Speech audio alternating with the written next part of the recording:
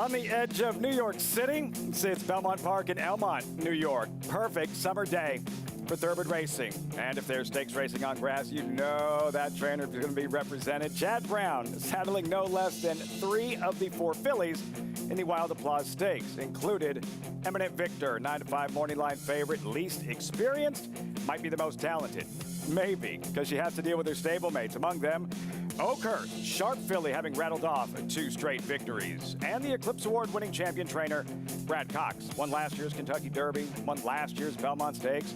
He'll saddle the favorite in today's main event. Her name is Juju's Map, prime for a big second half of 2022. Even money. Morning line favorite in the Grade 2, Mother Goose. Great to have you with us on America's Day at the Races. As always, brought to you in part by America's Best Racing. For the love of the race, visit americasbestracing.net today. On the 3rd floor here at Belmont Park, welcome everyone. I'm Lafitte Pinkai. In less than 3 weeks, we'll be up at Saratoga for the 154th season of racing at the Spa. But it's not like we're on some sort of summer vacation between now and then. The top class thoroughbred racing continues here at Belmont Park. First of 10 races at the top of the hour. And the main event, race 8, 3-year-old fillies taking center stage in the Grade 2 Mother Goose. $250,000 purse, compact field of 5, talented field of 5. 2 fillies drawn inside, Shahama, Venti, Valentine exiting the Kentucky Oaks. Number 5, Juju's Map, even money. Morning line favorite as I'm joined by a champion jockey, Richie Migliori. Richie, I'm guessing it's these kinds of days you miss most, riding here at Belmont Park? Absolutely, not just big races, but absolutely perfect weather. And I like to ride when it was warm, get a good sweat going, really get into your job, and lose weight so you can eat dinner at night. So the 3-year-old fillies in the main event, the Mother Goose. So like you have Shahama, Venti, Valentine. They're exiting the most prestigious 3-year-old filly race in the country, right? The Kentucky Oaks. Why is she, Juju's Map, the even money favorite? Well, the resume that she's built, first as a 2-year-old, a Grade 1 winner as a 2-year-old, winning the Alcibiades. Runner-up to Echo Zulu when Echo Zulu was head and shoulders above her division as a 2-year-old. And her comeback race against older horses, albeit it was an allowance race, but she beat Elders in May of her 3-year-old year and did it with consummate ease. And it just feels like she is coming back as a 3-year-old better than she was as a 2-year-old, which was pretty good. As mentioned, trained by Brad Cox. Brad Cox telling Daily Racing Form, if we see what we're hoping to see today, hopefully we'll get her back into Grade 1 company. Big races for 3-year-old fillies at Saratoga, Grade 1 Coaching Club American Oaks, Grade 1 Longines Test, Grade 1 Alabama. Today's Mother Goose, the start of what could be a very important summer for Juju's Map. But has to deal with this filly, Richie. Shahama, before running 6th in the Kentucky Oaks, she did this in Dubai in the UAE Oaks. It's so glaring how easily Shahama is traveling alongside of her rivals who just watch riders' body position. When they drop lower onto a horse's withers, they start pushing, scrubbing more. He's still galloping her into the stretch. Look at his stance compared to everybody else's stance. It's just a perfect example of when a rider hasn't been asking a horse for her best. Now he's going to finally lower down into her, giving her the cues to stretch out, stride away. She did this very easily, really handled this group. I like the fact that Todd Pletcher's had her longer now. She regrouped after the Kentucky Oaks, got to her Belmont, or Todd Pletcher's Belmont Park base, and I think she's going to show a much improved effort today. 6-time Mother Goose winning trainer Todd Pletcher says Shahama, her Oaks effort was, quote, sneaky. Okay, this will be just her 2nd start in the States. How will Shahama respond to the first loss of her career? Find out around 4:40 Eastern. She's telling you she's ready. She's telling you she's ready. The big white face of Shahama, one of the top 3-year-old fillies in the Mother Goose. As mentioned, first race is until 1 o'clock, so you have plenty of time to sign up if you haven't yet. Join today, Naira Bets on our program, and you're going to earn up to a $200 deposit match bonus. Sign up with promo code MATCH200 and earn up to a $200 deposit match after your first deposit. Bet any track, anywhere, anytime. Join now at nairabets.com to earn your $200 deposit match. As we welcome in the 3rd member of our broadcast team, Acacia Clement, standing by. Acacia, welcome to the show. That Mother Goose for 3-year-old fillies, not the only stakes race here at Belmont Park this afternoon. Indeed, Lafitte, we have the Wild Applause coming up earlier on in the card, too. And it's kind of Chad Brown versus Christophe Common, as there are three from Chad Brown's barn. The morning line favorite actually to the outside, an Eminent Victor, who's 9-5 on the line. This was a filly who showed a lot of promise as a 2-year-old, only raced twice and only once with Chad. Broke her maiden first time out on the synthetic and then ran in the Grade 1 Natalma, the only Grade 1 opportunities for 2-year-olds. The winner of that race, Wild Beauty, a very talented runner for Charlie Appleby and Godolphin. The second place finisher, Pizza Bianca, came back to win the Breeders' Cup Juvenile Fillies Turf.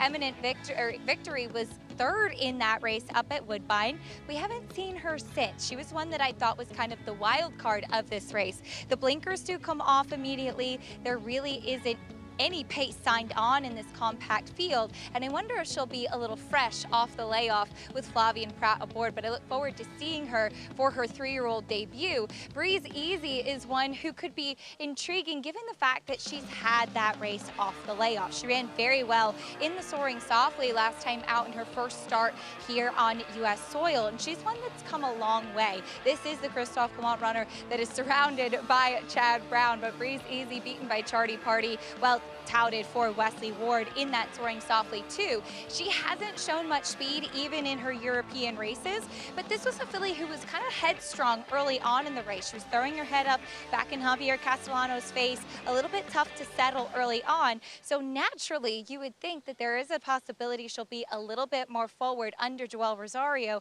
Certainly in this compact field, it's up to the riders to get the right trip for their mount, as the pace dynamics, big closers, tough for them to get any kind of trip, but we'll see if Breeze Easy can light a little bit closer. Her second start here stateside, Lafitte. And not a graded stakes race, Acacia, but some serious fillies that have won the Wild Applause. A blowout, now a Grade 1 winner. Got Stormy, now a 3-time Grade 1 winner. The Wild Applause early on the program, race 3 here at Belmont Park. Today's race is brought to you by Claiborne Farm. First 6 races from Belmont right here on Fox Sports 1, including the Wild Applause. Races 7 through 10, Fox Sports 2, including the Mother Goose. Plus 10 races from Churchill Downs, featured Chicago, Grade 3, race 9, just before 5 Eastern. When we come back, now the live racing begins. About to get this party started in Louisville, Kentucky. Less than 10 minutes from the opener at Churchill Downs. Just getting started on America's Day at the Races. So glad you could join us on Fox Sports 1.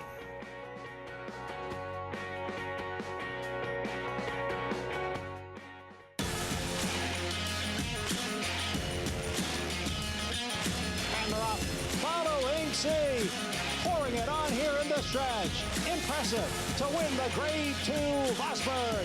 Following C, Smile Happy has kicked it into high gear, and Smile Happy with a powerful performance wins by 2.5. Eclipse champion Run Happy, standing at Claiborne Farm.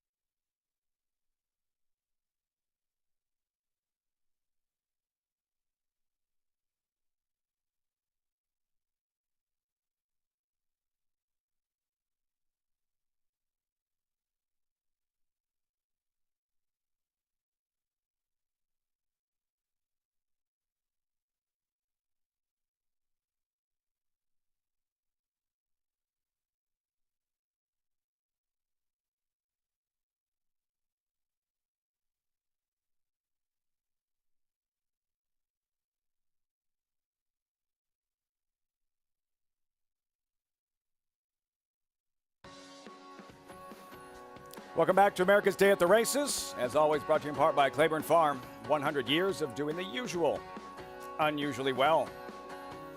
Gorgeous scenics, legendary Claiborne Farm, where it all begins, about 92 miles west, Churchill Downs in Louisville. Field for the first of 10, $20,000 maiden claimer means they're all for sale, and they've never won. Fillies and mares running a mile on dirt. Current favorite, 5-2, number 7, Sweet Beauty. And here is Wildcat Dream to kick off the post freight 7-1 with John McKee in the saddle. Yeah, not a great post for her, post 1, and the horse that hasn't not been that competitive in the same group the last 2 times. Je suis rapide, Meg.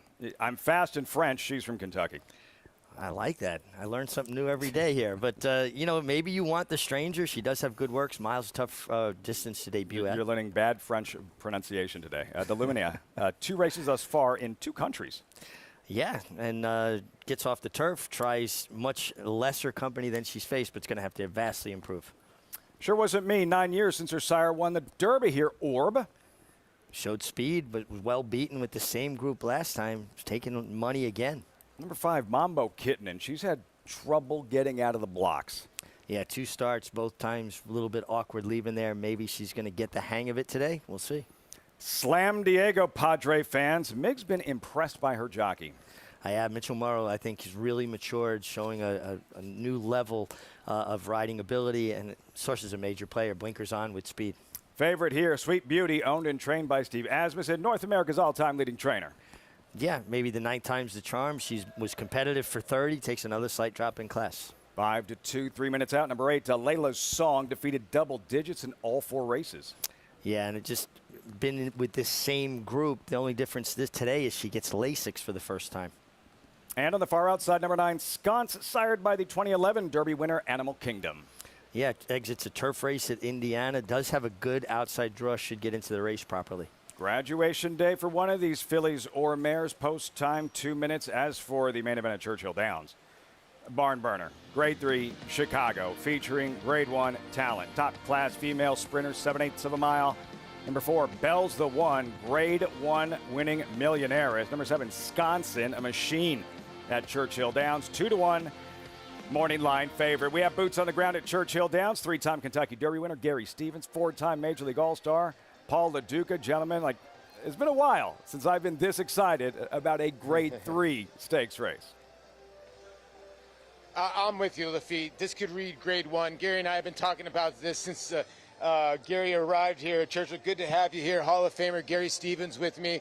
Always good to have him along. And Gary, you know, Tyler Gaffleone, not here. Sconson's regular rider. Sconson is the morning line favorite of the Chicago. He's riding White Barrio in the Ohio Derby.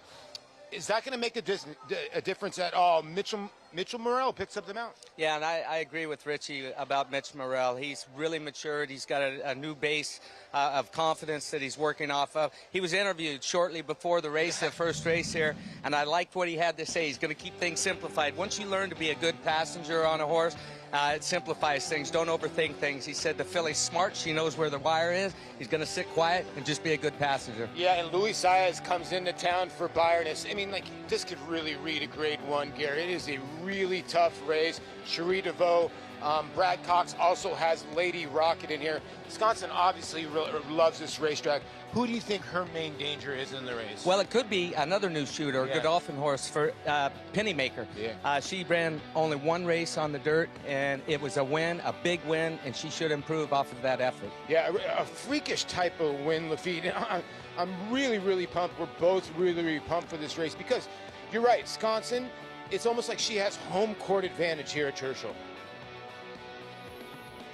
Yeah, guys, this is Chicago. We're not saying it's affirmed in Aladar. We're not saying it's easy go or in Sunday silence in terms of a rivalry.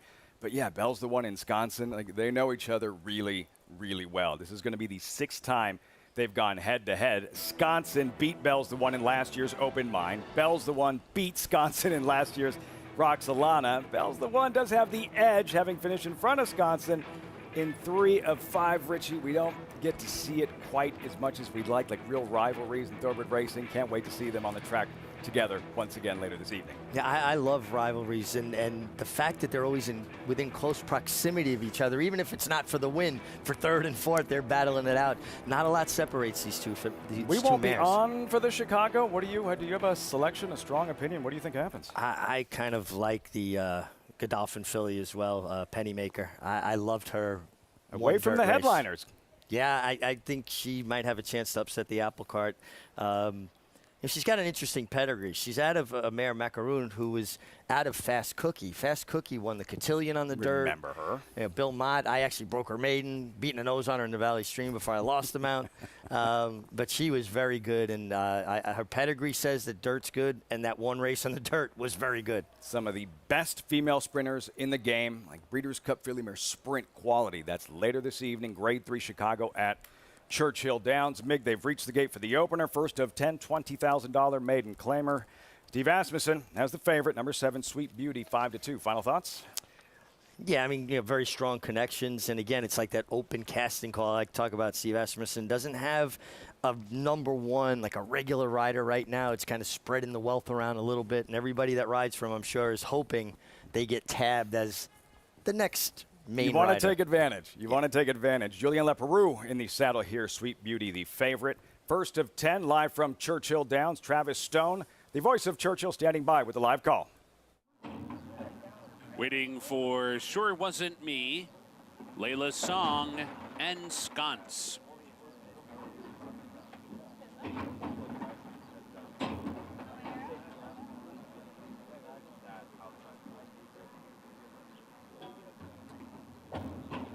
They're in the gate. And they're off. Sure Wasn't Me racing for the lead. Sweet Beauty's away well. So too Sconce and Slam Diego. Behind them, Mambo Kitten and Je Suis Rapide down toward the rail. Sure Wasn't Me the leader up the chute, joined from the outside by Sweet Beauty and Sconce, and so these three will do battle as they cross over, and they've gone 4 clear of Slam Diego, who's back in 4th. Layla's Song racing 5th by 2. Je Suis Rapide is now 6th. Mambo Kitten 7th. Wildcat Dream advancing toward the inside. The trailer, Dil Munya 10 lengths off the lead. 5 furlongs to go. They went to the opening quarter in 22 and 4. Sure Wasn't Me.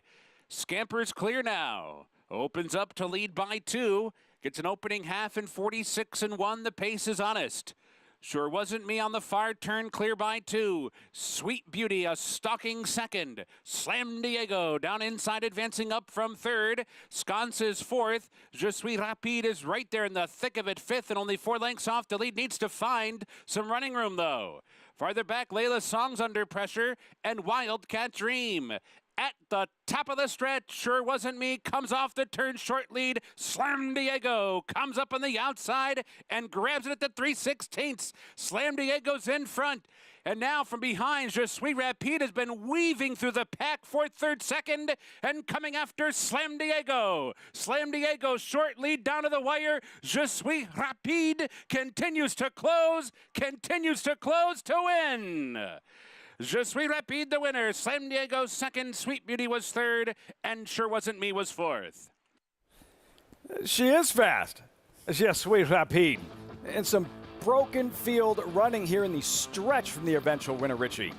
Tell you what, you can't see 2 better rides. Giovanni Franco on Je Suis Rapide, weaving through the field. First time starter to take that kickback, be professional, be brave.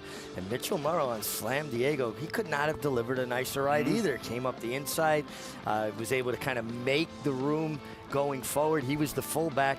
Je Suis Rapide was the halfback, following him through the hole and gunned him down in the wire. It's not always about winning. Sometimes a losing ride could be really good too. Here we have a winning ride and a losing ride were terrific. Great ride there. Je Suis Rapide in the opener, Churchill Downs. We'll have those results in just a moment. So much going on. We haven't had a chance to say hello to our friend Jonathan Kinchen joining us from Saratoga, JK. So of all the races we're covering, if we had to make like one wager, one bet in one race, what would your best bet this afternoon be? Well, I think of the 5th at Belmont. The 1 Fingal's Cave is going to be extremely hard to beat. But probably going to be too short of a price. So I'm going to take you to the second race. So you get the little early action, get the bankroll built. I really like the 3 New Guinea. This is a horse for Christophe Clement that won first out as a 2-year-old and showed a bunch of talent. Ran a speed figure that day as a 2-year-old that is competitive to what the main rivals have been running as 3-year-olds. That's not supposed to happen. She needed her last race, in my opinion. She was coming in off a 193-day break. She's going to move forward off of her second start as a 3-year-old, and I think she's going to be the horse to beat in there. And there's a horse to her inside that's going to take some money as well, so I think the price should be square as well. My best bet is in Belmont Race 2, the 3 New Guinea. Level of confidence, 1 to 10. How strong are we feeling about New Guinea?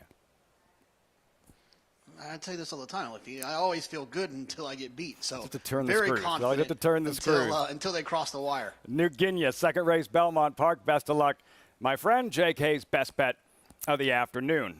See, that was free, no charge, just like Equibase past performances. Follow along, get all the stats of the horses, trainers, and jockeys in today's races. For free Equibase past performances, visit NYRA.com/TV schedule to download your free past performances and all the races on today's show. Important day of thoroughbred racing, and this is a great way to start it at Belmont. Spendthrift Farm 2-year-old race of the day brought to you by exciting freshman sire Bolt Doro. Field for the opener at gorgeous Belmont Park. New York-bred 2-year-old fillies maiden special weight.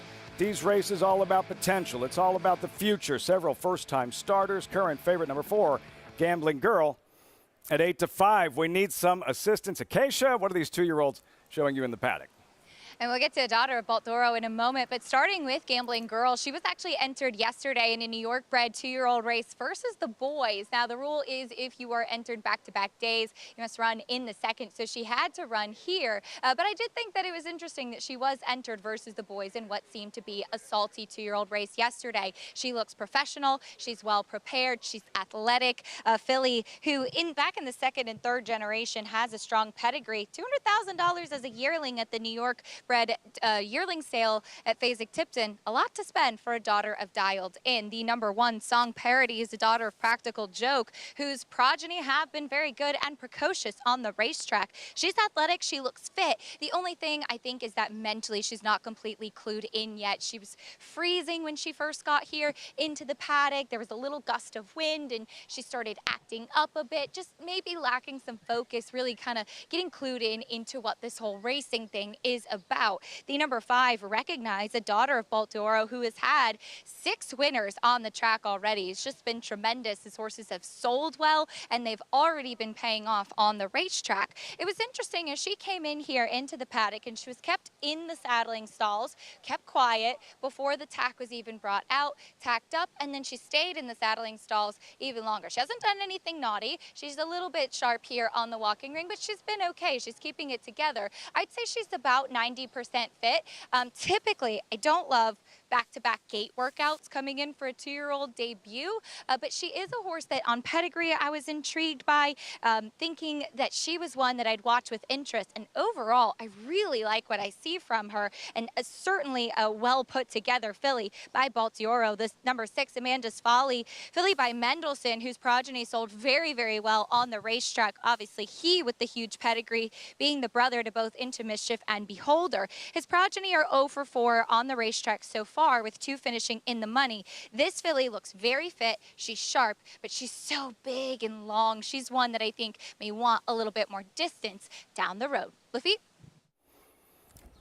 Perhaps more real estate necessary. Amanda's Folly. We'll see how she handles this sprint distance in her debut. 9 to 1. Post-parade song parody pictured the first-time starter by Practical Joke and Jose Ortiz, Preakness-winning jockey. One thing I always look at with these first-time starters when they go to the pony, how green are they? Is that one of the things that was missed in the schooling? They're dealing with so many things, and you can see, obviously, song parody, not used to the pony. Make sure I want to ask you about that freezing thing Acacia referenced earlier. There's Lady Mine, who ran 6 at 54 to 1 in her debut. Yeah, and would have to improve, but she does have experience. Long shot side by side. Number 3, Sweet Liberty. Thumps Racing Stable, debuting homebred. Not pictured just yet. Nice long look, Lady Mine there, Sweet Liberty. Yeah, she's out of a mare that's had 2 foals, both winners. So the mare is a producer. Keep an eye on her, how she goes to the pony, or maybe not go to the pony at all. Pay so much attention to these 2-year-old fillies. First day on the job for most of them. Gambling Girl, first-time starter for Belmont winning owner Mike Rapoli. And you can see well-schooled and just another box checked by a Hall of Famer in Todd Pletcher. Comes in with only 1 gate work. I find that interesting. 4-time Belmont winning trainer Todd Pletcher. Number 5, Recognize, Bolt Doro debuting filly. Look out. Yeah, 6 for 14 with first-timers. Bolt de Oro off to a lightning fast start at stud. 7-2, third choice, number 6, Amanda's Folly, Elkstone Group. As Acacia mentioned, maybe a little bit too short of a distance for her today. Yeah, and kind of interesting that she comes in with 0 recorded gate works. We'll talk more about that after we get through the post-raid, because they do have to be okayed by the official starter to start in a race. Bet of the century remains to be seen. Arrives from Parks Casino in Bensalem, PA. She was 5-1 just a few seconds ago. Now she's 3-1. Ran big against open company faces, New York-breds now. Another fresh face, number 8, Easy Toll, a Barry Ostriger debuting homebred. Yeah, slow but steady work tab. Nothing that jumps off the page at you, and she's not taking any money. And we try to let the board help us pinpoint who is shown life in the mornings. New York-bred 2-year-old fillies to kick off the show.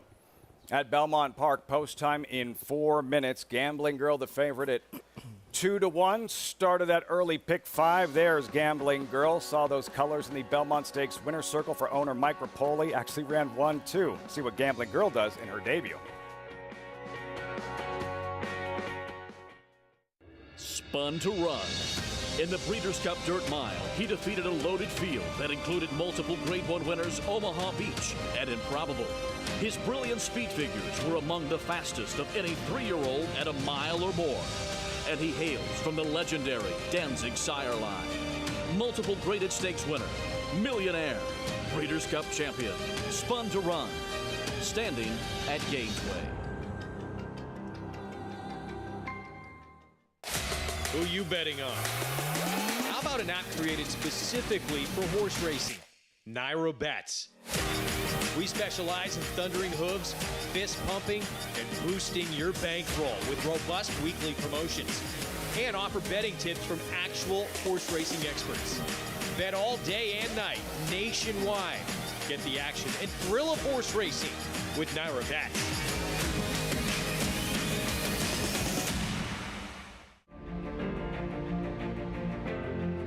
Perfectly timed. Idol gets up under Joel Rosario to win the big cap. It's known agenda for St. Elias Stable. Race and the race. Scintillating performance in the TBG Del Mar debutante. And Clariere will win the cotillion. Down to the wire. Who's going to win it? It's Mala by a neck. Curling, the classic sire.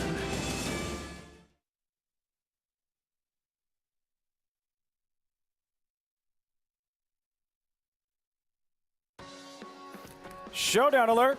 Play against your friends and fellow fans with the Showdown. Free to enter handicapping contests following the New York racing on our show. Place your picks now. Watch your name climb the leaderboard to earn real prizes. Get started at naira.com/showdown. Phillies have left that paddock. They're on the main track. About a minute out till the opener. New York-bred 2-year-old filly sprinting 5 furlongs. Spendthrift 2-year-old race of the day. JK Gambling Girl, the favorite here at post time, 2-1. Your thoughts going in? Yeah, it's going to always happen in these situations when you have a Todd Pletcher first-time starter or a Chad Brown first-time starter. The tote board can sometimes send you in the right direction, but it can also send you in the wrong direction. This feels like a horse that has some talent. They're betting the horse accordingly.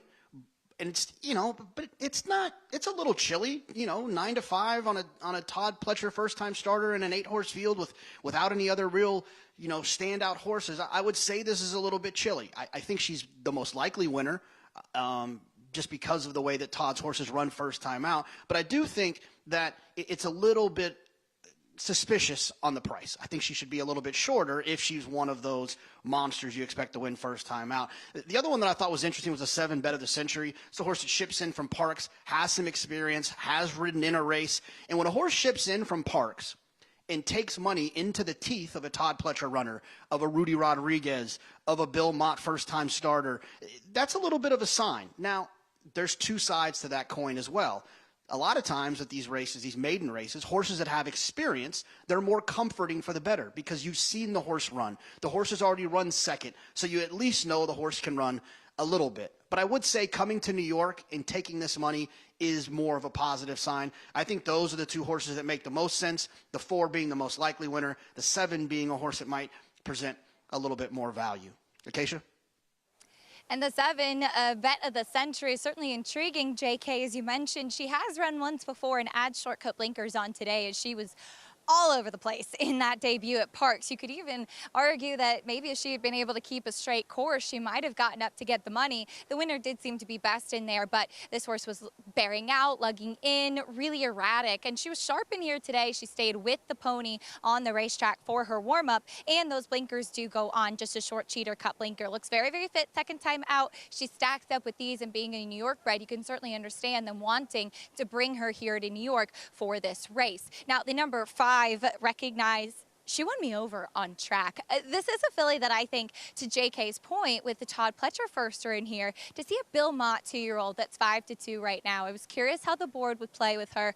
I wasn't crazy about the fact of how quiet she was kept back in the paddock, but Jose Lezcano gave her a big warm-up, was doing circles and figure eights with her. And for a young filly, I actually really like that, especially one that was kept pretty quiet back in the paddock, to kind of get her a little bit more into the bridle, keep her moving forward. She came back to him nicely. She's been the ultimate professional. I do think that Gambling Girl is far and above the one to beat and perhaps the most likely winner in this spot, but really liked what I saw from Recognize out on the track, Lafitte.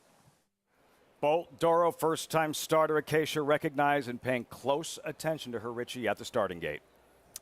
Yeah, just kind of interesting coming in off those 2 gate works. Acacia mentioned that. I'm not a big fan of consecutive gate works on top of a race. Well, it makes you feel like the horse didn't get the hang out of braking, and then it's almost like cramming your lessons. You need extra practice. Exactly. Song parody number 1. She mentioned when Acacia did when she entered the paddock, she was freezing. What's that all about? There she is. Well, sometimes when horses get nervous, and you'll see it more with fillies, that they're defense mechanism, if you will, is to almost freeze, like, I'm not here. You don't see me. Think if you ever been driving and you see a deer with a baby, and the baby will lay down, right? It's their almost way of hiding. They're protecting themselves. Usually when a horse comes out of it, they come out of it in a violent way. They'll explode out of it. Obviously, she didn't do anything wrong. She just froze.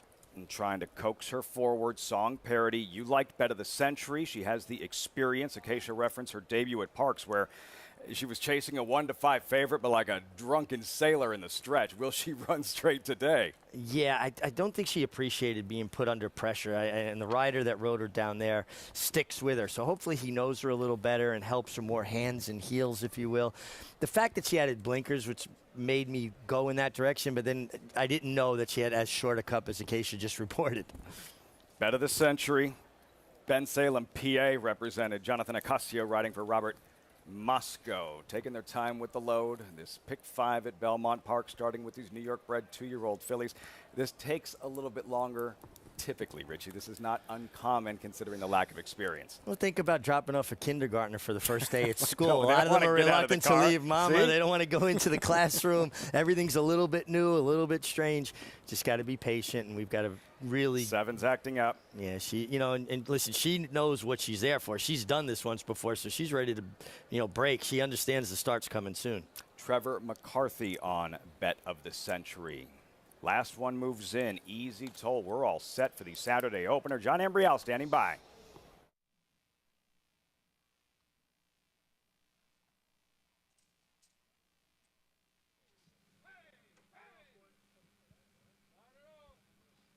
Rider briefly off number 7, Bet of the Century. Now getting back on.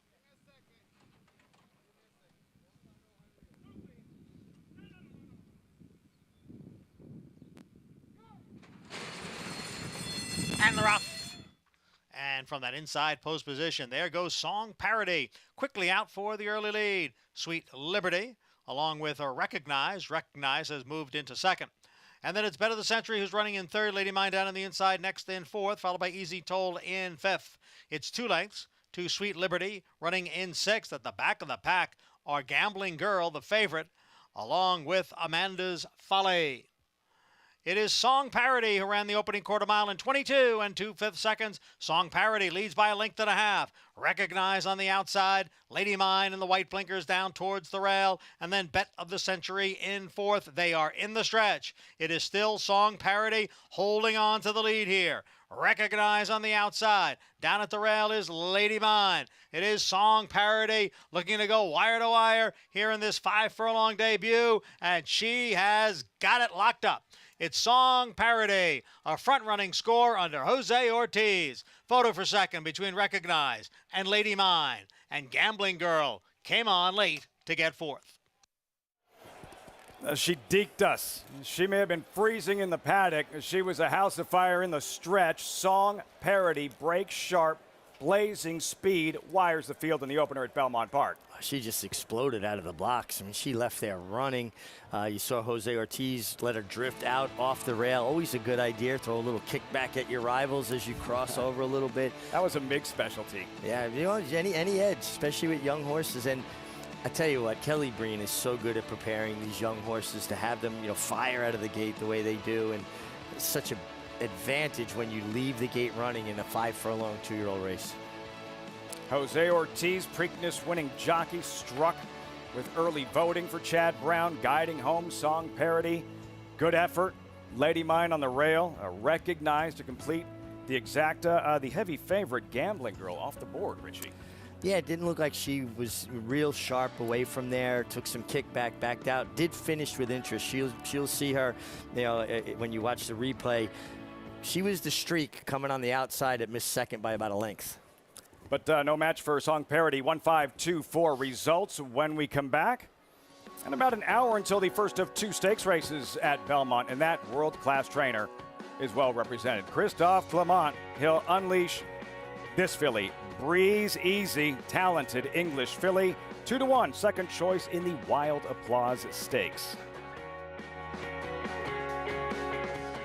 A Grade 1 winner on both dirt and turf, War of Will became a classic winner with this victory in the Preakness Stakes and added a Grade 1 with turf credentials in the Maker's Mark Mile.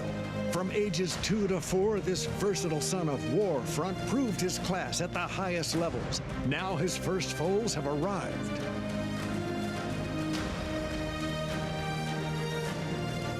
War of Will, standing at Claiborne Farm.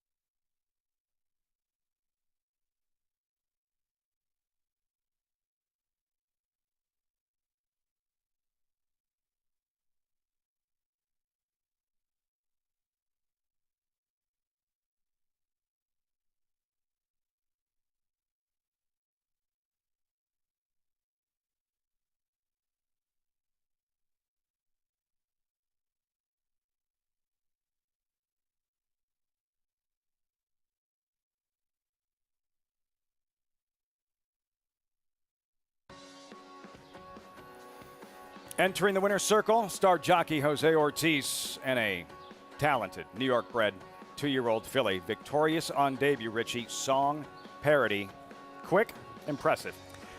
She left the gate with run on her mind. She really had 2 lengths when the man said go. And in a baby race, it's so important from a mental standpoint. It puts the other horses at a disadvantage. They got to take kickback. They're in chase mode. When a horse leaves the gate like that, they are well schooled, and Kelly Breen has consistently done this. Favorite gambling girl, yeah, she's entering the picture, not in the picture. You'll see her run fourth. Definitely wants more real estate to work with. Yeah, there she comes. But there she, finding her best stride late. Spendthrift 2-year-old race of the day, Song Parody. He's a big fan of her sire, Practical Joke. MC Stable LLC, Fortune Farm, Song Parody, Jose Ortiz. Kelly Breen teaming up with a victory in the opener. 1 down, 9 left, Belmont Park. Same can be said at Churchill. And guess what? More 2-year-olds. 2-year-old fillies, maiden special weight, just like the race you saw at Belmont. This is open company, many fresh faces, first-time starters, 5/8 of a mile Taj, $120,000 purse, and a 1-2 favorite, Key of Life. We'll see her shortly. There's Summer Promise, $500,000 first-time starter, trained by D. Wayne Lucas. And the mare, Dream of Summer, her mother is a producer. Grade 1 winner, Vexatious, Destined, Creative Cause. She's got big shoes to fill, this filly, Summer Promise. Vexatious, Grade 1 winner, Saratoga, a couple of summers back. Number 2, My Butterfly, Wayne Catalano, trained debuting filly. Yeah, filly, that's a half to Silent Bird, graded stakes winner. Wayne Catalano, good jockey, better trainer. Great cook. Dance Macabre, NBS Stable, Elements Racing, first-time starter. Yeah, I'm seeing more of a kind of a turf pedigree here to see how she does, put maybe a place to get her started. Number 5, Unified Decision, first-time starter by Unified. Yeah, and this is the first fall out of the mare. Ian Wilkes, trainer, usually gets horses, into race shape and gets experience. Not a guy that cranks them up to win first time. Favorite, Key of Life, $350,000 Motown first-time starter. Well, strong connections. Obviously, Brad Cox. Mare's had 3 foals to race, all winners, so she's a producer. And finally, Watch the Money, LNN Racing debuting filly. Yeah, Steve Asmussen, firster, not taking any money. Steve's so good at getting them ready first time out. Gary Stevens standing by, Churchill Downs. Gary, 34 years ago, you won a Kentucky Derby for trainer D. Wayne Lucas with a filly, winning colors. What can you tell us about this Lucas-trained filly, Summer Promise, about to make her debut? I can tell you that Wayne Lucas is very excited about her. When I first got here to Churchill Downs before the meet started, Wayne told me, he said, Gary, I've got a filly like I haven't had for a long, long time. He said she's a typical Uncle Mo, very, very precocious, actually wants to do a lot in the morning. She's fast. He had a break out of the gate. She was supposed to only go like 250 yards, just pop out, come across the chute, and just have an easy gallop, and that turned into a 46-2 workout for her that day. She's that fast, that quick. Look, Wayne Lucas's horses don't have to win the first time out. I'm rooting for him hard. The owners, John and Gina Bellinger, they're here today. They're excited. Wayne is not here today. He's got Ethereal Road and the Ohio Derby. Ethereal Road, Ohio Derby. Later on, speaking of 3-year-olds, a couple of months ago, Gary, we watched Wayne Lucas capture a 5th Kentucky Oaks with Secret Oath. Since then, she ran 4th in the Preakness Stakes. She hasn't raced since. What can you tell us about her summer plans moving forward? She's going to head up to Saratoga around the 4th or 5th next week, either Saturday or Sunday, and she's going to stick with the 3-year-olds. The target is the Coaching Club America Oaks, and then the Alabama Stakes. Wayne said that she's really blossomed with this time off from the Triple Crown series. She's put on weight. She's filled out. She's kind of a narrow filly, but he said she's really blossomed, and he's looking for a huge fall from Secret Oath. Such an exciting filly, Gary. Can't wait to see what she does this summer. Kentucky Oaks winner Secret Oath, bound for the Spa. Richie, and also we saw a filly run 2nd in the Belmont Stakes. Nest, she's headed for Saratoga. Let's not dismiss the reigning 2-year-old filly champion, Echo Zulu. Some real depth and talent in the sophomore filly division. And we can see even more, another layer of depth added today with the Mother Goose. It's a good division, a very solid division. When you talk about races like the Coaching Cub and the Alabama, it does feel like Secret Oath is really made for those distances, 1.8 and on to 1.25 miles. Nest feels pretty good to me at 1.25 miles for the Alabama. Coming up what she did in the back Belmont. from 1.5 miles, back in distance. Absolutely. The Stars all headed for the Spa. Will be at Saratoga less than 3 weeks, but still so much great racing coming your way from Belmont Park and right here at Churchill Downs later this afternoon, of course, the featured Chicago here, 2-year-old fillies, potential stars of tomorrow. Long shot pictured at 21-1 Dance Macabre, Richie, but all eyes on Kia Life now. That price continues to plummet, odds on 2-5. Yeah, and, you know, I love when a horse has that snappy gait work, but then has two works, what we call off the pole, where they gallop and pick up momentum into a breeze as opposed to a standstill. So she got that 46-4 out of the gate, then a nice 49-1, 49-4, maintenance moves. They've got her where they want her fitness-wise. She's ready. All we got to do is maintain her. We don't have to do anything fancy. And just like at Belmont moments ago, the attention we pay to the load for all of these, for the most part, the first time they've ever done it in the afternoon, these inexperienced, several first-time starter 2-year-old fillies. The atmosphere is so much different in the morning. You know, usually they're going with just one other horse. It's much more sedate. It's a lot more quiet. Now there's anticipation. The riders are a little more keyed up. The energy handlers, from the other fillies. Absolutely. You know, so the horses feed on energy, each other's and the humans around them. It's game time. See what happens with these 2-year-old fillies. Kia Life, number 6, odds on 2-5. Travis Stone with the call, race 2, live Churchill Downs.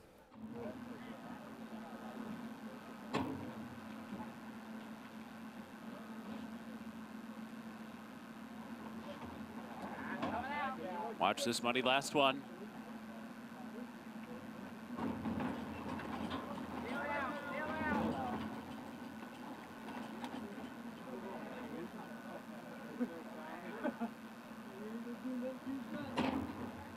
They're in the gate.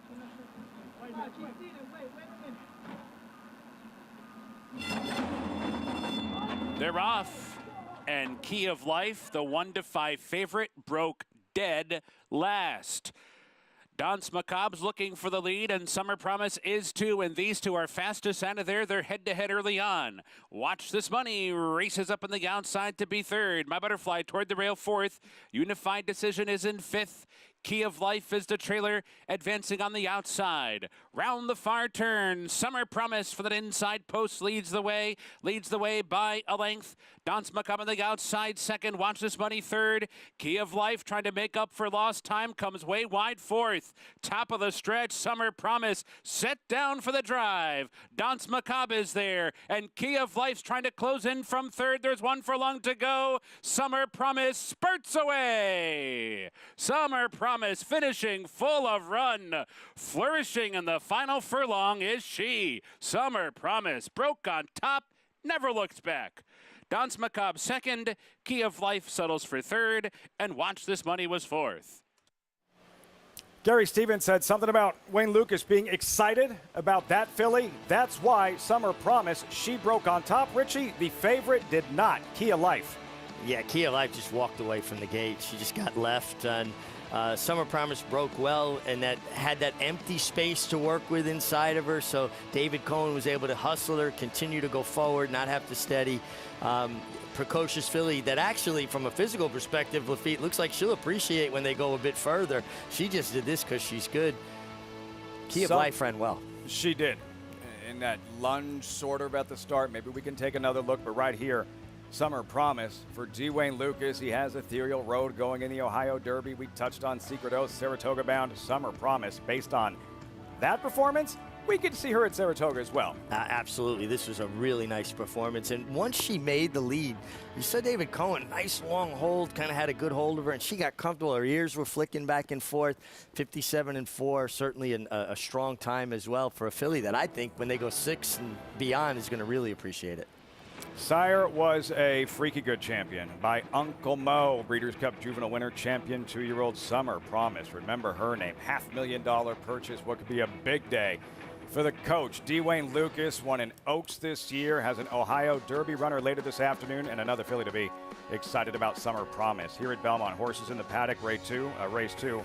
There's Rayum, her namesake, a trailblazer. Hockey fans can tell you all about that. A big skates / horseshoes to fill for that filly. Acacia's Paddock Report is next. Speightstown. Bunning. Echo Town.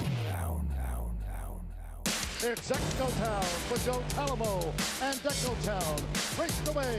And Echo Town is drawing away in the stretch. Echo Town wins the Allen Turkin Stakes. A sire line so prolific, it repeats itself. Echo Town.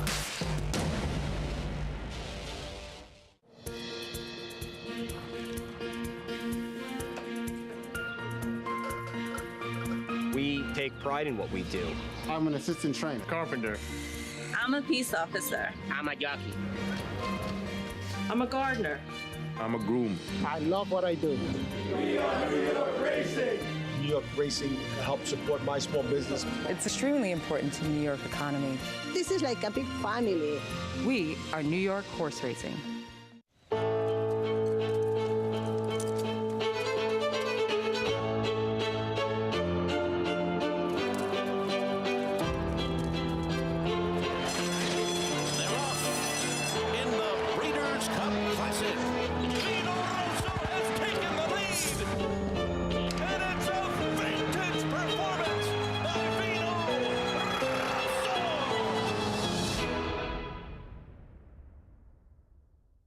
Racetrack Television Network brings you every race, from every track, on every screen, every day. With monthly packages starting as low as $5, RTN gives you great value and access to more live HD streaming and race replays than anyone. Visit RTN.tv today to sign up and watch on almost any device, including Roku and Amazon Fire. RTN has packages that start at $5 per month.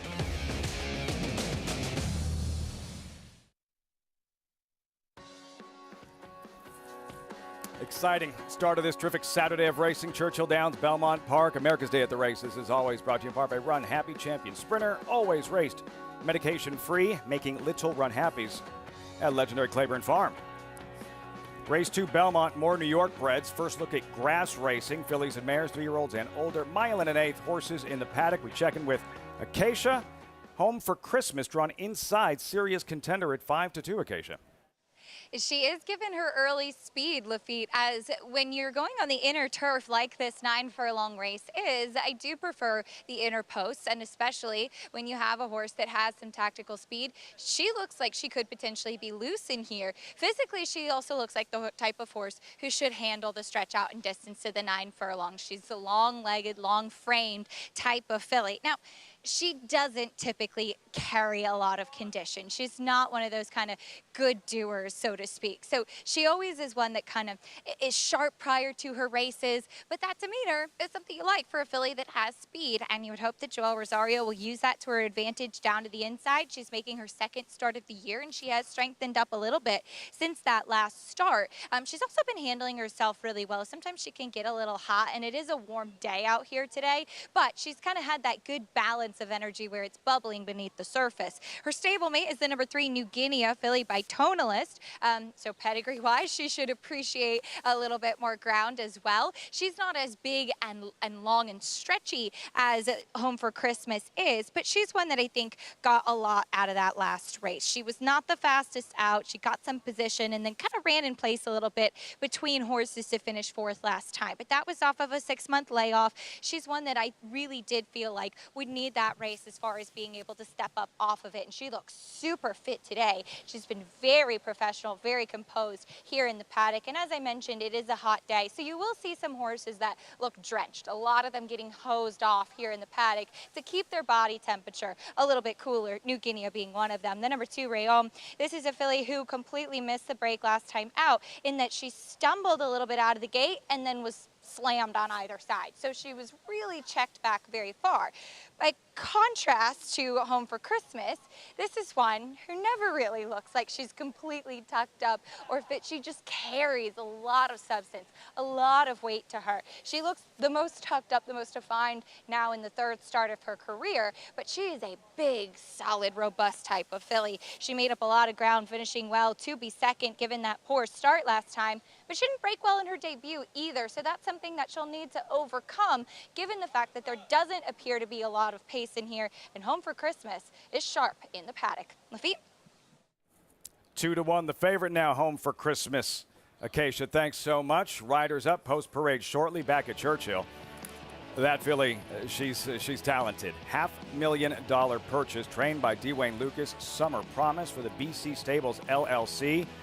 Gives this field the slip at the top of the stretch. Kia Life, who spotted the field, I don't know, 4 or 5 lengths. Yeah, just so professional. Broke well from the inside, established the lead, and in hand was set down by David Cohen and kept finding. And Dream of Summer, her dam, is just an amazing producer. You know, the litany of horses that she's put out: Destin, Vexatious, Creative Cause. Amazing. And now Summer Promise, who holds a great deal of promise. Destin, who missed a Belmont Stakes victory by a whisker to Creator. Those 2016. Vexatious that you mentioned. Yeah, Vexatious, grade 1 winner in Saratoga. Midnight Bisou in the personal incident a couple years back. Incredible producer. Yeah, Creative Cause. He was one of the Derby favorites, if not the Derby favorite. Put together a nice spring campaign. Wow. And another one. Summer Promise. Dwayne Lucas has always been aggressive. Schuylerville in 19 days. Saratoga, the traditional opening day feature. It wouldn't shock me. Me neither. Me neither. Based on what we saw today, Summer Promise at Churchill. Riders up, race 2, Belmont Park. First look at grass racing. There's a long shot, 19-1. Infringement. Favorite, Home for Christmas. Keisha touched on Rayum. Named after Manon Rayum, hockey goalie, NHL's first female player. As for the filly, no pressure, Richie. This was her second career start last month right here. Rayum saving ground on the inside. New Guinea angles towards the outside. Yeah, and she was compromised at the break. I mean, she did get kind of, smacked around a little bit. 1 1/8. She should be right in behind the speed, which is probably right to her inside. She's a tough filly to train. I spoke with Michael Dickinson about her, and sometimes she has a mind of her own. So sometimes they have to train her in a field. She's not a horse they train conventionally in a circle. They have to do different things to keep her mind occupied. Named after Manon Rayum, as mentioned, 30 years ago, became the first woman to play in any North American sports league. Hockey goalie, NHL's first female player. Another look at her in the post parade. We start with Home for Christmas at 5-2 currently. Inside draw, short run to the first turn, has speed in a race that doesn't appear to have a tremendous amount of speed signed on. Number 2, Rayum, 7-2. Should work out a real good trip. I think she's right in behind that pace. She's shown ability in both of her starts, and she's a major player. Keisha said solid, robust. She should be. Named after a hockey goalie. Here's New Guinea, JK's best bet of the afternoon. Yeah, and maybe she did need the last race. She was only a half a length behind Rayum, and that was coming off the layoff. Dylan Davis in the Evans Navy. Daughter of Belmont Stakes winner, Tonalist. Favorite, New Guinea. Number 4, Master of the Tunes. She's had trouble finishing for a while. Yeah, and now she's stretching out to the 1 1/8. Is that going to help her cause? Because she hasn't been able to really get it done going shorter. It'd be interesting. But you get Jose Ortiz for Joe Lee, who used to be the assistant trainer to Kieran McLaughlin. Terrific, terrific trainer, Kieran McLaughlin. Ortiz looking to go back-to-back infringement. Looks like she needs some softer competition. Yeah, it just looks like she landed in a pretty tough spot here. Contingent towards the inside, some on the outside. I'm fine here, just 1 for 18, but does have like 11 other in the money finishes. Yeah, a horse that gives me the impression she likes to run with horses, not necessarily away from horses. Pack animal. She's part of the pack. I'm fine. Then number 7, Preposterous, Manny Franco, big meet in the E5 Racing Thoroughbred colors. I think Preposterous holds the key to how this race is going to be run. Preposterous has shown better speed more recently, and she broke her maiden last fall, showing speed on the main track. She showed more speed last time on the main track. If she has just gotten faster, and it's not the surface switch, she holds the key to how much pressure she puts on the one horse here, Home for Christmas. Something to watch for early on. First of 6 turf races this afternoon. The second at Belmont in 3 minutes. And a heads up, because you can get a $25 bonus when you play the races with us, with Naira Bets. Bet on Belmont Park, Churchill Downs, and Thistledown Today Ohio Derby, and you'll get $25 win or lose. Head to NairaBets.com for full details and to opt in. Crunch time, JK. Your best bet of the afternoon has emerged as the favorite, 2-1 New Guinea.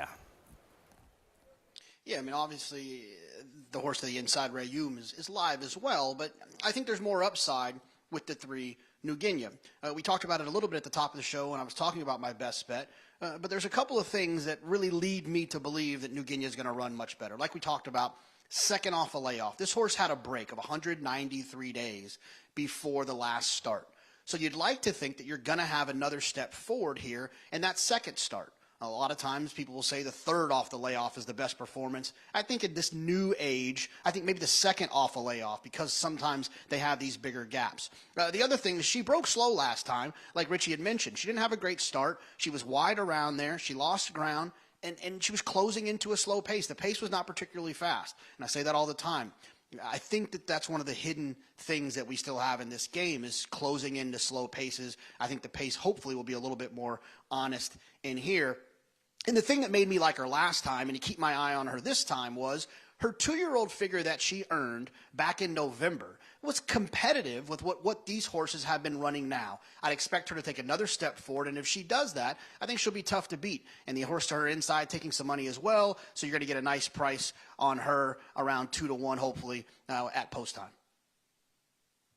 Best of luck, JK. Best bet of the afternoon, New Guinea, with leading rider Dylan Davis having a sensational meet, Richie, the past year for Davis. First Grade 1 win last fall, E.P. Taylor, an Aqueduct Winter riding title, and now working on a first-ever Belmont Spring riding title, which for him would be a huge, huge deal. Absolutely. To win Belmont Spring, I mean, he's already proven that he belongs at this upper echelon, but it would take him to new heights. And his consistency has been the key. He always could ride, but some days weren't as good as others. He shows up with his A game every day. Acacia, jockey nipping at his heels. Manny Franco, he'll ride the 7 here. Preposterous. And we'll see what Manny Franco does out of the gate. As you guys are mentioning, Preposterous does kind of hold the key to this race. And I was curious to see what she would do as far as that warm-up was concerned. Manny took her away from the pony immediately out of the post parade, did not stay linked up for a long time at all. And was circling her on track, giving her a big, big gallop, speaking to intent of a horse that you would want to see be forwardly placed, and she perked up a lot out there on the track. Physically, she looks like she could go either way as far as the surface is concerned, but she has filled out now as she gets back onto the turf, and for what it's worth, the dam's only win was on the grass. I don't particularly love her as far as what she's facing in here today, but if she's aggressively handled, that could really be the key as to how this race plays out, Lafitte. Manny Franco, big meet here at Belmont, Acacia, and something for newer fans of the sport to look for, Richie. Sometimes jockeys will tip their hand pre-race in terms of what their intent might be.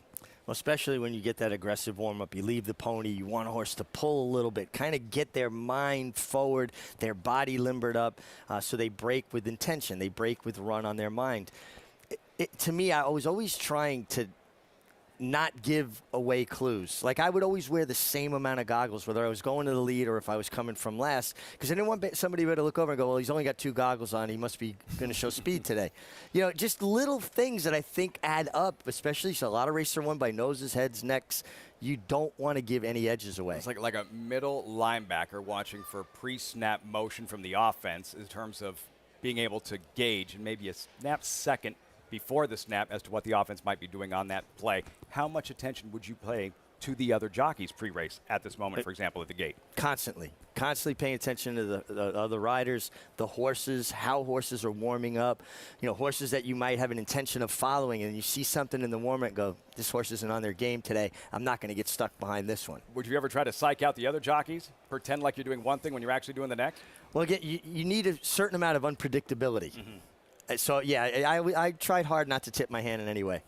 See how this one unfolds. JK's best bet of the afternoon getting crushed. 6-5 now. Number 3 at New Guinea, the favorite. First of 6 grass races today at Belmont Park. It's post time. Johnny I standing by.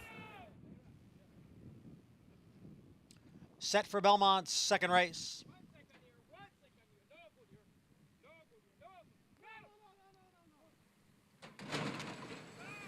And they're off. Good beginning for Rayum. It was a slow beginning for New Guinea, who's at the back of the pack with infringement.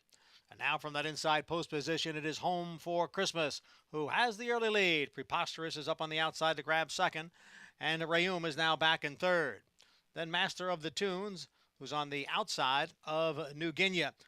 New Guinea is running in fifth at this point, a little more than 5 lengths from the lead. And then it is I'm Fine, who's running in 6th, and farther back is Infringement, who trails the field in 7th. They're on the backstretch. The quarter went in 23 and 2/5 seconds. Home for Christmas down in the inside. Leads here by 3/4 of a length. Preposterous on the outside is next in 2nd. And then comes Master of the Tunes in 3rd. Right alongside is Rayum, who's down at the rail. And then a length and a half to New Guinea. On the outside, I'm Fine. Farther back is Infringement. And the opening half went in 48 and 3/5 seconds. Home for Christmas, still the leader here. Home for Christmas by a half length. Preposterous is on the outside, next in 2nd. Rayum down at the rail. And alongside is Master of the Tunes. They begin the run around the far turn. Home for Christmas and Preposterous. They remain 1-2. Master of the Tunes on the outside in 3rd. Rayum is down at the rail, now almost 4 lengths from the lead. I'm Fine has moved up a spot. New Guinea is next to last. The trailer is Infringement. 3/4 went in 1:13 and 2. And the field is at the top of the stretch with Home for Christmas still there. Now room for Rayum, and now she comes on through. And on the extreme outside, here comes New Guinea now, who's kicking in late. It is Home for Christmas. Rayum, New Guinea on the outside. The three of them will fight it out to the finish, and it's going to be Home for Christmas holding on over Rayum and New Guinea. Why we love turf racing, driving finish, Home for Christmas, digging on the inside, one of the strongest finishers in the game, perhaps the strongest finisher in the game. Joel Rosario holding off Rayum and a late charging New Guinea. Home for Christmas did make the lead comfortably, just as Acacia forecasted. It was doing it well, minimal pressure from the outside from the 7 Preposterous. And Joel, when he turns for home, he's always got something left. And then his strength in the finish is just so tough to get by. Terrific ride from Joel on Home for Christmas. Terrific ride from Trevor McCarthy and Rayum, who saved every inch of ground, was right in behind her like I thought he would be, just could not get by her. He probably would have been better served if New Guinea would have got to him sooner, because it looked like she was kind of pushing him along a little bit. New Guinea missed the break slightly and was a little further back than probably would helped her cause, but she finished with interest. From the start, you saw Preposterous on the outside break out Manny Franco, and sometimes you'll hear this phrase rank on this show. Watch number 4, Master of Tunes. Yeah, that's what we're talking about. Look, when a horse's head is up in the rider's face and their mouth is open a little bit and they're throwing their head around, that's when a horse is ranked. Looked to me like she didn't corner particularly well, and it kind of compounded how much Jose Ortiz had to take of her. It's horse fighting rider, rider fighting horse, and the result, typically not of the positive variety, both rider and horse wasting energy. Yeah, using energy inefficiently, working against each other. In a perfect world, a horse using themselves properly, even if they're going faster, is using less energy than if you're fighting them trying to slow them down. Home for Christmas takes advantage out of the mare Nihilist. I'd make a Big Lebowski joke, but I'm not sure Richie's seen it. Seen Lebowski, you know what I'm talking about. I know for Christmas. I know the movie, but I did not see it. So. Results Belmont when we come back. Churchill Downs race 3 going through that tunnel. Post-parade brewing $10,000 claimer. Mile in a 16 3-year-olds and older field of 6. Odds-on favorite to the outside in Sonic City. First after the claim, Tom Humphreys coming off an easy win. We'll revisit in a moment. You'll see Sonic City in this post-parade. Spheroid pictured, like I looked it up, I saw the definition, I still don't get it. He is by Orb. He's by Orb, and he's got a good inside draw coming off of a good race after being pulled up going a mile and a half. Maybe just didn't want any part of that mile and a half. Market development, on paper, the one to catch. Yes, sprint speed stretching out. I'd be very surprised if this horse is not on the lead. Number 3, Altered, Indiana-bred. He used to show tactical speed, not lately. Yeah, much like all of us as we get a little older, we lose a step. Amen, brother. Justin's Quest, winless in 4 tries at Oaklawn this year. Trying Churchill for the first time in this horse's career. Better races put this horse in the frame, though. Oceano, 2011 Preakness winning jockey Jesus Castagnan rides back. Wow, I forgot about that. Yeah, and horse that would have to improve off of the recent effort. Shackelford held off Derby winner Animal Kingdom. Here's the favorite, the Sonic City, first after the claim for owner and trainer Tom Humphreys. Just feels like this horse is going to get a similar setup to last time. Probably the one getting first run on market development. If that one can't go the distance, throws in the towel, this horse should basically assume the lead, and horses tend to blow up with confidence when that happens. Meat and potatoes race, $10,000 claimers next at Churchill Downs. Paul LaDuca standing by. Sonic City 3-5. Paulie, what do you think? Well, when you look at Sonic City, he's really tough to get around. You look at some of the other runners in here. You do have the one Spheroid, now 2 for 15 lifetime. I do think that's the major contender to the outside horse in here with Alex Achard, a horse that somewhat, going the mile-and-a-half race at Oaklawn, eased out of that race and got into bad form at the end of the Oaklawn meet.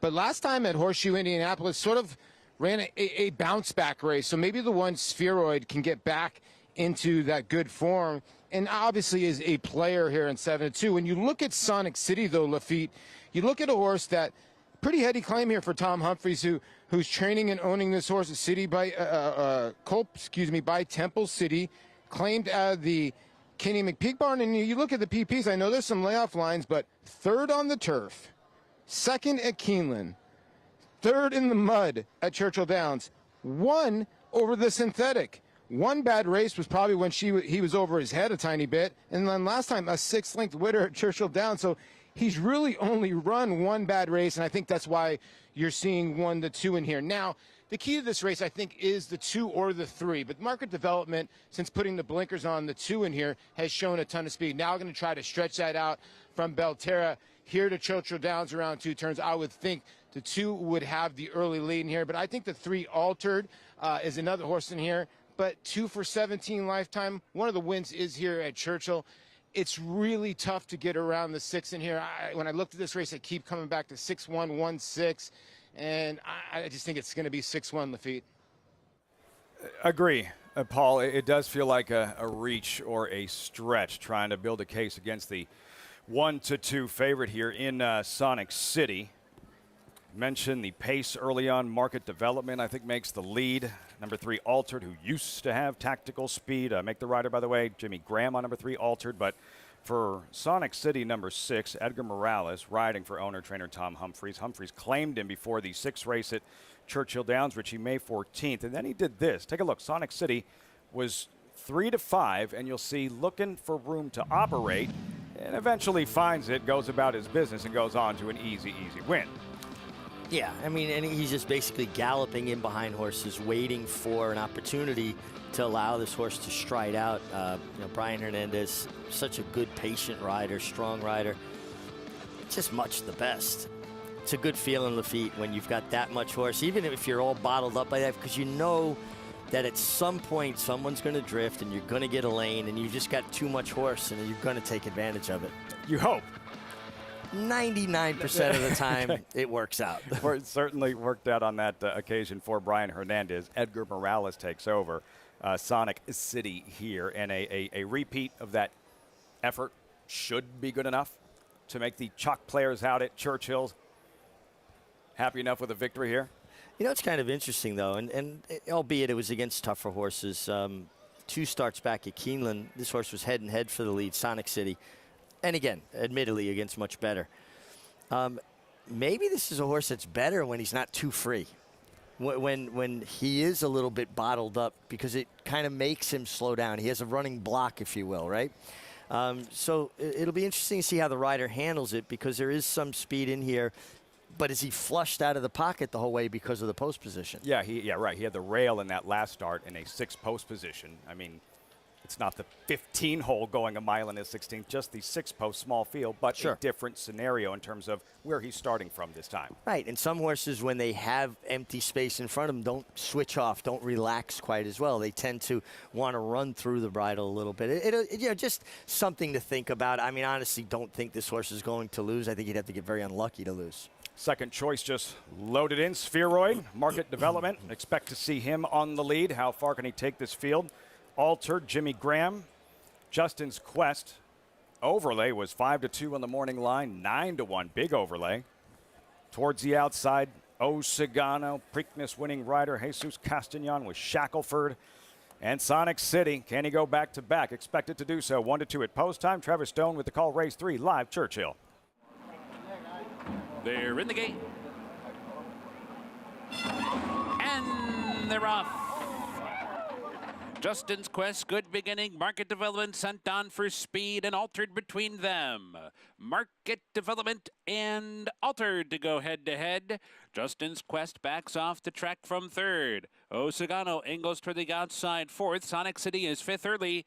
And Spheroid settles in at the back of the pack as they move around the clubhouse turn. Market Development, the leader, company from Altered, who's right alongside in second. These two share the lead to the backstretch run. Justin's Quest is not far behind, third and moving up. Osagano reserved in behind them, behind an opening quarter in 24 seconds flat. Sonic City is waiting back in fifth and is only 4 lengths off the lead. 3 more from there to Spheroid, the trailer. So down the backstretch run. Altered and Market Development continue to share the lead to the far turn. Altered on the outside, Market Development at the rail. Justin's Quest is on their outside now, 2 lengths behind in third as the front two go on with it. Osagano under pressure fourth and toward the rail. So too is Sonic City, fifth with 5 lengths to make up, nearing the quarter pole. Spheroid's the trailer. Coming for the top of the stretch, Altered and Market Development head in head. Off the turn, they've been at each other since the beginning, and they head for home together. Altered grabs the lead. Altered has taken over and kicks away. Market Development with no response. Justin's Quest trying to run on late. The rest with work to do. Down to the final 16th, and Altered with a 5-length lead. It will be Altered who rambles home to win it by 4 in the end. Justin's Quest ran on to grab second. Market Development was third, and Spheroid fourth. Yeah, just like we thought, right? Altered, who showed more speed today, pressing Market Development in the early stages, draws off and strikes Jimmy Graham, the sub-rider, originally Rafael Bejarano. Strikes does Altered, the favorite. A complete non-factor, Sonic City. You knew going into the first turn, Sonic City was going to be a no-show. He had no, jump in his step, basically no speed whatsoever, further back than you thought he would be, and he was just absolutely flat on the afternoon. Big form reversal on the 3, Altered. Results when we come back. First of 2 stakes races, Belmont, Chad Brown, represented by a trio. Eminent Victor, morning line favorite, not the current favorite. Oakhurst, talented closer, ready for her stakes debut in the Wild Applause.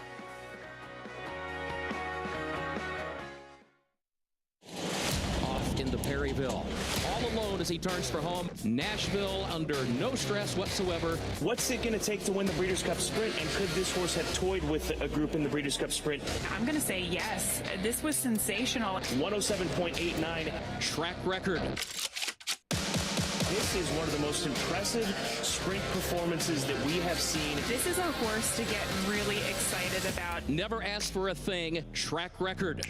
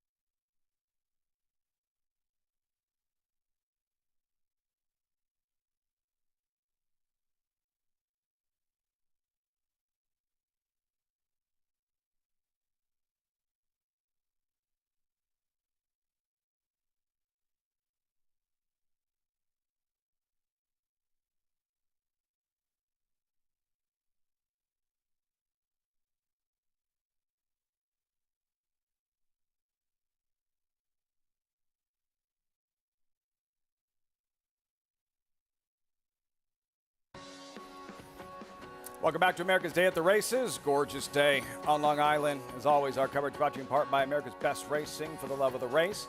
Visit americasbestracing.net today. Home for Christmas. Wave of the crop from Joelle Rosario. Acacia thought she might be on the lead. She was on the lead. She winds up at the winner's circle in what could be a big day for co-owner Final Furlong Racing. Down to Acacia in the winner's circle.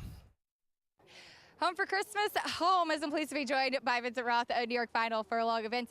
Home for Christmas, Joelle Rosario got her so comfortable on the front end, and you had a whole big group of people here to cheer it on. We always have a whole big group of people. Is this exactly 6 months from Christmas today, or are we 7 months? I'm not sure. But anyway, yeah, I mean, he did exactly what was asked, went right to the lead, and you saw her keep going. We have 3 in today, and this is a great way to start it. A great way to start indeed, and you have a big filly in today, Venti Valentine in the Mother Goose. Talk me through the emotions that she's taken you on in her 3-year-old season. Yeah, I mean, as you know, from New York-bred ranks, getting us to the Kentucky Oaks was unbelievable. She had an unfortunate trip, came out of the race fine, and we pointed toward this race. She's been doing everything right, so now we got to get a little racing luck today. Only a 4-horse field, so I don't think she'll be in a lot of trouble. Hopefully she can show what she can do on Belmont. It has to be nice being back home here in New York with her, too, especially given that she's a New York bred. Absolutely. You know, we love it. This is home, home sweet home. Well, enjoy the winner's circle, and best of luck later on with Venti Valentine. Thanks so much, guys. All right. New York Final Furlong with Home for Christmas, Lafitte, potentially the start to a very big day. What it's all about, Acacia, in spending that time in the Belmont Winner's Circle, family and friends, home for Christmas. And Venti Valentine, who, Richie, I know you're a big fan of just because of just how tough that filly is, how much she wants it, how hard she fights. She's gritty, she's determined. Her Kentucky Oaks, she did have an unfortunate trip, basically checked out at the far turn, but all of her other races are good. That's later in the Grade 2 Mother Goose. Coming up next, Wild Applause. Barn bragging rights on the line, right? Eminent victor for Chad Brown. 2 lifetime starts. Others have more experience. Will it matter? About to find out. Next, first of 2 stakes races from Belmont. 8th running of the Wild Applause on Fox Sports 1.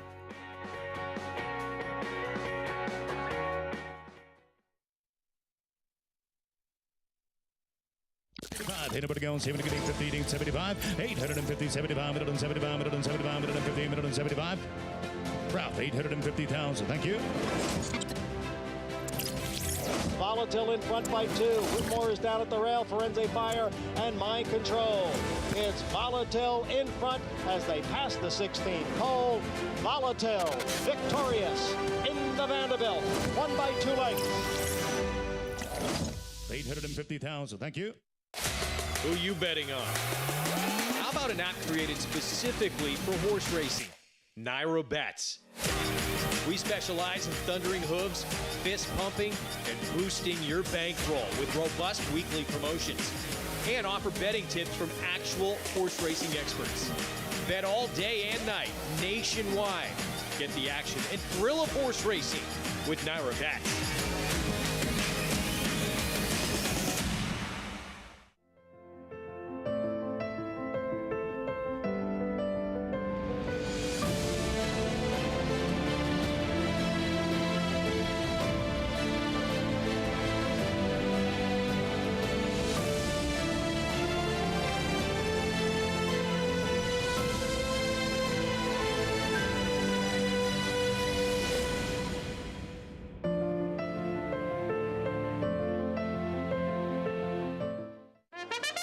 Now more than ever, it's time to get with the program because New York-breds start with an advantage. New York-breds run for serious green. At Belmont and Saratoga, New York-bred maidens run for up to $75,000 and allowance horses for up to $85,000. And serious New York-bred owners can collect awards of up to $20,000 per horse per race in open company. So get back with the program. Seriously.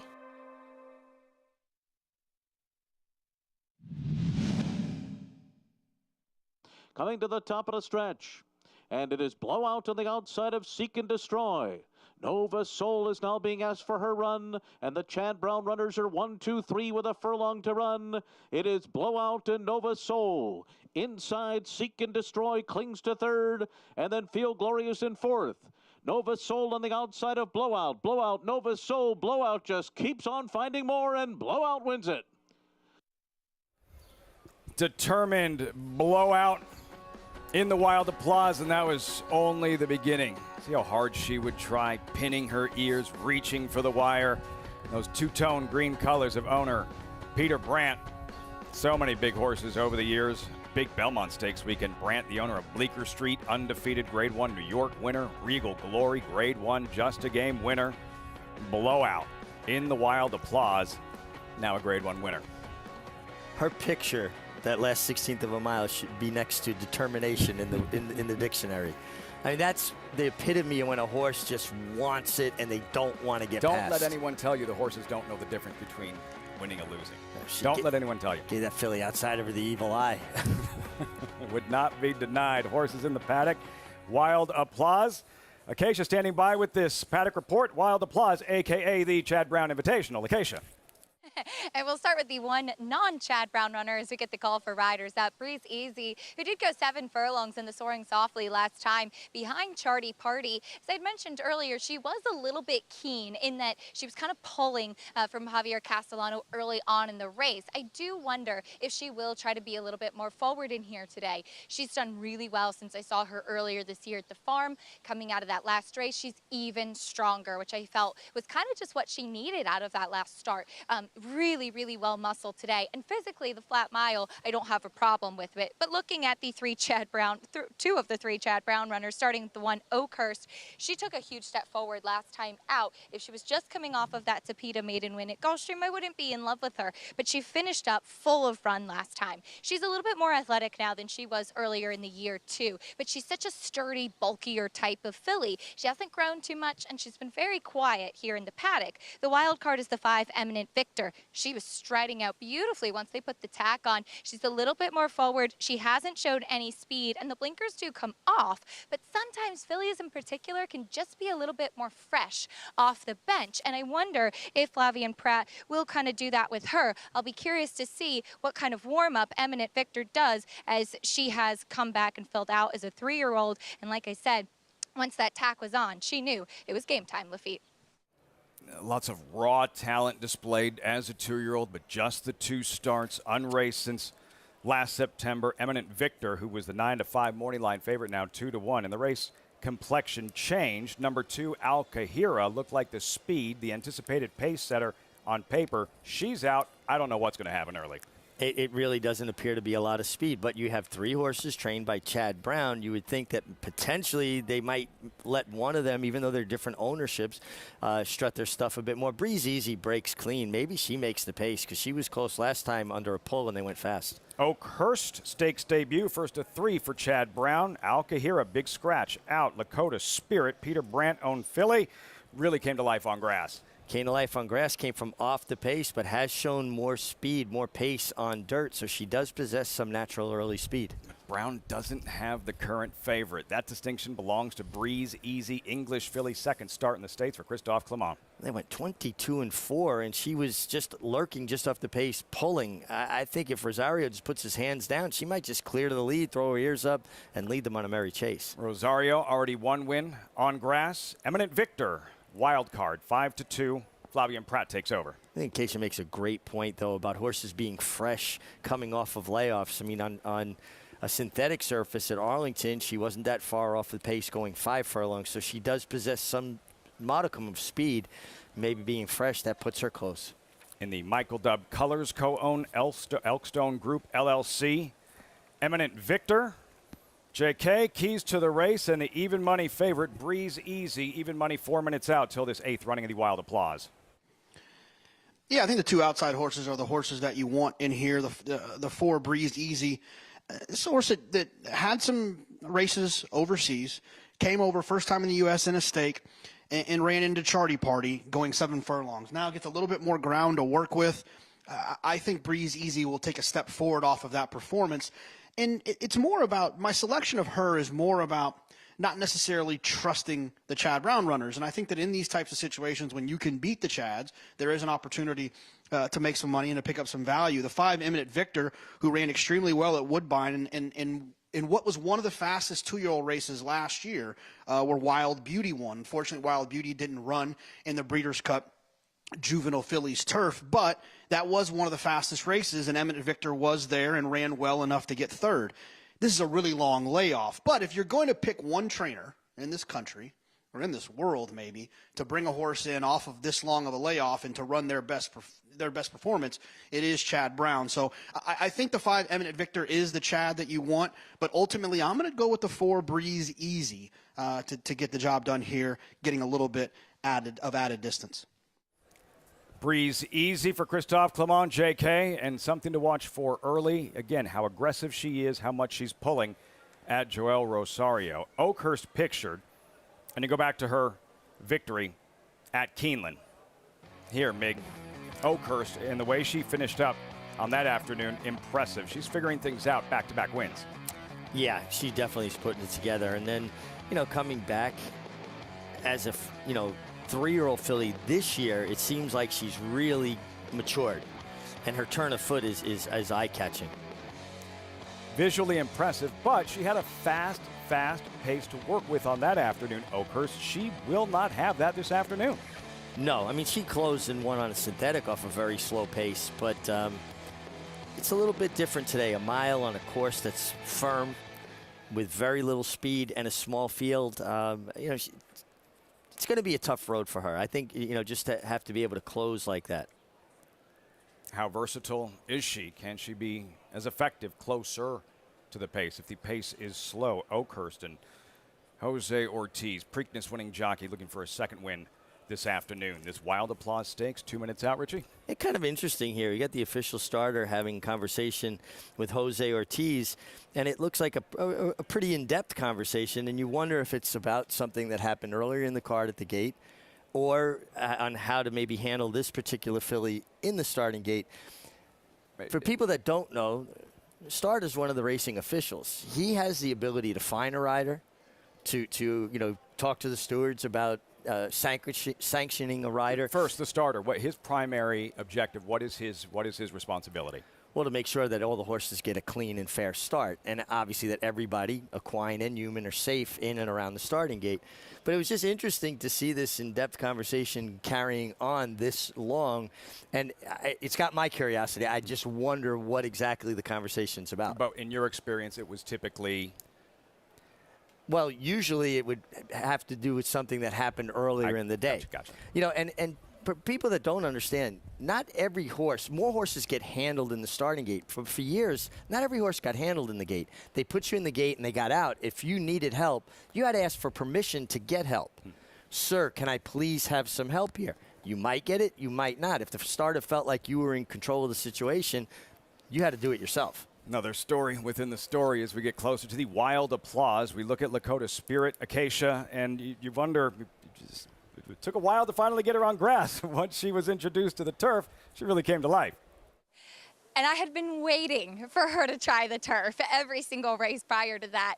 She did finish in a blanket finish last time out. I don't think that it was necessarily the strongest race versus the competition that she faces in here.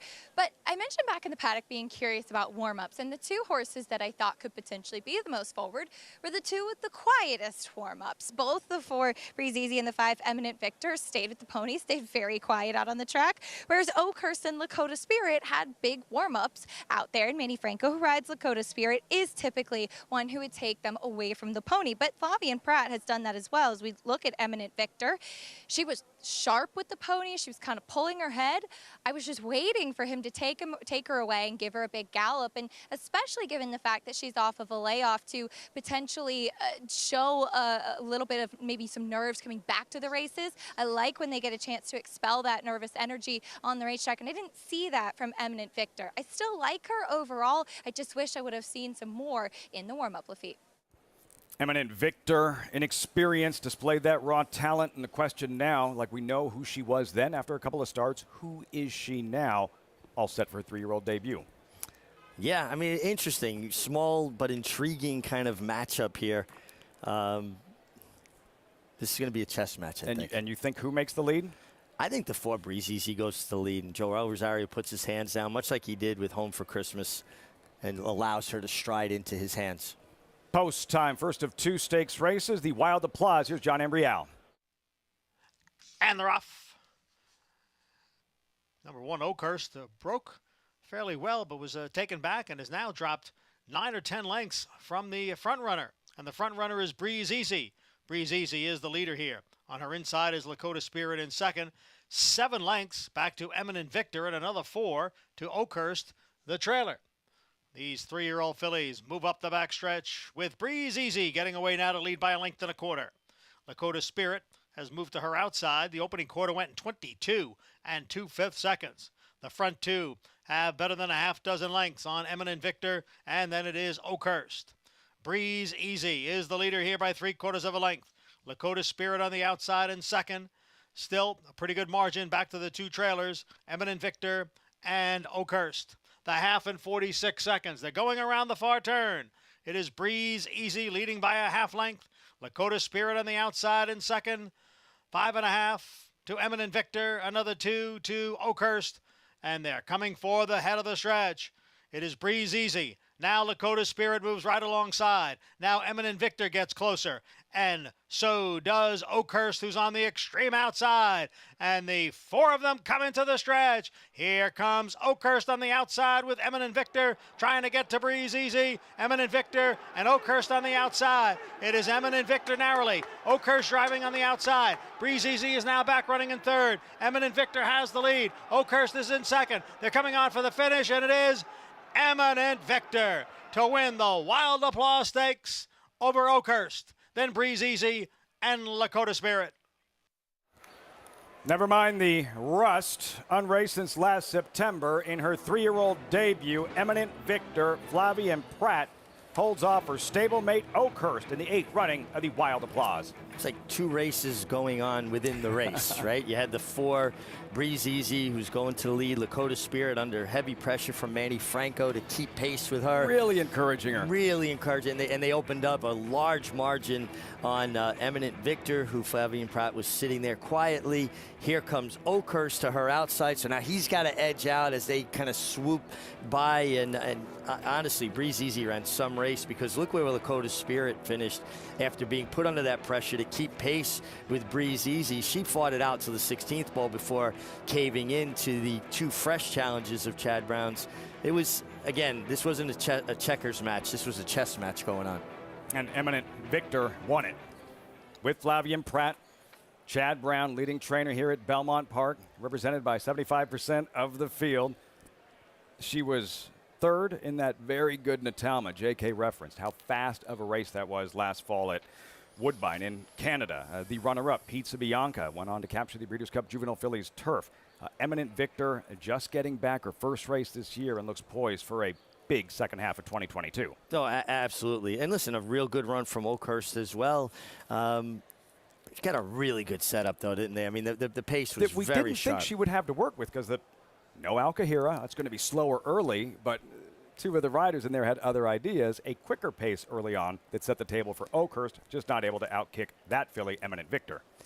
Yeah, and again, you can understand the thought process with Breeze Easy. Joel Rosario, Christophe Clement probably got their heads together and said, well, she was ranked last time in a fast pace. Doesn't look like a lot of pace. Let's go ahead and, allow her to do her thing. And then Lakota Spirit kind of threw, a monkey wrench into that by chasing her. Think he's ready for a big Saratoga? Leading trainer at Belmont, Chad Brown, in a loaded barn, gearing up for the most prestigious individual race meet in North America. He may do all right. Might do all right. Zandon, Jack Christopher, early voting Preakness winner. This filly, we'll see her there, Eminent Victor. Back at Churchill Downs, post-parade for race 4. Muicado, Colby Hernandez, 14-1. I think too big a price on a horse dropping in class and turning back slightly in distance. I didn't think our last race was bad. Are you talking to me? Raylu Gutierrez, 13-1. Yeah, another one turning back in distance would be a bit of a surprise to me. 10-year-old gelding Storm Advisory, 90th, 9-0 career starts. Yeah, and taking a drop in class coming off an ease line back in April, but has worked well coming into this. 7-year-old gelding Mason AP, 27 career starts. One of the youngsters here next to the 10-year-old Mason AP, also dropping slightly in class. Contender should be forwardly placed. My man Flintstone, blinkers on. Yeah, it was claimed for 8, moves up to the 10, adds blinkers for a horse that should be forward. 2 birds, 1 stone by the Smarty Party spoiler, Birdstone Belmont winner. Yeah, more of a deep closer. You'd like to see things heat up on the front end. Couple of contenders on the outside. A Sky Scanner, the second choice at 3-1. There he is. Should be well placed under Ricardo Santana, stalking from the outside. Santana won 5 Grade 1 races last summer at Saratoga, but this is the gelding to beat, and the Saratoga champion jockey Louis Sai is aboard. Yes, sir, Robert. And a horse that can show speed is dropping in class with Louis Saez. I would anticipate this horse being very forward. 8-5 on the inside. While he's the favorite, that horse looks lonely. We check in with Gary Stevens, never lonely. My man Flintstone, can he defeat the likes of the 8-5 favorite? Yes, sir, Robert. Gary.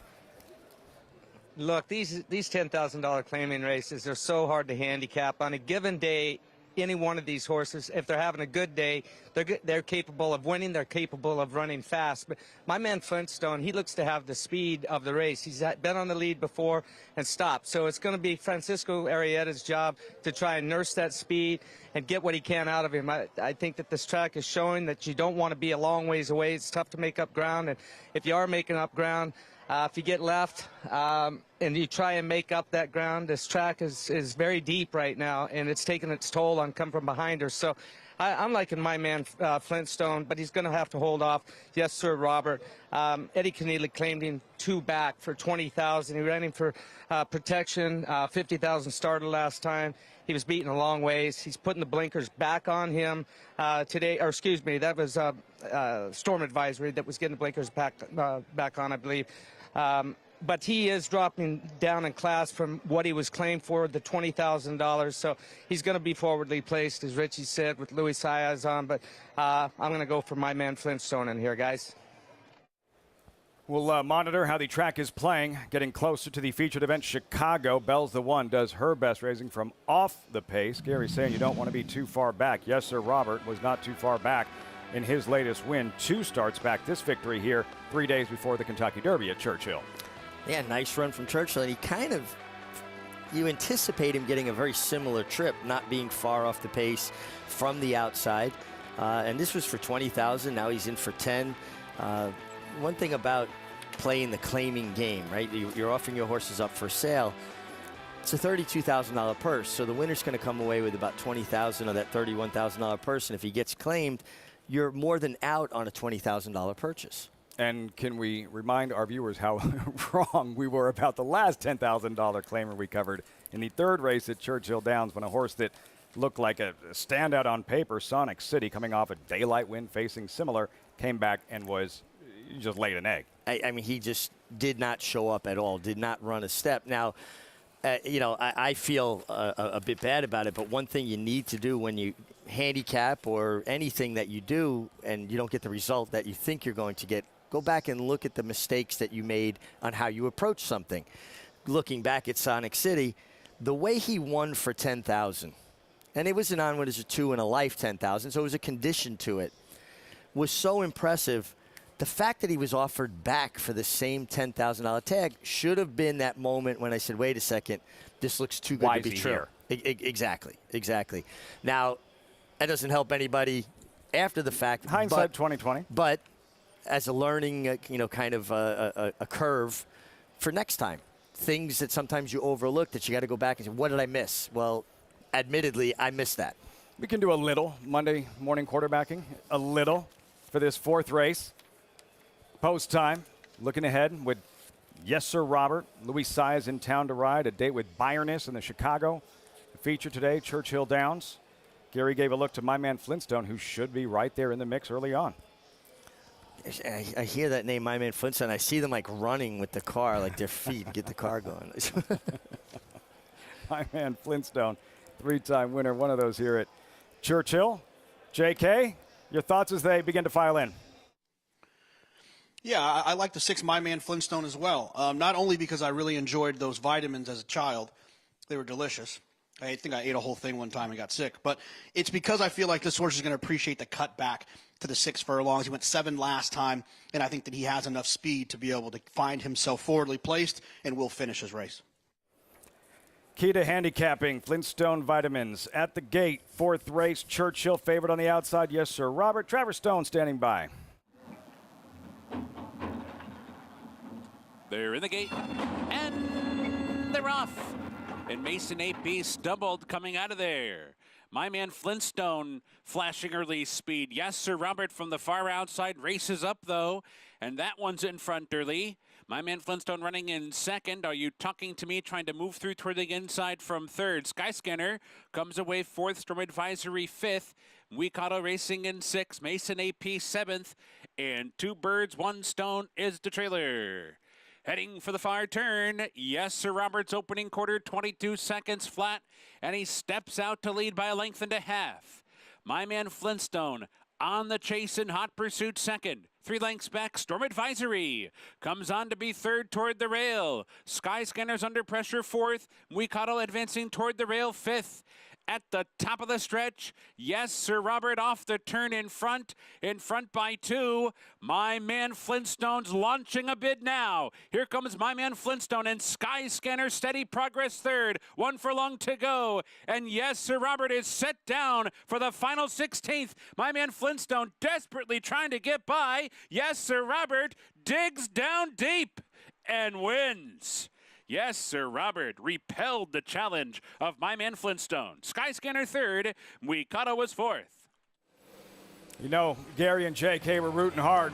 My man Flintstone looked like he had Yes, Sir Robert's measure at his throat latch. Yes, Sir Robert repels the challenge, turns him back, and goes on to victory as the favorite in the fourth at Churchill Downs, 6-5 at post time. Now, Luis Saez usually always has a little something left for the last 100 yards, and he found it with Yes, Sir Robert, who was always traveling well from the outside. Good speed in hand.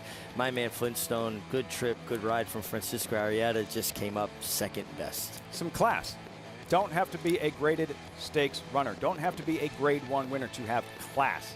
A $10,000 claimer, Yes, Sir Robert, showed you some class, determination in the stretch. Absolutely. And, you know, every horse finds their level. They're only as good as they can be, but the ones that reach down and fight for it, that's exactly the class you're talking about. Star jockeys all around. Luis Saez at Churchill, Flavian Pratt here, Belmont Park. Eminent Victor in her 3-year-old debut takes down the Wild Applause, first of 2 stakes races for 3-year-old fillies at Belmont. Down to Acacia in the winner's circle.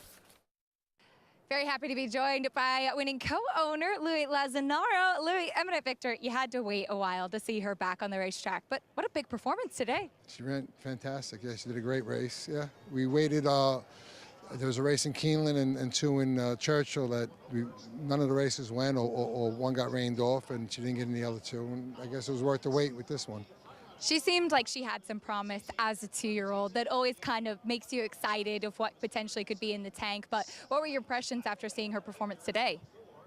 I don't know where we're going to go next. I mean, it's up to Chad where she wants to go, so we'll figure it out. I mean, he'll figure it out.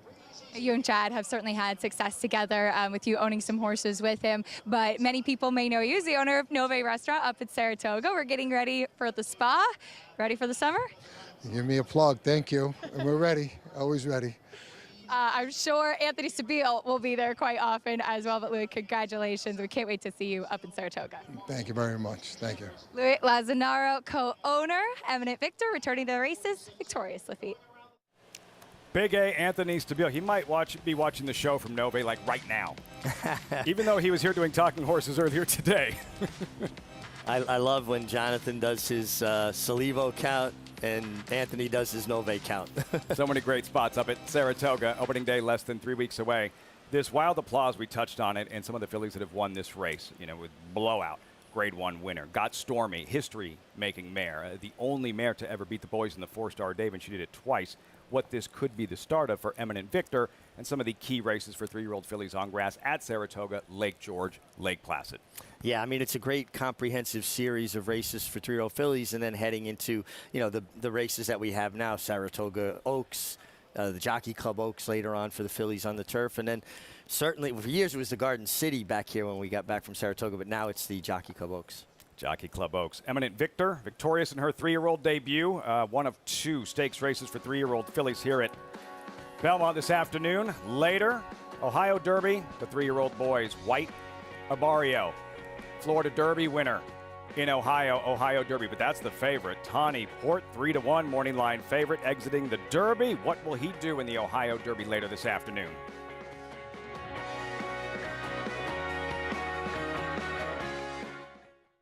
Catholic boy, one of only 3 American 3-year-old colts in history to win Grade 1s on both dirt and turf, including the immortal Secretariat.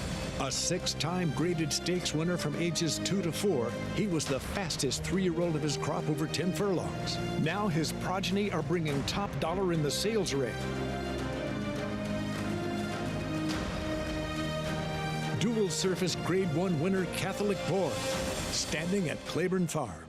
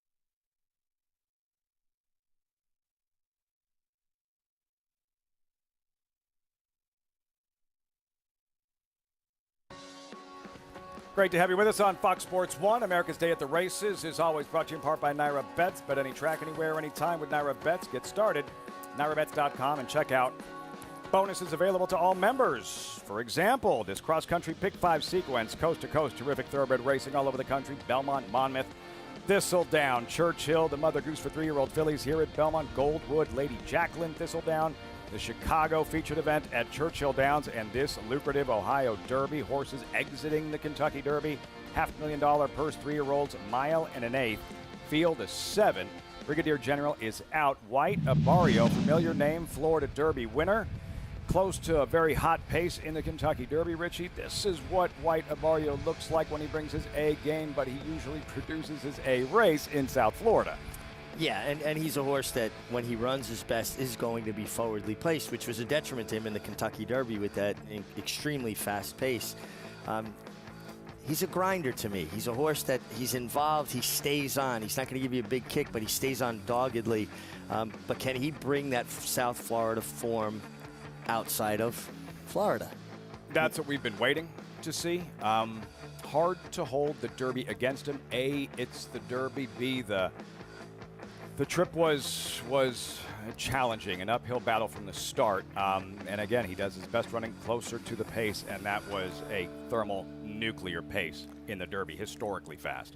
Historically fast, and he projects to get a very similar trip that he did in the Florida Derby, because you've got Classic Causeway, who set the pace in the Florida Derby, drawn outside. You expect him to kind of be the pace setter again, and you would think that White Abario is going to get a similar setup. Tawny Port ran well in the Kentucky Derby. For that reason, the 3-1 morning line favorite, Winworthy Lexington at Keeneland.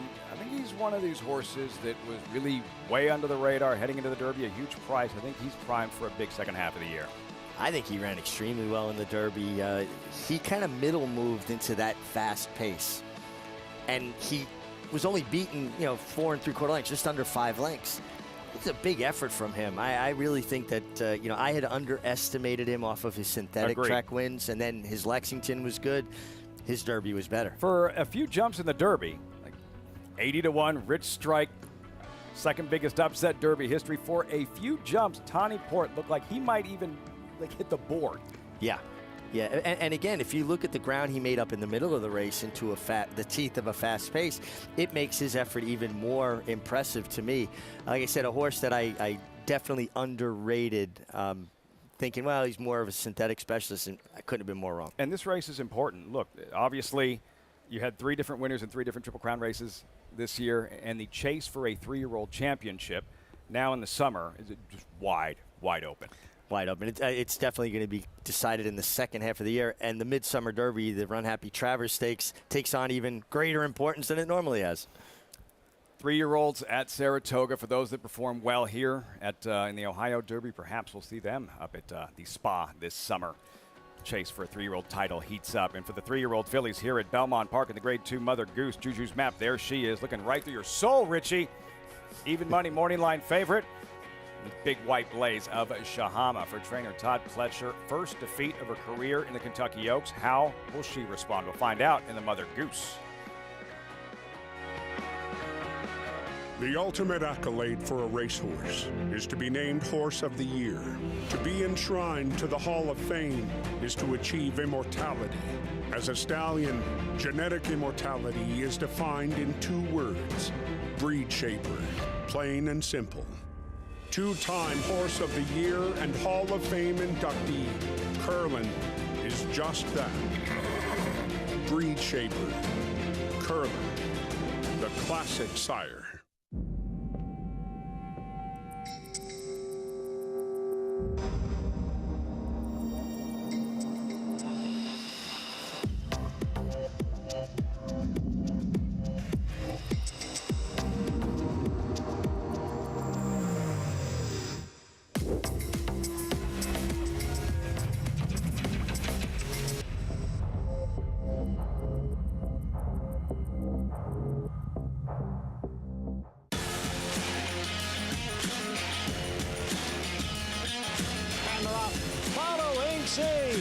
Pouring it on here in the stretch. Impressive to win the Grade 2 Vosburg. Following C. Smile Happy has kicked it into high gear. And Smile Happy with a powerful performance wins by 2.5. The Club champion Run Happy, standing at Claiborne Farm. Racetrack Television Network brings you every race, from every track, on every screen, every day. With monthly packages starting as low as $5, RTN gives you great value and access to more live HD streaming and race replays than anyone. Visit RTN.tv today to sign up and watch on almost any device, including Roku and Amazon Fire. RTN has packages that start at $5 per month.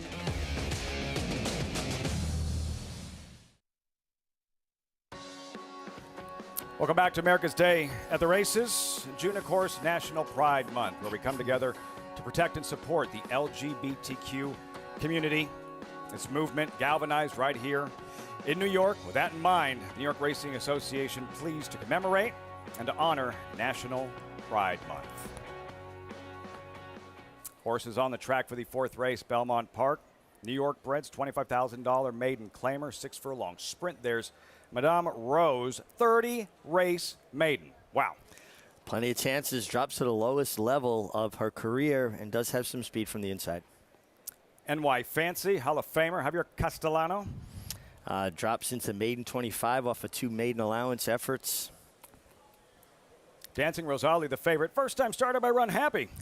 Out of Sister Margaret, who won on debut. Her Grandam Gal Dance, also a debut, and a lot of precocity in this family. Jet Set Juliet, back to dirt, class drop. Has shown speed in both her starts, drops in class. Very well meant under apprentice Jose Gomez. Darn that song, revving her engines, leading rider Dylan Davis. Also dropping to the lowest level ever, has races that would make her a contender here. She's ready to go. Keen Dancer, sired by Keen Ice, just like Derby winner Rich Strike. Another one that's 0 for 10 that's been running at this level. Last time she got a minor award. This filly was the morning line favorite. Lady Yellen 2-1, Overlay 4-1. A defeated favorite in 2 of 3. Sloppy Tracks, though, in 2 of 3. Yeah, and well beaten last time. Second best on a sloppy track. Is well drawn outside. I prefer others here. Graduation day for one of these New York-bred fillies and mares. $25,000 maiden claimers. Race 4, field of 7. We mentioned Saratoga right around the corner. You can get ready. for Saratoga here at Naira Bets. And the 5 times a week bonus, simply opt in each week, play the races each weekday. You'll get a $20 bonus next Saturday. Opt in today for next week's bonus at nairabets.com and be sure to play all week. We check in with JK. Yeah, look, at this level, it's tough because you have horses that have had lots of chances. Like you mentioned, the horse on the inside, Madame Rose, had 30 chances to get a win. So you start to kind of not trust them. And I think that's probably why the 3 Dancing Rosali is favored, is it's a new face. And you're hoping that maybe this one wants to win because the other ones have started to prove maybe they don't want to. So that you got to pay attention to that. I'm going to look more towards the outside, the 5 and the 7. The 5, Darn That Song. This is one that I thought was interesting. Has a couple of okay speed figures. But the thing that I like is that they kept running this horse maiden special weight. Now, a trainer like Bruce Brown, who I think does a good job, is you would say that he's not a dummy. He thought that there was some talent. He wanted to hold on as long as he possibly could, and then finally he just realized maybe not good enough. And I'm not crazy about the last race, but I do feel like there is some back races that suggest that maybe the 5 does have some talent. And at 3-1, I'd be willing to pay to figure out. The 7, Lady Yellen. Another one. One of the things I like about this one the most, if I'm being honest, is she's only raced 4 times, so there's still an opportunity for her to try to figure it out. I'm not crazy that she ran for 25 last time, but the speed figure came back okay. She's drawn towards the outside. She has some tactical speed, and at this level, I think one of the most important things is not getting stopped. I've heard Richie say it a bunch of times. These horses aren't like cars. There's not a brake and a gas pedal. And so I think sometimes with the lower level ones, that's even more pronounced. I want her in the clear. I think the 7 is the most likely winner of this race. And I like her a lot at 4-1. And I'm hoping, fingers crossed, that my friend Keisha will tell me something good about the 7. Well, she's acting a lot better today, JK, so that definitely bodes well. I think that Lady Yellen will appreciate getting a chance to be on a fast main track. She kept pretty quiet in her warm-up, staying with the pony, but she's a filly that I've kind of noticed that she lacks confidence, if that makes sense. She never really seems assured of herself in the preliminaries, and I think it was kind of like that last time out with the wet track. She ran fine. She ran second in 2 starts back in particular. It was noticeable when she was just kind of like, I don't know what to do with myself out on the racetrack. So mentally, I think that she's improved. I like what I'm seeing from her on the track out here today. She's very fit. I don't have a problem with her in that spot. The first-time starter is taking the money of affiliate by Run Happy. She's saddled with the pony alongside back in the paddock, a typical thing that Carlos Martin will do. And then when she first stepped on the track, she wanted no part of the lead pony at all. Jose Ortiz kind of trotted her alongside. Finally, she was able to link up. She's a good-looking type. She has a lot of size and substance to her. If anything, I'd say she wasn't 100% fit, but she's once kind of got those jitters out a little bit. She's come back really well out on the racetrack and overall has a look of a horse that could potentially be a runner. I do wonder if maybe she'll need to tuck up, but maybe more than anything, she just finds the right spot in here today. I had liked the 4 Jet Set Juliet getting back to the main track. She ran well on the main track in her debut and then just didn't run at all on the turf. You'd hope that that turf race would be a building block race. She's just been acting odd out on the racetrack, though. She kind of started crow hopping a little bit when she first linked up with the lead pony, and you do see that now the outrider holding on to her, trying to get her to settle as she tried to rear up a couple times with Jose Gomez. I didn't see her last time. I know that she did do this in her debut, so she is a quirky type. And finally, Jose took her away from the pony and kind of trotted her along the outside rail, trying to keep her moving forward. That's a little bit of a concern for me, but I did think that she looked very fit second off the layoff and is now getting back to her preferred surface, Lafitte. In those Mike Dub colors, Jose Gomez, Dub, the Elkstone Group co-owner, Eminent Victor, we saw in the wild applause, trying for another win here. Jet Set Juliet, who Acacia went with. Richie, you went with the Run Happy first-time starter. Yeah, I mean, I just, on pedigree, by Run Happy. Sister Margaret won on debut. She was 3 for 7 lifetime. The Grand Dam Dance Gal Dance was 6 for 9 lifetime with 3 seconds. She was never worse than second in 9 starts and was fast by Disco Rico. I think that puts a lot of speed in the pedigree, as well as Run Happy on the top side. So I want a stranger. One of the most impressive debuts you'll ever see, Run Happy himself. And we don't need that from this filly. She wouldn't have to run that good to win this race. We'll see what she does. The Run Happy filly steps forward. Dancing Rosselli Currently 5-2 at post time, 3-1 now. Towards the outside, you saw Jet Set Juliet, Acacia's top pick. Coax forward these New York breds, and again, this for Dancing Rosali. Brand new for her, never done it in the afternoon. It's interesting. They went to push her, and she was having none of it. They gave her a second to look at it, and she went ahead and did it on her own accord. It's like, I'll go when I'm ready. How's that, guys? Jet Set Juliet in. Darn that song. Steps forward, turn things over to John Ambrial with the call. It is post time for the 4th race live, Belmont Park. And Lady Yellen.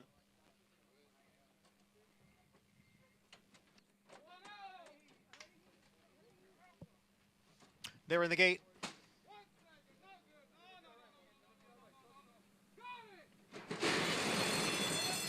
And they're off. Lady Yellen from the outside. Quickly out for the early lead. Madame Rose is down at the rail, and alongside is New York Fancy. Then comes Dancing Rosalie, who's moving up now in between horses. Lady Yellen is the leader.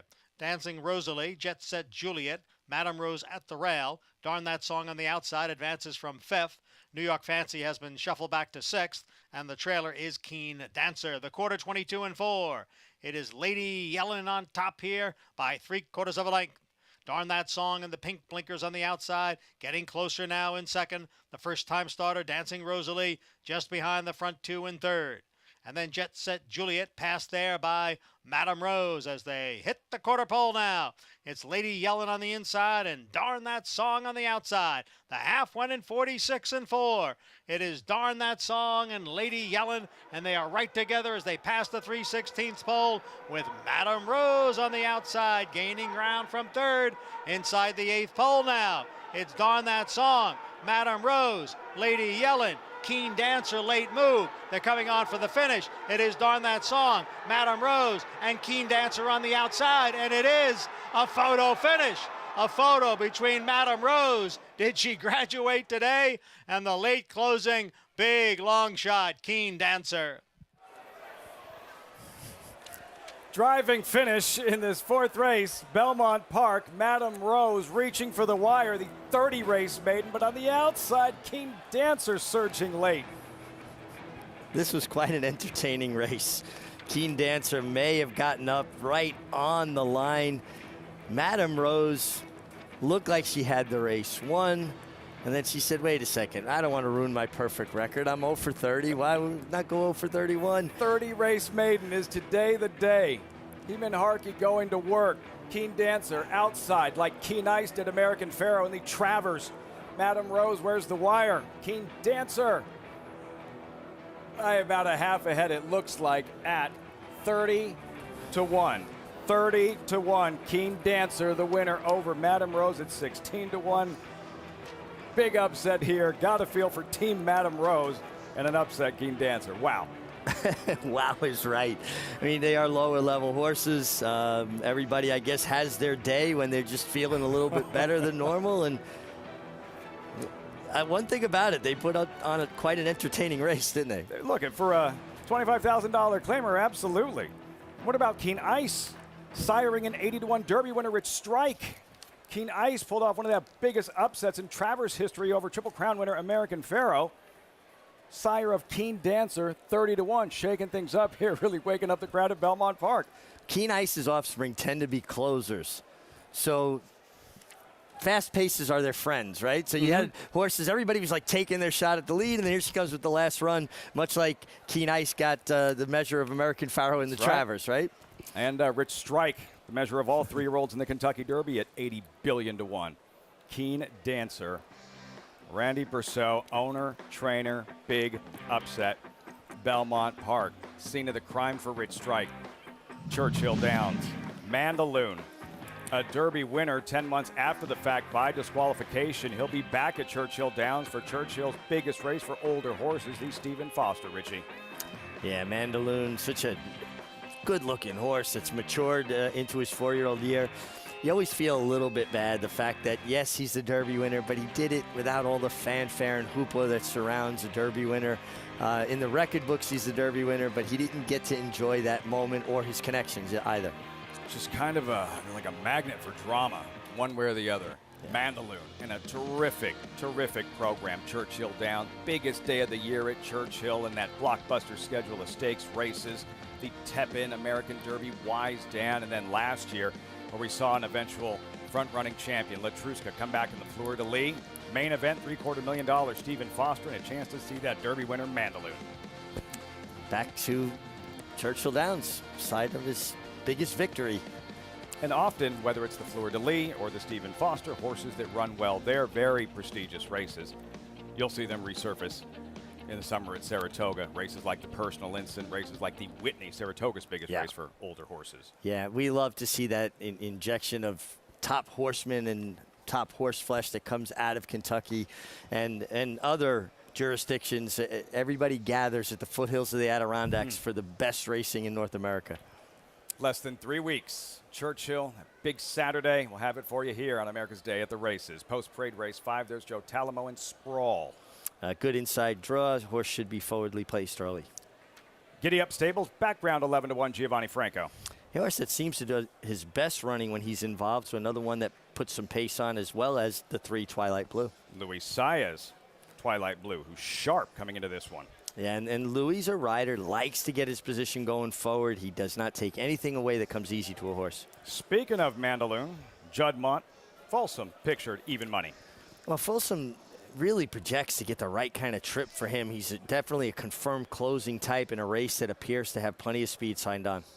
Even money favorite. Number 5 here, Chess Chief, ran in last year's Stephen Foster. Yeah, and another horse that when things go right and he gets a pace to run at, he'll be going in the right direction late. Raylu Gutierrez aboard, scratch number 6, Heart Rhythm to the outside, Mail Man Money, currently 6-1, Gabe Size aboard. A horse that should be in a good stalking spot. He's definitely got the right kind of style. He's fast enough to get position, but he's not forced into the race. Field of 6 here. Allowance runners, race 5, Churchill Downs. 3 minutes out. Folsom, the heavy favorite. Gehring, trustworthy. Folsom exiting that grade 2 Alabama on Kentucky Oaks Day.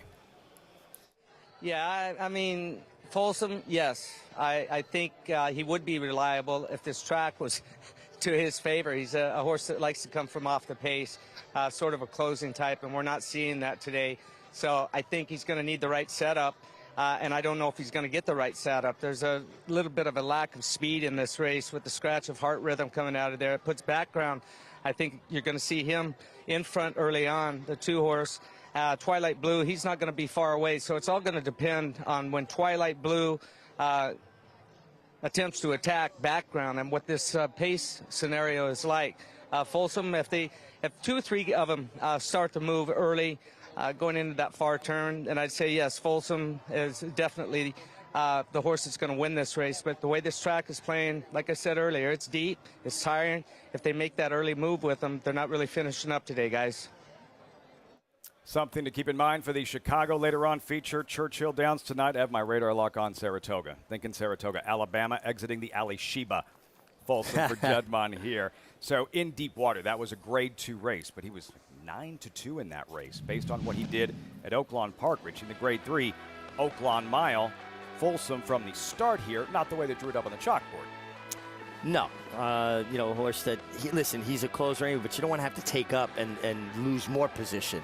You'd like things to happen naturally where they kind of outrun you, not where you have to take up and then you're outrun. And then he puts in this big middle move on the outside, made up all that ground around the far turn. Horses generally have about a 1/4 mile run. He was trying to make a 1/2 mile run. You can understand why he was 9-2 and why they went on to the grade 2 Ali Sheba. Florent Giroux playing the hand he was dealt. The poor start, lost all that ground on the outside, and still able to gut this one out. Yeah, and again, making that long, sustained run that you just don't see horses able to do, generally speaking. Beating the very expensive Cezanne in the Oaklawn Mile. Folsom, so now what are you expecting from him today? And in a perfect world, if he starts better, where should he be placed early on by Ricardo Santana? Well, he is more of a confirmed closing type. I mean, he's not going to be as far away as he was when he won that allowance race going a mile in Oaklawn. But he's still more of a back runner. I don't see him within 5 or 6 lengths of the pace. If you'd been riding the card, Gary pointed out, it seems like There is a tendency, a favoring towards horses that are closer to the pace. What would you do with Folsom, or how much of an adjustment can you make in terms of taking a horse out of their natural running style? Well, you can't change his style. You can warm him up good. You could try to have his attention. You hope, that you can get him to break cleanly and not give away anything at the break. But I think rushing him off his feet is not giving him his best opportunity. Horses, some of them just need to get in a rhythm, get their legs underneath them, find their stride before they're ready to pick it up and run. And you don't want to force a horse to play to the strength of other horses. You've got to kind of dance with the girl that brought you there. Luis Saez pictured. He's typically aggressive, JK, and Twilight Blue, who figures to be in the mix early, closer to the pace. Yeah, and look, you get Luis Saez, so that's always a bonus. I understand the love that Folsom is taking. It's Brad Cox. Folsom was, and this always happens. We see this is because our game is so centered around the 3-year-old races, the Derby, the Preakness, the Belmont, and then the subsequent 3-year-old races that you see throughout the year. Any horses that participate in those events, it feels like are always over bet moving forward. Folsom, to me, is one of those. Yes, a likely winner of this race. He's got speed figures that suggest that he should run well in here. But the 3 Twilight Blue ran fast last time. And when I say fast, I mean faster than any of the 12 races Folsom's ever run. So while Folsom could take another step forward in this situation here, I think Twilight Blue, especially with the prices, is the one that you want to bet. So I'll go with the 3, and I'm going to try to beat this 4-5 odds-on favorite, entirely too short of a price. Analytics, speed figures in his corner. Twilight Blue at 2-1, trying to pull off a mild upset. Strong second choice here at 2-1, Twilight Blue. Yeah, and listen, Jonathan really understands speed figures and looking at those things.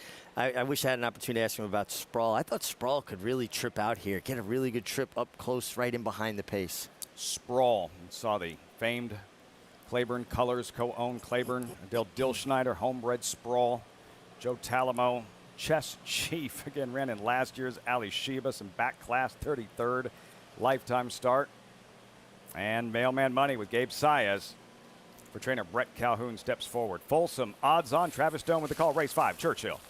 And they're off, and Mailman Money with a sharp beginning from the far outside. But so too Twilight Blue, and Background is there. And now Background comes on through. So Background will take the field into the clubhouse turn. Twilight Blue's going to stalk from second. Mailman Money spun out 3 wide third. Sprawl, cozy spot, tucked away fourth and toward the rail. A margin of 3 to Chess Chief, and Folsom, who is off last, is the trailer heading to the backstretch run. The opening quarter in a moderate 24 and 4/5 seconds. Background heading to the backstretch in control. Twilight Blue, a stalking second, and no hurry to go by from there. Mailman Money's racing third. Sprawl fourth. Chess Chief is on the move with Folsom. Both of them sensing the slow to develop pace, and they're catching up to the pack quickly. Tight pack down the backstretch run, and the opening half in just 49 seconds flat. 4 furlongs remaining.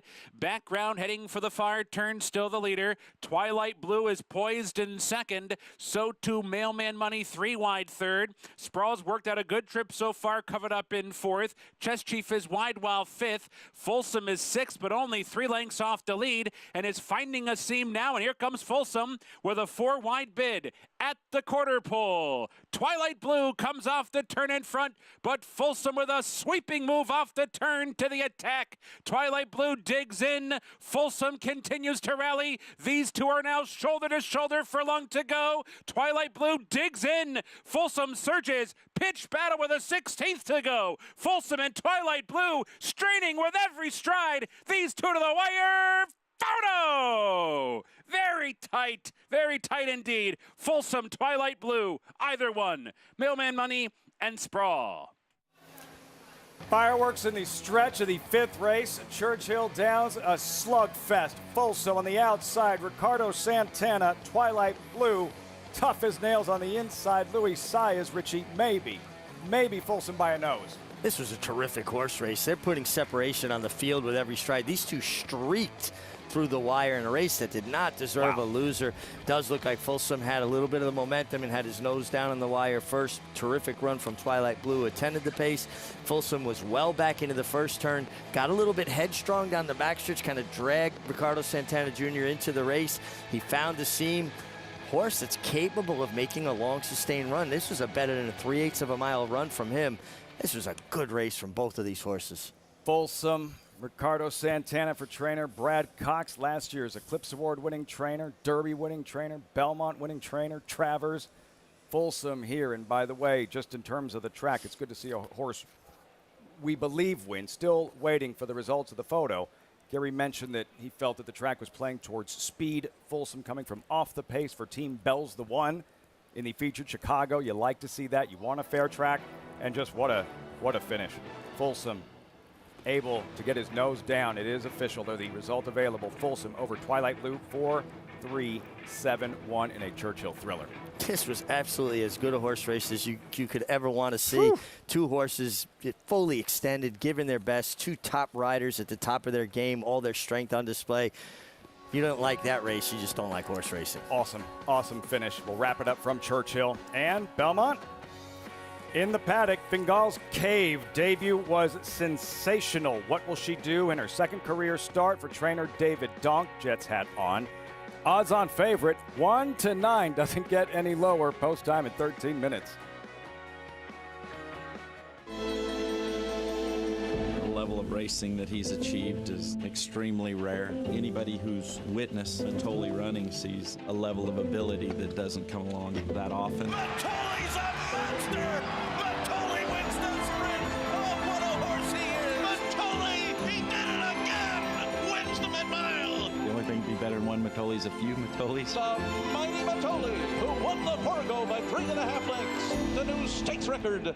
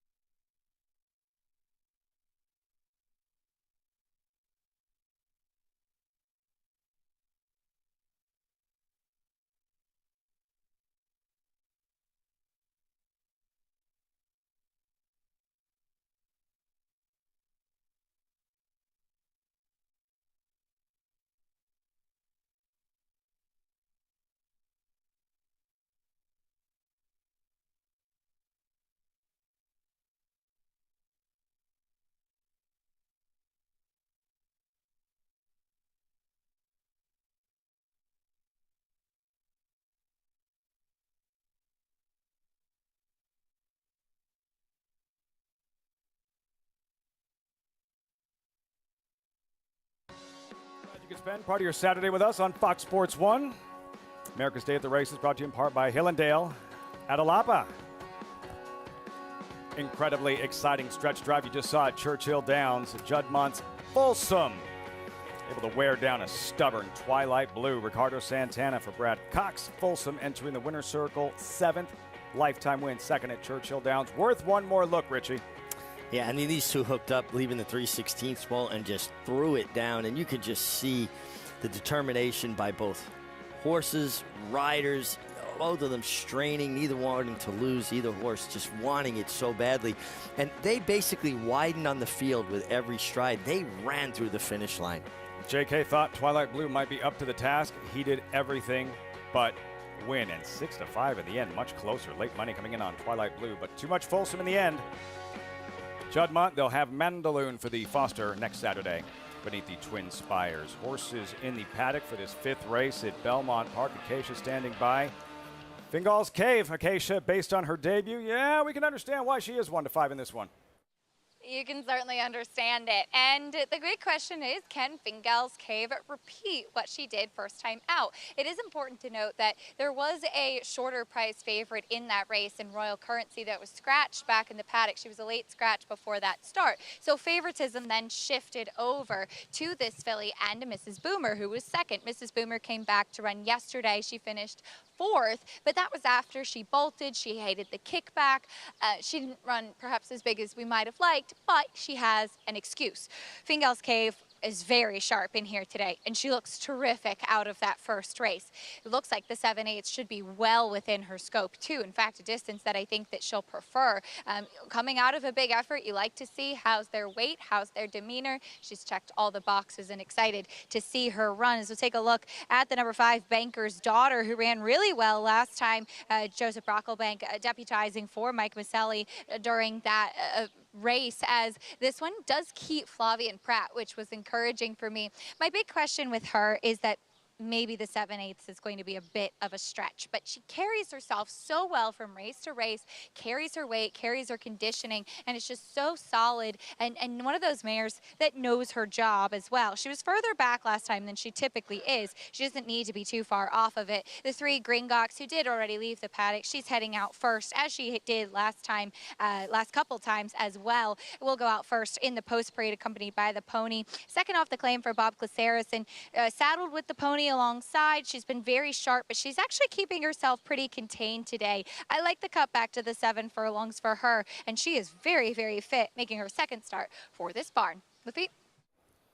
Gringotts and Hall of Famer Javier Castellano, 11-1. All of them with a tall, tall order. If Fingal's Cave brings it again today, based on what we saw in her debut, you saw her in the paddock as well before her debut, and it was like love at first sight, Mig. Yeah, she's just a big, imposing daughter of Carpe Diem. Very strong pedigree on the female side, bred by Chester and Mary Broman. A little more animated today, not in a bad way, just a little more clued into like what she's going to do. But I loved her that day. Was actually upset they scratched the favorite because it killed her price. Killed your price. And 1-5 today. Rightfully so. Call to post. 5th race. Pick 6.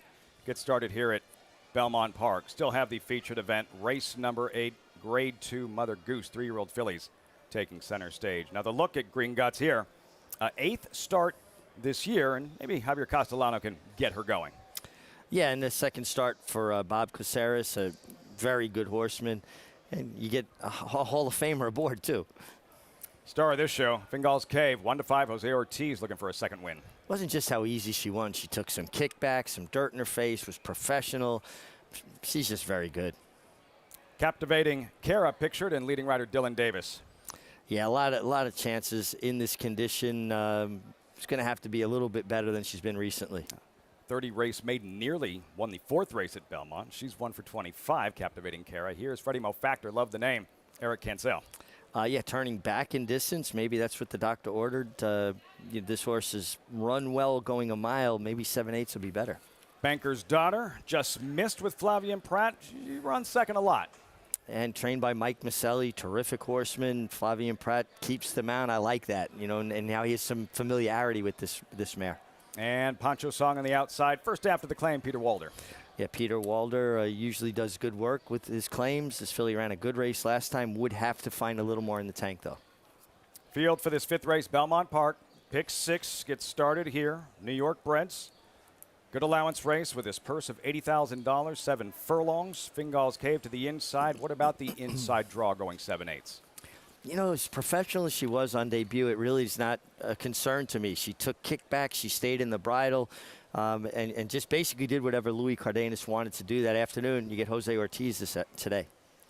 Runaway winner in her debut. What will she do in her second career start? Fingal's Cave, odds on in the 5th race. That's next on America's Day at the Races. Post time in 5 minutes. Maximum Security proves he's the real deal with a gate-to-wire win in the Florida Derby. Champion 3-year-old. Maximum Security has won the TVG.com Haskell Invitational. 11 triple-digit buyers. Maximum Security. He smoked them in the Cigar Mile. Grade 1 winning 4-year-old. Maximum Security takes them all the way in the TVG Pacific Classic. Secure your mare's future. Maximum Security. Who you betting on? How about an app created specifically for horse racing? Nairo Bets. We specialize in thundering hooves, fist pumping, and boosting your bankroll with robust weekly promotions. And offer betting tips from actual horse racing experts. Bet all day and night, nationwide. Get the action and thrill of horse racing with Nairo Bets.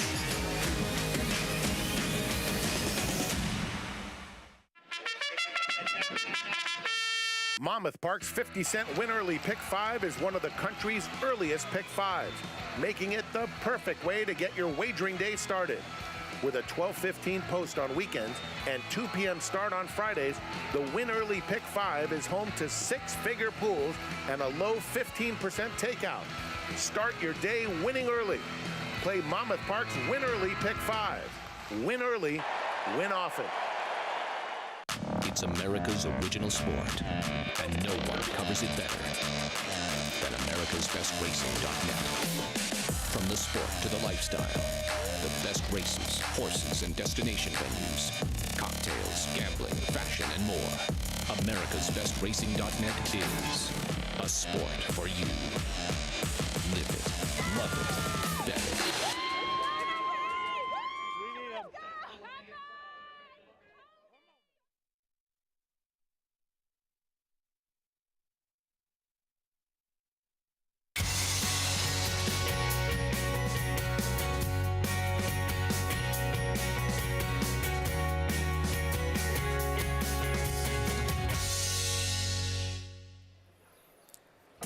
Welcoming our viewers on SNY and Bally Sports, Southern California, San Diego. This is America's Day at the Races, brought to you in part by America's Best Racing. For the love of the race, visit America'sBestRacing.net today. Here on the 3rd floor at Belmont Park, he's champion jockey Richie Migliore. I'm Lafitte Pinkai. Opening day from Saratoga, less than 3 weeks out, but this isn't some sort of summer vacation. Still top-class thoroughbred racing right here at Belmont, Richie. Second half of the program, and the main event still ahead. Grade 2 Mother Goose for 3-year-old fillies.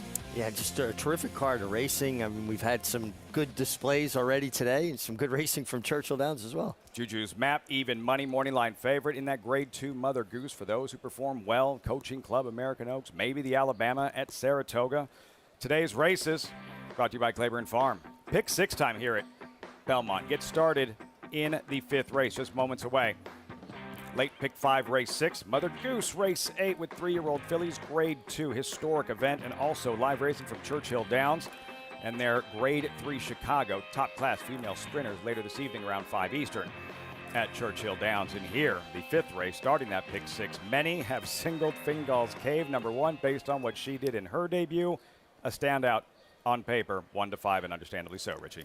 And also factor in that David Donk, the conditioner, isn't a guy who cranks horses up to win first time. They usually get better with racing. So look at the consummate ease in which he won, the professionalism in which he showed, sitting behind horses, took dirt in her face to kick back, eased out, and just easily sauntered away from this field, and won with a good experience. They didn't have to get to the bottom of her. I mean, this is a race that absolutely she should improve from. Awesome. In her debut, Jonathan Kinchen is with us. JK, are you trying to beat Fingal's Cave with this short field and a heavy favorite? Like, how do you make money here? You play the pick 6 and you single Fingal's Cave in the first leg of the pick 6. And here's the thing, to Richie's point, when he says Dave Donk doesn't crank his horses, let me elaborate on that idea a little bit.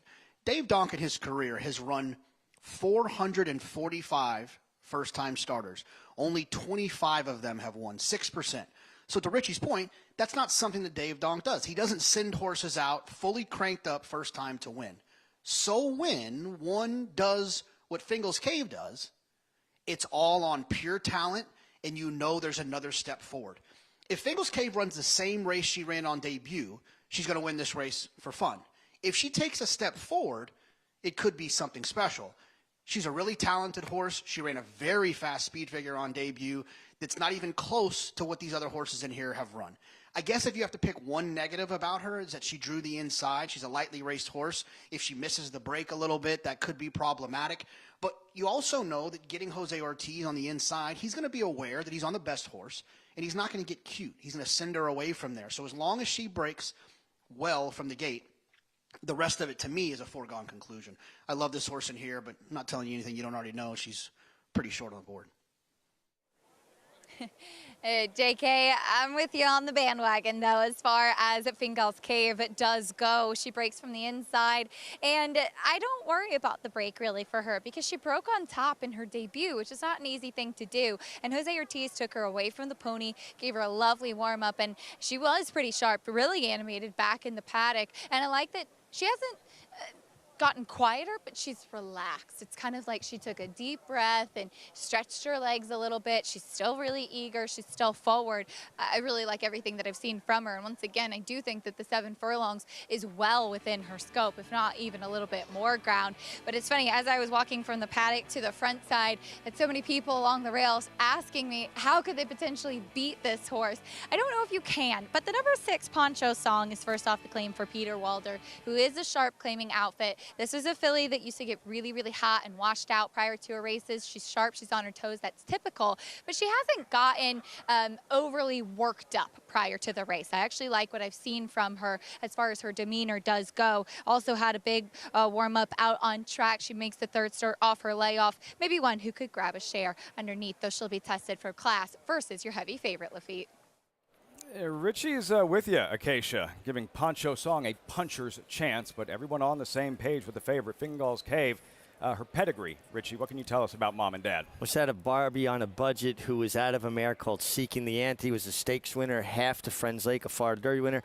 He rode Friends Lake. Yeah, and she, in fact, was by Anti-Spend, who was the Chester and Mary Broman Foundation mare that started it all. Fingal's Cave, these New York-breds. Poncho Song steps forward. What will Fingal's Cave do in her 2nd career start? 1 to 5 at post time. John Ambrial standing by.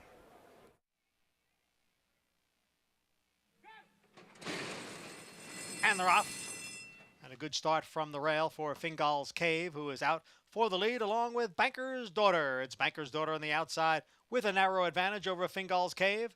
And the front 2 open up almost 3 lengths on Captivating Cara, who is next in 3rd. Then Freddie Mo Factor and Gringotts, and the trailer is Poncho Song in 6th. Banker's Daughter has the lead now by a length and a half over the heavy favorite Fingal's Cave. The quarter went in 22 and 3/5 seconds. Banker's Daughter on top. Fingal's Cave now getting closer on the outside. It is Banker's Daughter by a neck. Fingal's Cave on the outside, 2nd by 5. Captivating Cara races in 3rd. Down at the rail is Gringotts, then Freddie Mo Factor, and farther back it is Poncho Song. Up front, Banker's Daughter on the inside, Fingal's Cave on the outside. Now they are right together coming for the top of the stretch, the half in 46 seconds. Fingal's Cave on the outside takes the lead from Banker's Daughter. It is Fingal's Cave in front, and she is moving away from this field. Fingal's Cave quickly opens up here. She's got a 7-length lead. Gringotts has moved into 2nd, and then it is Captivating Cara. Fingal's Cave, she's only run twice. She has been impressive in both of her starts. Fingal's Cave, the winner here at short odds. Gringotts was 2nd, then Captivating Cara and Poncho Song. Patting her on the shoulder, Jose Ortiz not asking her to do a thing, and she runs up the score again. 2 blowout, devastating wins. Fingal's Cave, good as advertised.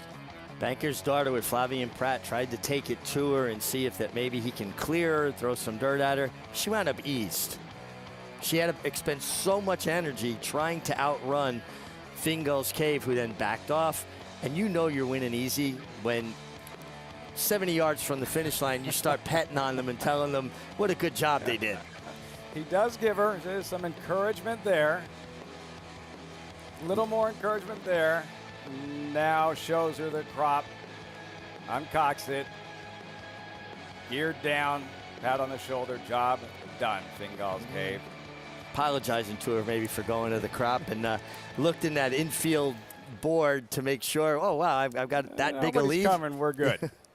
What a nice filly, this New York-bred Richie. Wow. Real nice filly. And I honestly think that there's more steps forward in her. She looks like she'll go further because she's got a stride on it that she gets very comfortable.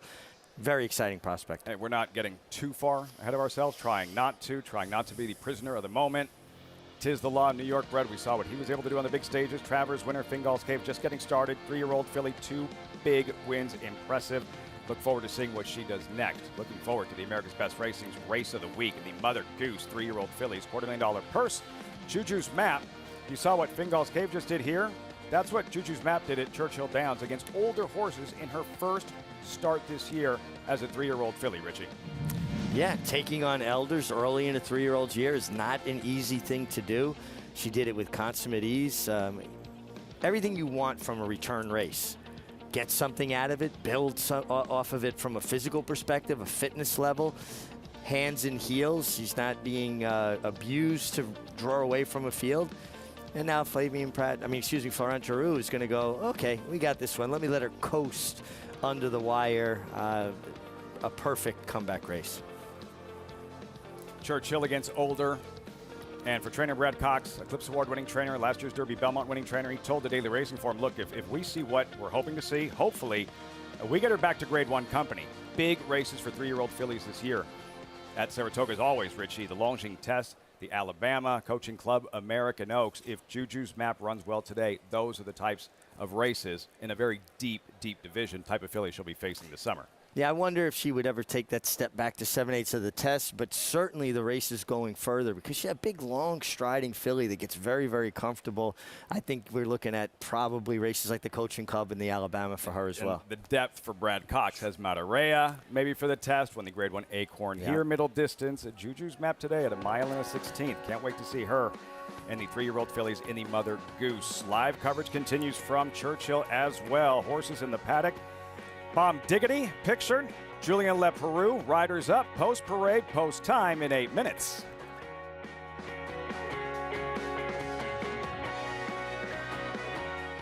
A Grade 1 winner of nearly $2 million, Silver State hails from the sire line of legendary Claiborne stallion Danzig.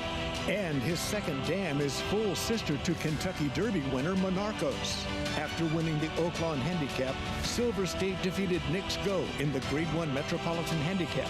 On the board in 12 of 14 starts from ages 2 to 4, his career included a 6-race winning streak. Grade 1 winner Silver State, standing at Claiborne Farm.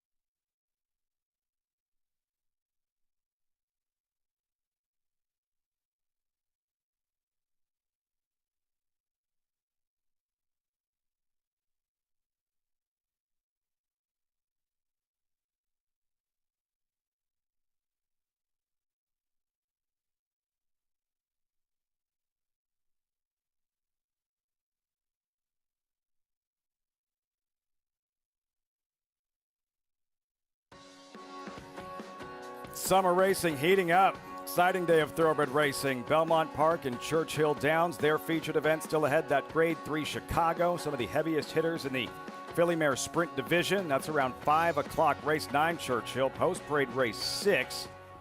And you're looking at Queen Gull, 8-1 with Adam Beschizza.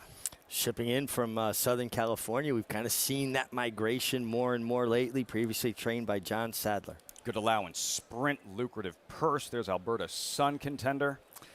2 for 3 at Churchill with a second from 3 tries. Shows an affinity for the racetrack.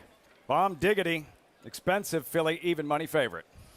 Yeah, just coming off a victory where she was more workmanlike. She was a little bit more brilliant over the winter, I thought, at Fairgrounds. Love of My Heart, in good form for trainer Grant Forster. Good form, resolute victory last time, closing off a very fast pace.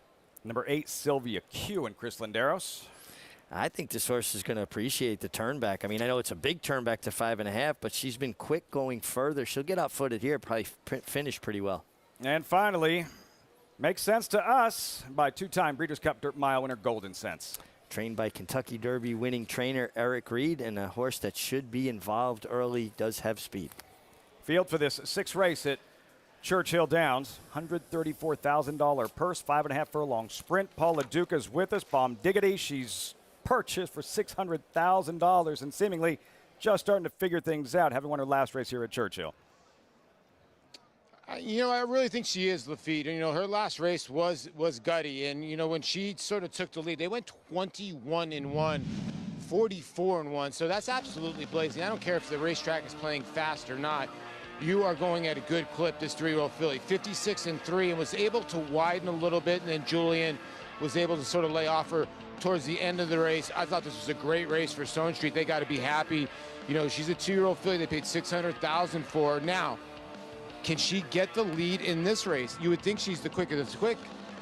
I think the 3, Alberta Sun, with the scratch of the 1 short summer dress, the 4 in here as well, Sunday Grace, and the 7 Touch of Class, they all had speed. So now what happens here with Bomb Diggity? After that race, does Julian say, okay, I can maybe lay off a runner? Because the other runner in here is Alberta Sun, the 3, who's been in some very good barns, the Randy Morse barn, the Diodoro barn, the Maker barn.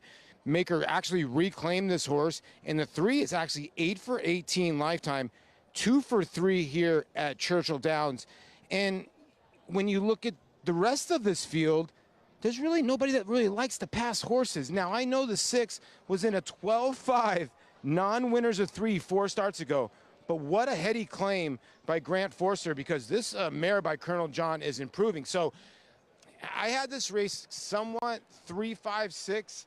I don't know if Bomb Diggity should be 6-5, but if they go fast on the front end, I know this race course is played towards speed somewhat today until the 4 decided just to freak in that last race. What an unbelievable race between the 3 and 4. I think Love of My Heart's going to be in a nice position with Raylu Gutierrez. Folsom, yeah, winning from last in an exciting stretch drive here at Churchill Downs in the 5th. Love of My Heart, Polly touching on there. Yeah, really good work done here by trainer Grant Forrester here, Richie. Yeah, absolutely. Just when a horse is in good form, even though, you know, they're stepping up in company, it's just like a human athlete, right? You get confident and you start believing that you can do things, and you just are getting better. You're physically getting stronger and mentally getting tougher, and she should get a good setup. I think there is a lot of speed. I'm right along with Paul about Bomb Diggity being that short a price. I thought her last race was good. Yes, it was a fast pace, but it was more workmanlike, and I just don't know that it warrants this short of a price here. You look, you know, the connections and trainers, and you have world-class connections here, Richie. I think that's part of it. You see those colors, Stone Street, and you think of the work that Steve Asmussen has done with Barbara Benke over the years, and Rachel Alexandra, Horse of the Year, Curlin, 2-time Horse of the Year, Bomb Diggity here. You can understand why, from that standpoint, she's even money. How much of an advantage is it for Le Peroux to have Alberta's Sun drawn to his inside? Well, you know, it's really good, because if you flip-flop the post positions and he's under pressure, he has to go, he's got to hold his position, particularly going 5.5 furlongs. Now he can allow his filly to run out of there, and he's very aware of the horse immediately to his inside. If she's intent on the lead, then he's in a good tracking spot just from the outside. So it's a big advantage being drawn just outside of that filly.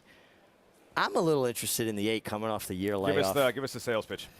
She's never run this short. She's by violence. I think she's going to get outfooted. I love her work tab coming into this. And her races as a 3-year-old, if she makes that step from 3 to 4, that maturity, and can get better, maybe she can rally from off the pace. I like what I'm seeing from her on the racetrack. And we saw again, Folsom winning about a half hour ago from far, far back. It was the favorite, but still a fair racetrack, and exactly what we want to see as we get closer to the Grade 3 Chicago, the main event this evening at Churchill Downs. You know, Gary made a good point about tracks being a bit tiring, a little bit more demanding, and how speed will hold up on certain types of tracks like this. I think that really is prevalent or more true with lower level horses because they're more easily discouraged, where good horses, they can run their style and still overcome that kind of stuff. See how this one unfolds early on as they file into the gate. Quick Alberta Sun steps forward. Francisco Arrieta. In the Stone Street colors, Julien Leperoux, Bomb Diggity, 4-5 favorite. It is post time at Churchill Downs. Travis Stone standing by. Makes sense to us.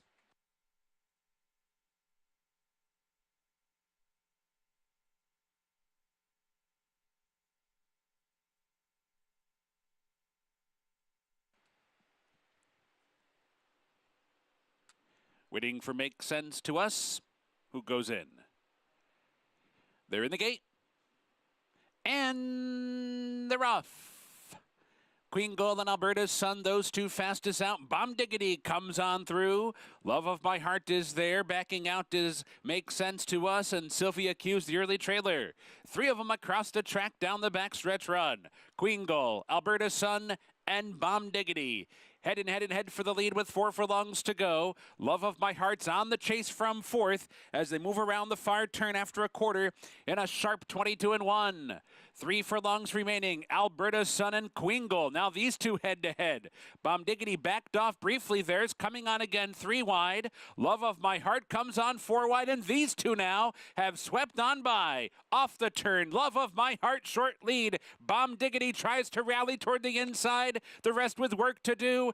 Makes Sense to Us trying to come on through between horses. 1 furlong to go. Love of My Heart has kicked clear by 4. Bomb Diggity giving way. Makes Sense to Us late on the scene with Sylvia Q, but everybody's chasing Love of My Heart, who's under the wire to win it by 3. Tight for second there. Makes Sense to Us or Bomb Diggity. Sylvia Q on the outside 4th. A runaway winner. Not the one we thought, Bomb Diggity, who strikes the front here, but Love of My Heart, Grant Forrester, terrific claim, razor sharp, puts away the favorite and wins drawing away. Yeah, got a real nice trip. She had to rally a bit wide, never far off of the pace, and it just shows you when a horse is in good form. Now 5 for 12 lifetime and 2 for 2 at Churchill Downs. Raylu Gutierrez, nice ride. Paul touched on her, Love of My Heart, and since being claimed by Grant Forrester, 4 races in the money in each of those, 2 wins. Raylu Gutierrez and Bomb Diggity, when collared, when headed, just not much of a response inside the final 16. No, and she's had a good trip. She's had just off the speed of the 2 Queen Gall and the 3 Alberta Sun. Moved when Love of My Heart forced her to move and just wasn't up to the task. I believe she might have hung on for second, though, so she was resolute. I mean, she was in there for the fight for second. Photo for second, no question about the winner, Love of My Heart. Boyd Byers has to be proud of this one, and at 4-1, upset in the 6th race, Churchill Downs. Wow, how freaky talented is that guy on his best day? Life is good. Training well, gearing up. You'll have a chance to see one of the most exciting thoroughbreds in the world next weekend at Belmont Park.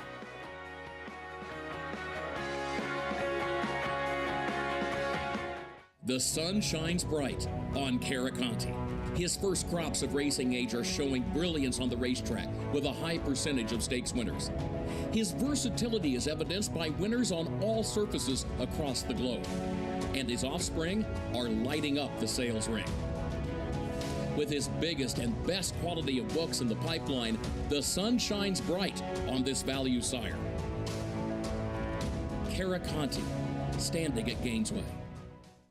If you're looking into racing partnerships, you should know they're not all the same. When you partner with Bond Racing Stables, you become a member of a growing family of racing enthusiasts, all guided by 3 generations of experience in thoroughbred breeding, training, and racing. Sharing the excitement at Saratoga and Belmont Park, where we've graced a winner's circle with winners like Giacosa, who was bred, born, and raised here at our Song Hill Farm. Get more than just a partnership. Become a member of the Bond Racing family. 3 generations of thoroughbred excellence. Audible let loose on the outside to take the lead. Audible by 3. Audible, no doubt about it. Audible on the inside, no confrontation at all. It's Audible to win the Holy Bull with style. Audible on the outside races to the lead. Audible wins by 2.5.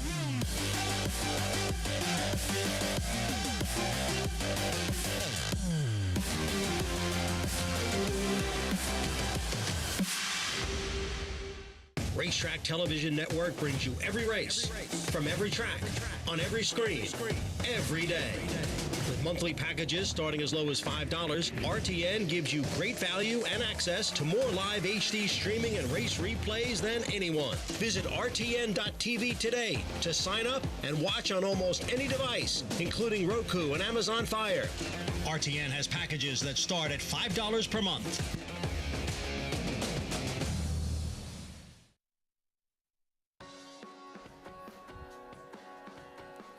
Get ready for Saratoga with Naira Bets and the 5 times a week bonus. You simply opt in each week, play the races each weekday, and you'll get a $20 bonus next Saturday. Opt in today for next week's bonus at NairaBets.com and be sure to play all week. You know who's running at that track next Saturday? Life is Good. He is must watch. Irad Ortiz telling everybody just calm down.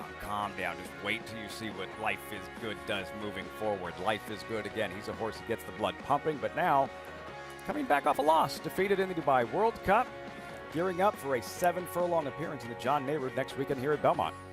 Yeah, gets to go one turn here at Big Sandy. Todd Pletcher's so good at getting horses to run well off the bench. He puts so much foundation in him. He's such a fast horse, and I'm excited to see him. Irad Ortiz Jr. will be serving his suspension that he incurred at Royal Ascot. We understand that Flavien Prat will be picking up the mount for the John Nehru. How do you feel about the distance? He did run very well going 7/8 last summer at Saratoga on the undercard of the Travers and the Allen Jerkins in what looks like a prep for the Whitney, biggest race for older horses at Saratoga. I think the distance is fine. He's so naturally fast, and he's probably be a little bit fresh like he was in the Allen Jerkins last year. So better to go a little bit shorter and just allow him to run up underneath you. He's a special horse. It's going to be fun to watch. Can't wait to see him. Can't wait to see him. Life is Good next weekend right here at Belmont Park. Meantime, horses in the paddock for the 6th. We check in with Acacia standing by with this paddock report. And we'll take a look at a couple of horses coming out of a Churchill turf race last time out with the inside two, starting with the Brendan Walsh runner, Curamonte, who did not break well. And I know that that Churchill turf race, that Churchill turf course, I should say, sometimes is playing a little quirky, and there is no turf racing at Churchill now, so things weren't working. And the horses that did get outside in the outer paths closing had a better time of it. That's what this horse did.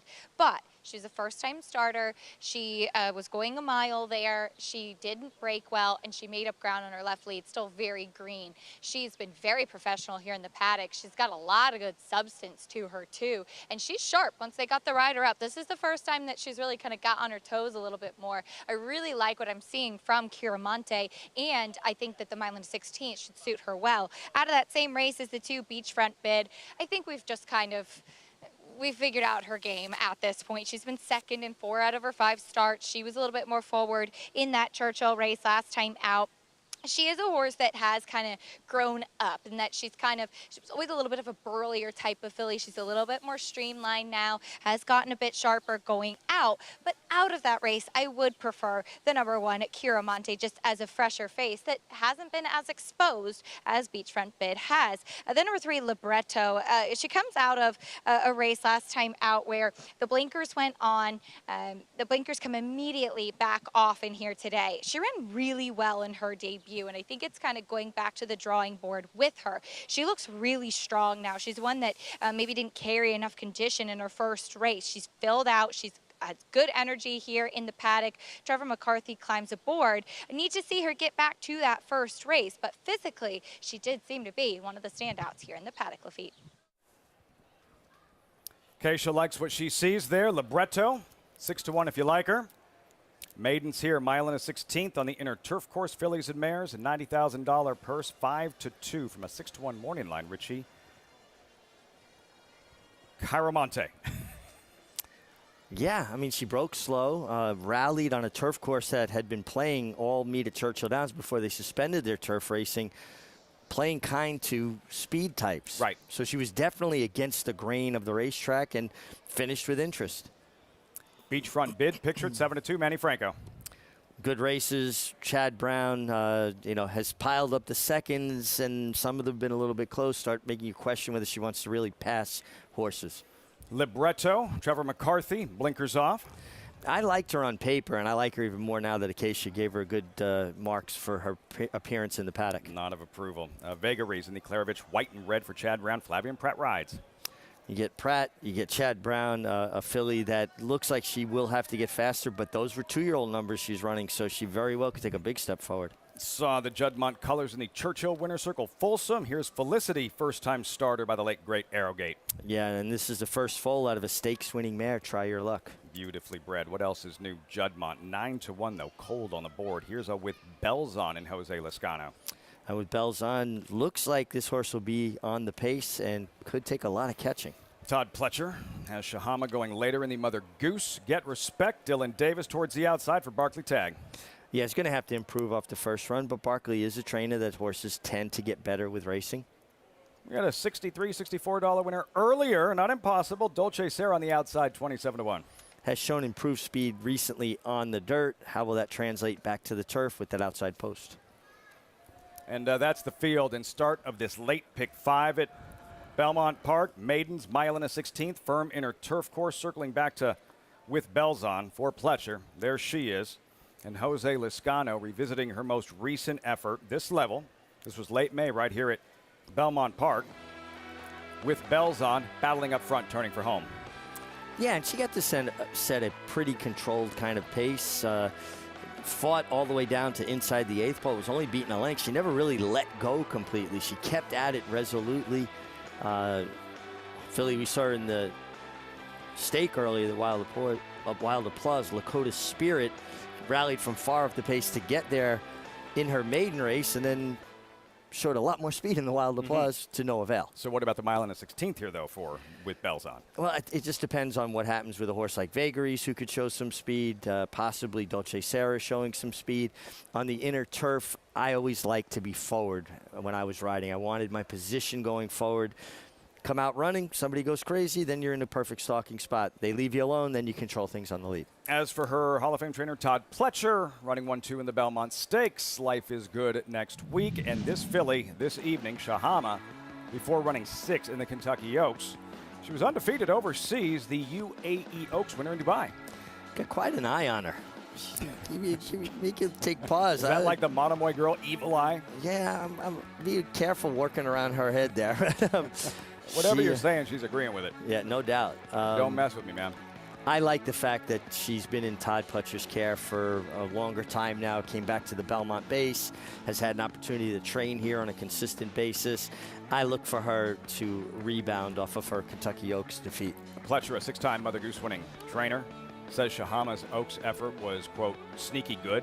Second start in the States, and we'll see how she responds to the first loss of her career.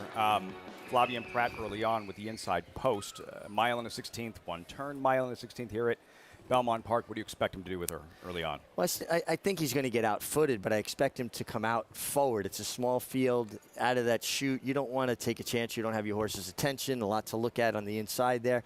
Let her come out forward. Hopefully the outside speeds go on a little bit, create some separation, gives you options. You don't want to be buried in dirt the entire run down the Belmont backstretch. You at some point would like to give your horse some sort of a breather from it. Important race for those who run well historically, either an appearance in the Coaching Club American Oaks at Saratoga, in many cases the Grade 1 Alabama, most prestigious race for 3-year-old fillies at Saratoga. We check in with JK as we get closer to post time for this 6 at Belmont and start a late pick 5. JK. Hello, Lafitte. Yes, I'm ready for Saratoga. canoe shirt on. I'm going to go to the inside with two horses that I think exit the same race. Were down at Churchill Downs. Now, we've talked a little bit about the turf course, how it got a little bit tricky towards the end towards the end of the month in May for them, and that's why they've decided to stop running on the turf course. But I think that the two horses to the inside do make some sense. They were both closing into slow paces. The 1 and the 2 here I'm talking about. The 2 beachfront bid will be my top choice here. But they were both closing into to slow paces. But the 2 beachfront bid I thought ran a little bit better. Now, was kind of in between horses a little bit and ultimately ran better, running second while the other one ran fourth. But I do think that those are the 2 horses to beat. I'm not crazy about the other Chad Brown runner. That horse was never really all that well meant, I would say. I remember specifically because her first race, she ran in the race where Kinchen ran, and so I was obviously extremely honed in to who was in that race, and I never really felt like she was much horse. Now, I think most of the people in this situation are following Flavien Prat. It's going to happen a lot at Saratoga when Flavien shows up on a horse for Chad.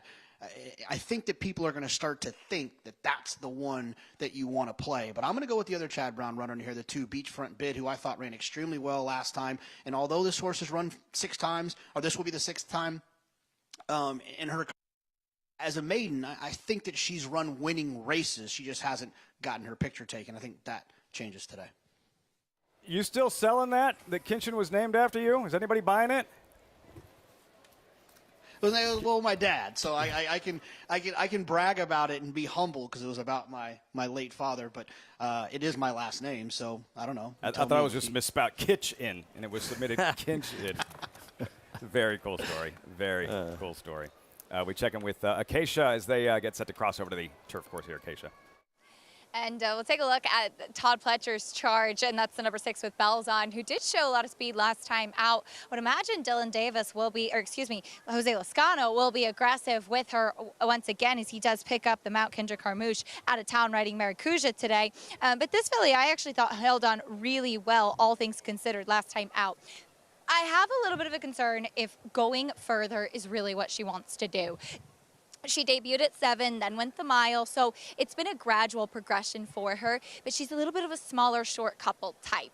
As Richie often says, though, with the inner turf here, getting a good inside position, if she's able to dictate the pace, that could really bode well for her as far as tactics do go. And she's been sharp in here today, too. I just really wonder if she wants much further. The number 4, Vagaries, comes back off the layoff, and as JK mentioned, she's one that was the favorite second time out after running 3rd. She really didn't run well at all that day. She comes back off the bench, kind of 3-1 right now. I think the public not really sure what to do with her either. She has a very soft mouth. She seems like the type of filly that's very tough to handle. Flavien Prat took her right away from the pony, gave her a big warm-up, and then she was throwing her head up back in his face. She does not like being pulled on, and you have to be very careful as a rider to apply really soft pressure to a filly like that who is just going to react so much more even quickly and dramatically because she has such a soft mouth. So it's going to be a challenge for Flavien. I'm sure, though, Lafitte, he's up to the task. Flavien Prat has much more finesse in those situations, Richie. Yeah, he's got a nice set of hands. We talk about hands. It's that pressure point that you feel in a horse's mouth that you don't want to go past a certain point because they will throw their head. It's knowing right where that is and releasing when you need to. Post time. Here's Johnny I.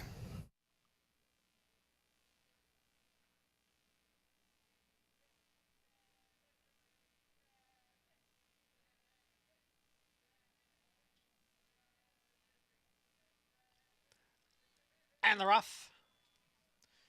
Kiramonte, beachfront bid, along with Libretto. Now moving up on the outside is With Bells On, along with Get Respect. Get Respect goes on with it. With Bells On runs in 2nd. Libretto is next in 3rd. Vagaries runs in 4th. Beachfront bid is in 5th. Then Felicity, followed at the back of the pack by Kiramonte, who has 1 horse beat at this point, and that is Dolce Sada. Get Respect steps away here to lead by 5 lengths. With Bells On runs in 2nd, the opening quarter mile, 23-2.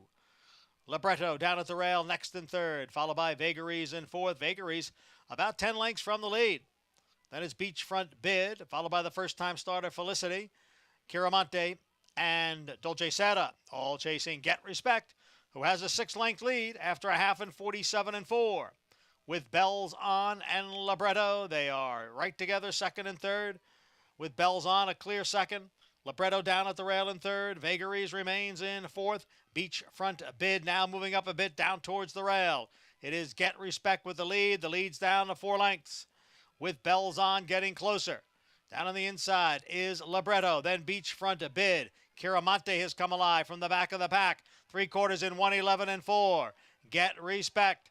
On the outside, here comes with the Bells On going up to challenge. Beachfront Bid is moving along with Kiramonte. Then it's Libretto as they come down for the 16th pole. With Bells On has the lead. Late move on the outside from Kiramonte with Bells On trying to hold off Kiramonte. Oh, it's a photo at the end with Bells On and Kiramonte right together after a 1.16 on the inner turf.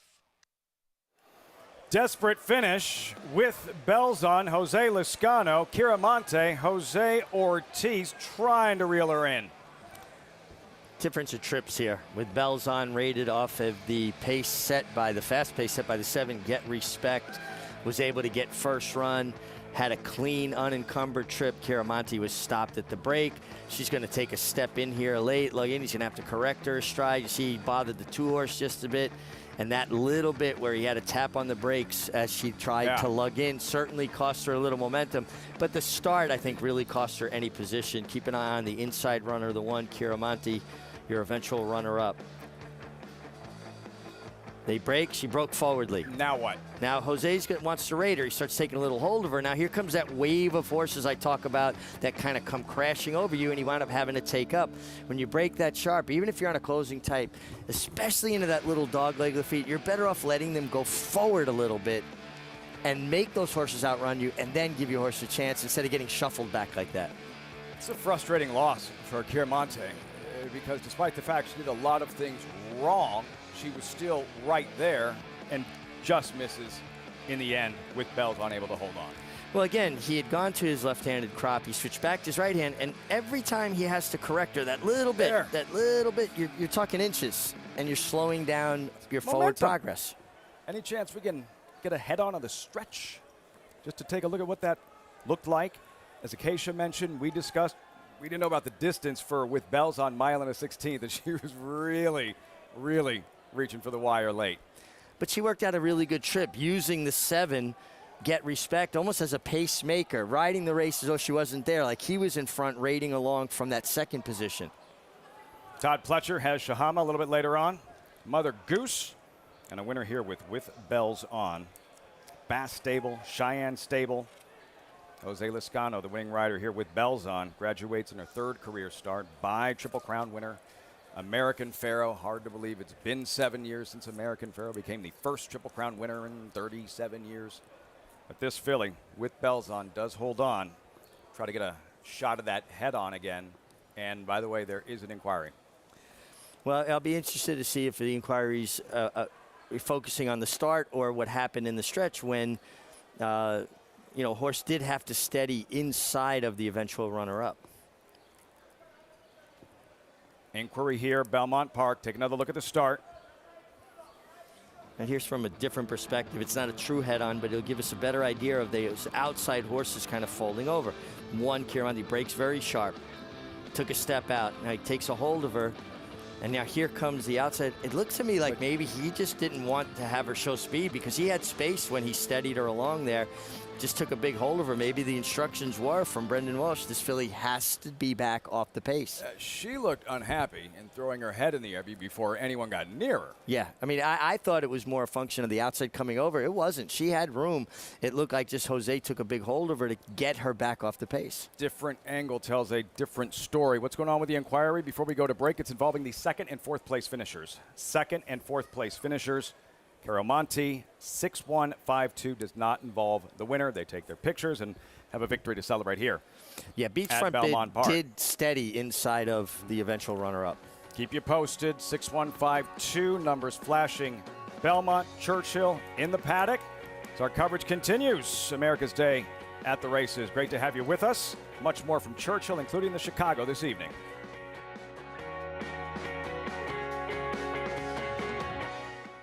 Game winner first got started and ran a very, very impressive maiden race to Del Mar. Came back in the Del Mar Futurity and again won very impressively at 7 furlongs, and then just continued that unbelievable 2-year-old year. Went on to win the American Pharoah Stakes at Santa Anita and then the Breeders' Cup Juvenile, and then was obviously crowned 2-year-old champion. Got the precocity to do that, plus the stamina and everything that his whole family indicates.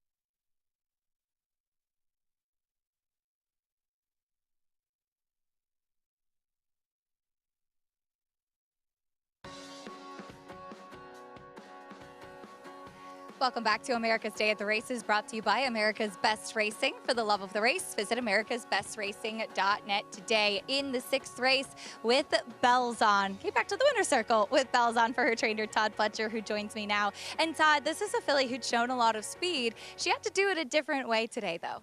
She did, and you know, I told Jose in the paddock beforehand that it didn't look like on paper there was much pace, so he might be on the lead, and that was fine. But if someone took the initiative, I think she'd be good following someone. So it worked out well. He rode a very, very smart race on her. Now, she's a filly that has progressively handled more and more ground. How encouraging is it, though, to see her show another dimension? Very encouraging. I got to give the ownership a lot of credit. Everett Dobson and the Bass Stables gave this filly plenty of time, and she was mentally immature last year, and they did the right thing and let us give her a break, and it's made a big difference in how she's come back. Now, coming up later in the Mother Goose, you do have Shahama, who made her first start for you in the Kentucky Oaks. How did she come out of that race, and what have you learned from her since then? Well, I think she ran sneaky good in the Oaks. She was still closing at the end. Unfortunately, she drew a really bad post and, you know, just got shuffled back pretty far. It had a lot to do turning for home, but to her credit, she kept running to the wire. She's come back. She's trained well. We've been pointing for this since then, and Flavian breezed her the other day, and he'd breezed her a couple times before the Oaks, and he said he thought she was better now, so I hope he's right. Now, next week, though, of course, we are looking forward to seeing Life is Good coming back for his 2022, I guess not debut, as he did run in January, but since the try or in the Middle East earlier this year, how has he come back, and what do you think about the shorter distance as a starting point for him? I think it's a good starting point. We're just trying to figure out a way to bridge the gap between Dubai and the Whitney, and we felt like, you know, running the Whitney off the layoff might be a little too much, so we felt like this would be an appropriate prep. I thought he ran great in Dubai. Unfortunately, the track was just, you know, it was like a plowed field. It was so deep and demanding and tiring. And, you know, I do think he has the ability to get a 1.25 miles, but that wasn't a real 1.25 miles that night. All right, well, we cannot wait to see him. Such an exciting horse, but best of luck with Shahama later as well, Todd. Thank you. Picks up the win with Bells On, guys, and we did have a disqualification. Second place finisher Kira Monte was disqualified and placed behind the 2 beachfront bid. So the disqualification, Todd Pletcher, Life is Good next week. I thought he brought up a really interesting point as you look at the results with Bells On, $11. Acacia mentioning, yeah, new style today. And the victory with Jose Lascano over Felicity, the disqualification Beachfront Bid. Caramonte taken down to fourth, 6-5-2-1 in this sixth at Belmont Park. Interesting in that I think everyone assumed after the Dubai World Cup that a mile and a quarter would be too far for Life is Good. Todd Pletcher saying, not necessarily, indicating it may have been more of a result of how the racetrack was playing, so maybe races looking way down the line like the Breeders' Cup Classic come back into play. Well, he's got all summer to kind of sort that out, right? He'll get to go a mile and eighth in the Whitney, and we'll see, where the chips fall. We know that up to a mile, he's brilliant. He Breeders' Cup mile winner last year. So he has options. I'm sure they just want to explore and kind of sort all that out before they make any hard and fast decisions. Every time I think back to last summer at Saratoga, one of the first images that comes to mind, his duel with Jackie's Warrior, Life is Good, in that Alan Jerkins, one of the best races of the year anywhere. The Apple Blossom, to me, and that race, the two best races of the year. Tremendous race. What efforts. Life is Good off the bench. Jackie's Warrior, who's in raging form, and awesome. Obviously has a fondness for Saratoga. Just awesome. Here at Churchill, we have maidens, older maidens, Lord Captain at 16-1. $120,000 purse in this one. Big maiden race versus horse not taking much money on the board. Sunday Breeze, Gabe Saez, a first-time starter by Connect. Nice work tab for trainer Sherry DeVoe. Gets Gabe Saez here. He's got Louis Saez on the other, no relation. DeVoe has a Byroness going later in the Grade 3 Chicago. Here's Lucky Devil, Ricardo Santana, one with Folsom earlier. Yeah, dropped to the maiden 75 level last time. Just missed. Takes a confident step back up into that maiden allowance condition. Call me fast. Sire wasn't fast. It was a very good closer, dialed in, first-time starter. Yeah, the mare was a stakes winner. It's at 4 foals, 4 winners from those 4 foals. How about that snappy 59-4 gate work? Badge Ball, 3-year-old debut, unraced since Halloween. Ran well as 2-year-old, and if you would expect a natural progression from those 2-year-old numbers to 3-year-old numbers being better. Cherie DeVoe with a pair of first-time starters, Veritable, debuting colt by Verrazano. On this one, taking the money, gets Louis Saez, comes in off of sharp gate work as well. Revving his engines, number 7 is out, number 8. Inexorable, third career start, blinkers on this afternoon, 3-year-old debut. Yeah, last dirt race was very good at Churchill Downs. Paulo Lobo, a very, very top horseman, a guy I have the utmost respect for. And the favorite, OXO Equine, Engrave at 18-1, finished second in his latest. You're not getting that price today. I'm sorry, I skipped ahead. That's who Paulo Lobo trains, and that's who I respect, so I apologize. Engrave at 2-1. We check in with Paula Duca, standing by at Churchill Downs. Yeah, thanks, Lafitte. When this board opened up, actually, the 9 Engrave was not your favorite to start. The 3 Lucky Devil was. So the public is siding on the 2 horses with the most experience by far. So when I looked at these horses, I thought the 2 looked well on the racetrack, but then I look at a work on June 12th. This horse worked a second faster than the 6, his stablemate, and the 6 is getting bet at 4-1. So I'll take a little shot here with the 6 Veritable. I thought this was a very, very tough race. And every time I think of Badge Ball, I think of my dad always telling me, if you can dodge a wrench, you can dodge a ball, Lafitte. Great. Badge Ball. As they get to the starting gate, some of the first-time starters acting up. Veritable, Cherie DeVoe. He did look great in the warm-up, but and now settled in the gate. Maidens, 6.5 furlongs, $120,000 purse. Here's Travis Stone, 7th from Churchill. The gate. And they're off. Pretty even beginning. Veritable was showing some early speed. So too is Engrave, and these 2 hook up early. Engrave on the outside of Veritable, head and head. 3 lengths back to Badge Ball, who comes on to be 3rd while in the clear. Another 2 from there to Inexorable, who's racing 4th. Lucky Devil 5th, Call Me Fast in 6th. Then it's 12 back to Sunday Breeze and Lord Captain, who are 15 lengths off the lead. And the opening quarter goes in 22-3. Pace is sharp, and it's Veritable heading for the far turn, stalked intently by Engrave. Badge Ball comes on 3 wide. Lucky Devil's right there racing 4th. Inexorable wide while 5th. Call Me Fast is racing awkward in 6th. Sunday Breeze started to muster up a late rally. A lot of ground to make up there. And Lord Captain is at the back, coming for the top of the stretch. Badgeball powers up on the outside of Engrave, and these two come off the turn together, and they are matching strides to the 8th pole. Engrave inside, short lead. Badgeball battles on. 1 furlong to go. Badgeball on the outside of Engrave. Engrave is digging in, but Badgeball is surging past. Badgeball takes the lead, wrong lead short of the wire, but will get the job done. Badgeball the winner by a length in the end. Engrave was second, Veritable was third, and Sunday Breeze was fourth. Wrong lead, but the right result. Badgeball looked like he might have coughed it up late, but still able to put away Engrave. Badgeball for Greg Foley in the 7th at Churchill. We'll pause with our new viewers joining us.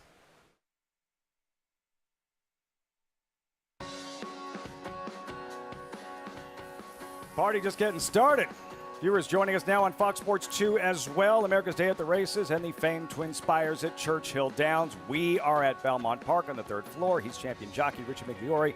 I'm Lafitte Pinkai. We still have the biggest races of the day in front of us. Back at Churchill, Chicago a little bit later on. Top class female sprinters right here. 3-year-old fillies in the Grade 2 Mother Goose. Yeah, it's a short but select field, and a couple horses that are trying to throw their hat in the ring to make a second half of the year bid for 3-year-old filly honors.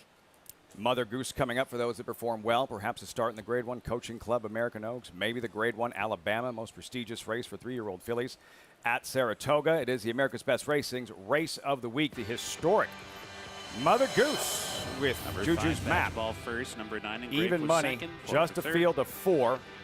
Juju's Map coming off that big win at Churchill Downs. Her lone try this year. Her one start as a 3-year-old filly against older horses, even money. Trainer Todd Pletcher has Shahama, though. 9-5, the second choice drawn inside. Shahama, who is undefeated overseas in Dubai. We'll see how she responds to the first loss of her career in the Kentucky Oaks. Here's Shahama in the UAE Oaks, Richie. We talked about this earlier, Lafitte, but just keep an eye on the rider of Shahama as they turn into the straightaway. He's wide the entire turn, cruising up. Look at the body language of all the other riders. They're all dropped down lower onto their horses, where there's shorter holds, asking them. He's in basically a galloping position. This is what you would see from somebody galloping a horse in the morning. Finally, inside the 200-meter mark, he's going to sit down, ask her to run, and she gets away from her horses rather easily. Keeps her to her task. Probably got a little bit lonely. She got there so easily. She hit the front and said, well, my job is done. But it was glaring to me how easily she was taking that field coming off the turn. Todd Pletcher, who won the last race here at Belmont. There she is, Shahama, and that evil eye she's giving you, Richie. Oof. And he reiterated. He goes, look, man, she ran sneaky good, quote unquote, in the Kentucky Oaks. And when Pletcher says something like, she agrees with you, that we've been pointing at this ever since, like, you make note of that. Absolutely, and she did. She had a difficult trip in the Oaks. I like the fact that she's gotten to be in Todd Pletcher's barn for a longer period of time, came back to Belmont, has been into his program, his routine. She's familiar with the surroundings. I think she'll go into this Mother Goose a lot more settled filly this time.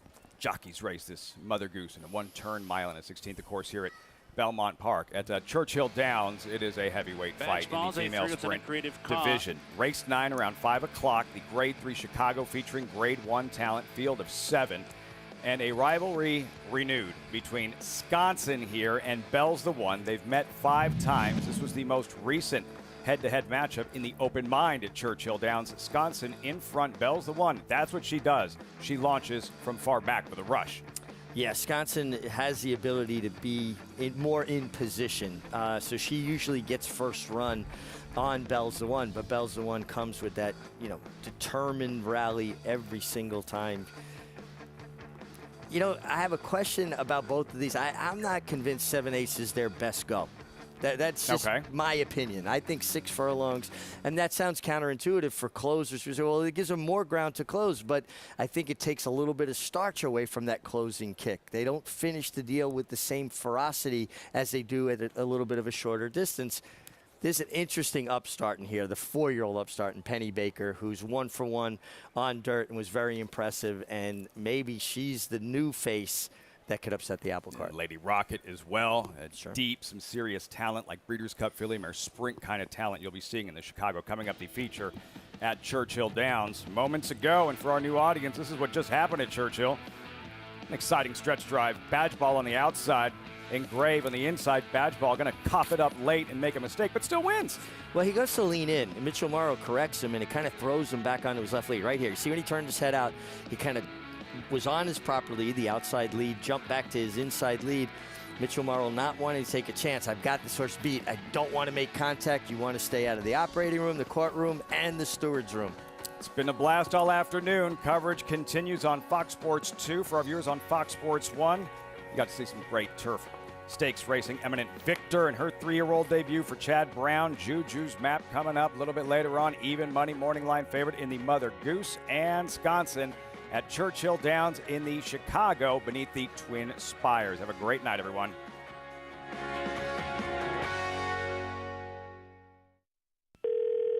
Hello, you've reached the offices of West Point Thoroughbreds. Please leave your name and your number, and we'll get back to you as soon as we can. Okay, starting to move now. He's fourth. He's on the outside now. He's pressing him now. There's the 1, the 7, and the 6. He's on the lead. There's another horse on the inside of him. He's pulling away. He's going to win this race.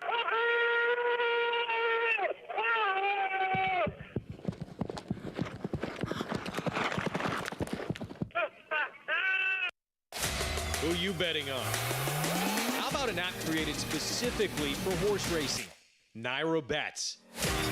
We specialize in thundering hooves, fist pumping, and boosting your bankroll with robust weekly promotions. And offer betting tips from actual horse racing experts. Bet all day and night, nationwide. Get the action and thrill of horse racing with Naira Bets.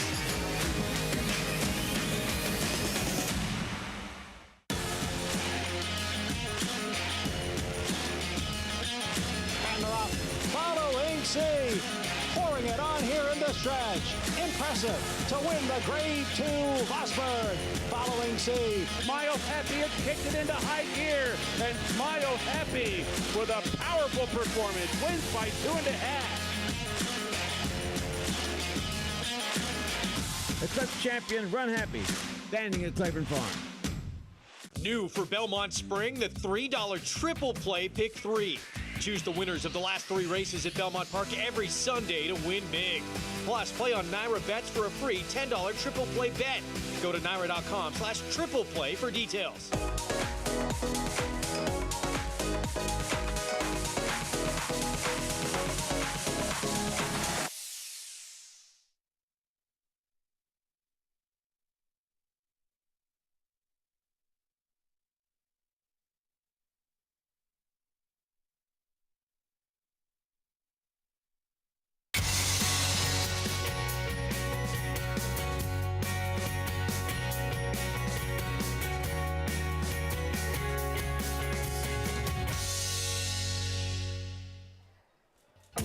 Welcome to continuing live coverage of America's Day at the Races. Brought to you in part by America's Best Racing. For the love of the race, visit americasbestracing.net today. Gorgeous Saturday afternoon here in Elmont, New York. I'm Greg Wolf. Good to be back with everybody. And today, a couple of sensational races ahead. We have 4 of the best 3-year-old fillies in the country lining up in the historic Grade 2 Mother Goose, named after a co-champion filly of 1924 who beat back in that Belmont Futurity when she beat the boys, a field of 29 juveniles. Mother Goose this year, compact but quality top to bottom. Everybody in this year's field is a stakes winner. Of course, Juju's Map is a Grade 1 winner. Her comeback as a 3-year-old filly for Brad Cox, sensational. She beat older fillies and mares at Churchill Downs at 1 1/16. Let's bring in Anthony Stabile. And Big A, your thoughts on Juju's Map and how she could potentially control in this race today. A fantastic renewal of the Mother Goose. I was telling people earlier, we had a feature, the Mother of All Gooses, back in 1991. It was a field of 4 then. This field of 4 is more competitive than that one.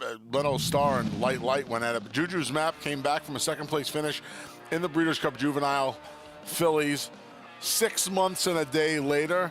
An impressive performance on Kentucky Oaks Day.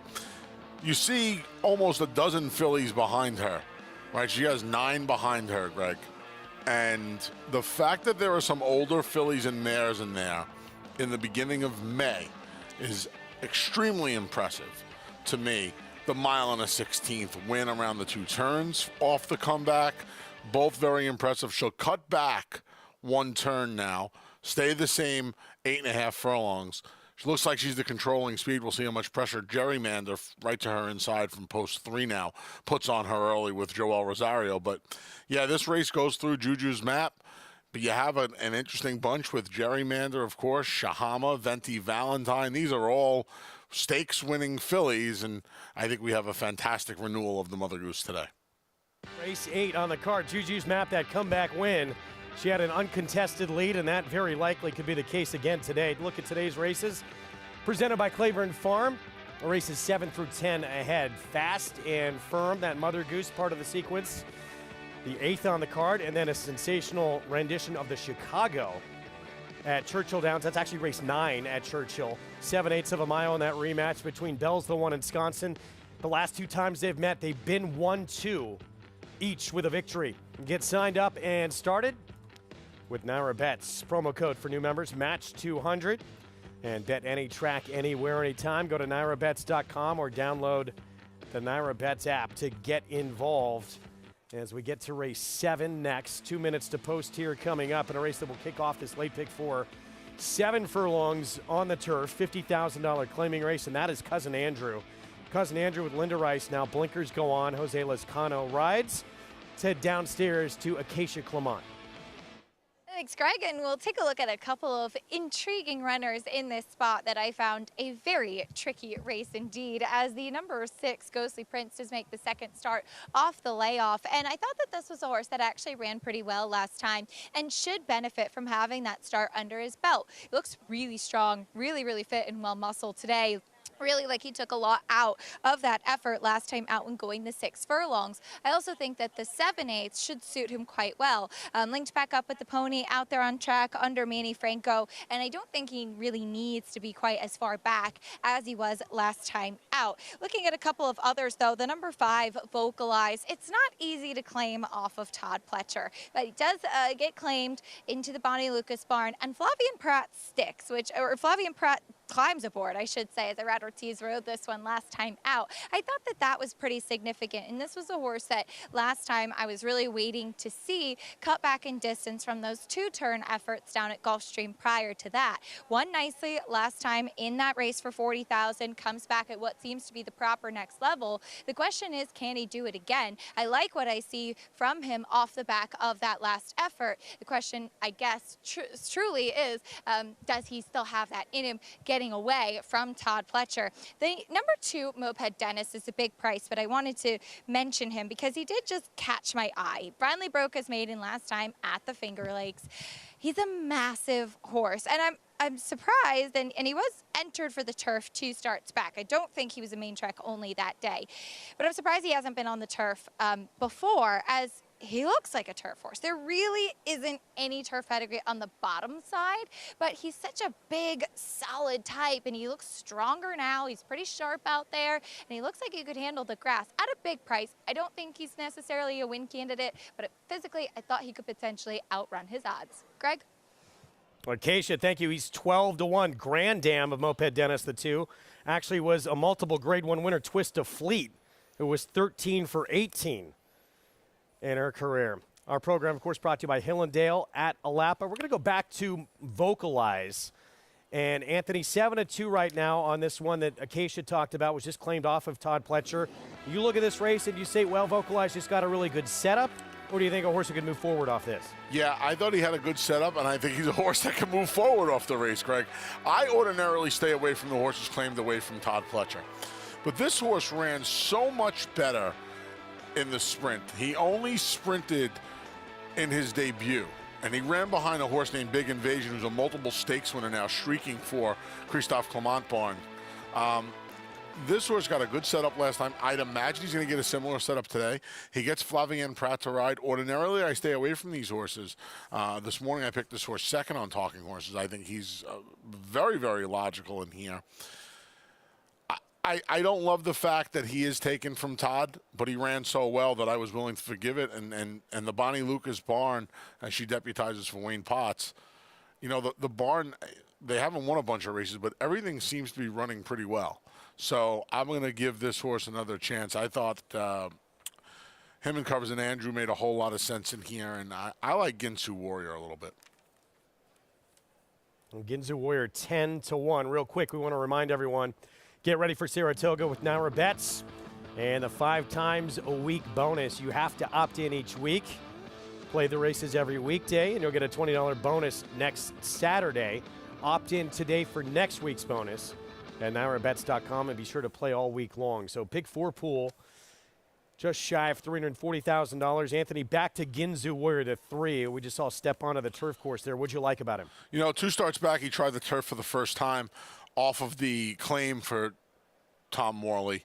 He ran in a starter allowance race going a mile and a 16th. He ran into a couple of horses in High Tide and Hilliard. Probably didn't want to go that far. Last time Morley cut him back to 6 furlongs. Probably didn't want to go that short. I think Richie calls this the porridge theory. I think the 7/8 is just right. I like the rider switch to Dylan Davis as Javier rides the new Morley claim, the number 4 Brazilian Air, who's your 2-1 favorite currently. I like the 3 Ginsu Warrior at a little bit of a price here. Hopefully that 7 furlongs hits him right between the proverbial eyes. Yeah, moving in those hot pink silks, a Flying P stable. That is the 3. Ginsu Warrior, the favorite, though, and there he is, stepping in. Brazilian Air, he's the one to beat. Tom Morley just claimed him. Cut back in distance, ran very good against 30 non-winners of 2 last start. We'll try and win for 50 non-winners of 2 here to kick off this late pick 4 on our Saturday card. Let's go upstairs. John Imbrial, the call. We are set for the 7th. And they're off. Brazilian Air going out for the early lead. Ginzu Warrior runs in second. On the far outside is Cousin Andrew. In between horses is Vocalize. Then it's a length and a half back to Ghostly Prince, who races in 5th.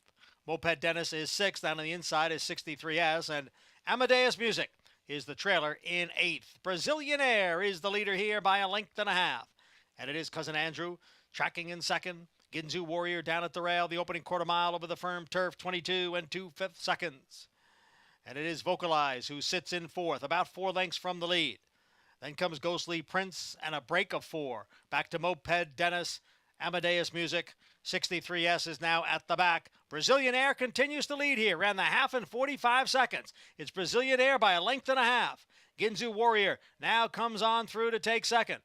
On the outside is Vocalize. Cousin Andrew is in between horses. Then Ghostly Prince. The field is in the stretch. It is still Brazilian Air, the one to catch. Brazilian Air is the leader. On the outside is Vocalize. Then Ginzu Warrior, Cousin Andrew, followed by Ghostly Prince. Late move on the outside from Moped Dennis, but Brazilian Air has built the lead. That will last right to the finish. Brazilian Air, wire to wire. Moped Dennis was second. Then Ginzu Warrior and Ghostly Prince. Javier Castellano did not want to mess around today. Felt he was on the best horse, put this horse on the lead, and never looks back. 8-wire win for Brazilian Air as the favorite. Yeah, there was so many options, Greg, for horses to go to the lead. I thought Moped Dennis might show some speed. I wouldn't have been surprised if Vocalize was more forward. Cousin Andrew with the blinkers on. But they let the horse cutting back from a series of slowish races going a mile and a 16th to just take the lead. Javier Castellano obviously picked the right Morley in here, puts Brazilian Air on the lead and improved his position. He had a trio of runners, Ginzu Warrior, Vocalize, Cousin Andrew chasing him around there, and he left them in the dust off the turn and able to hold off Moped Dennis, who was a long way back in second. 120-3. These turf courses, I know it's a hot day. They've been playing fast, but that's still moving pretty well, especially for this level. Brazilian Air getting big separation at 7/8. That tells you dominated this group. 4-2-3-6.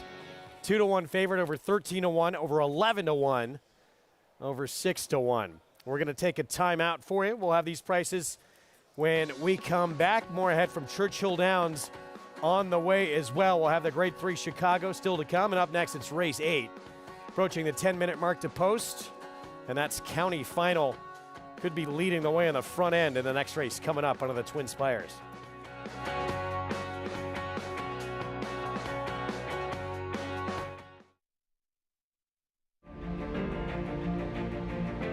Idle perfectly timed. Idle gets up under Joel Rosario to win the big gap.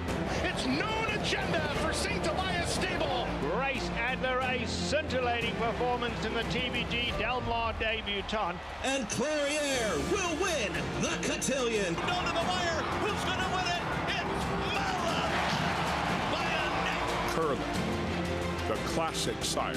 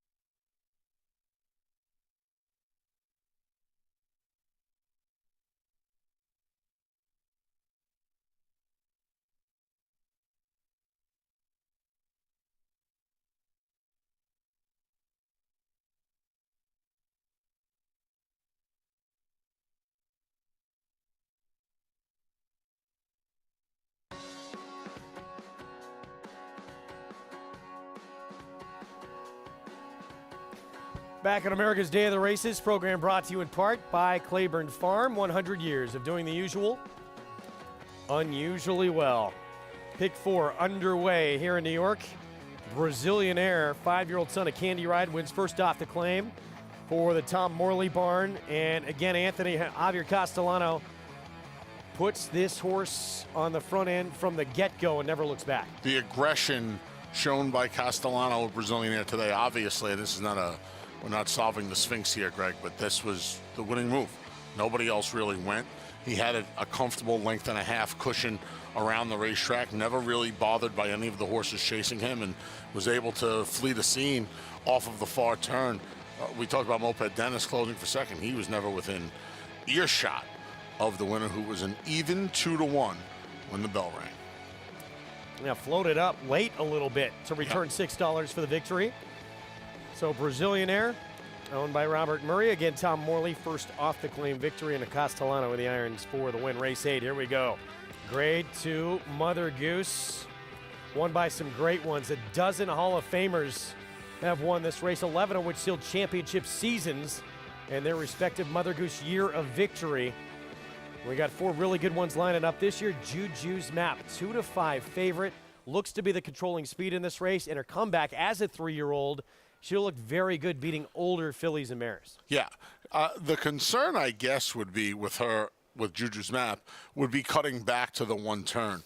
Her biggest success has come around the 2 turns. In fact, in her lone 1-turn race, she was defeated sprinting.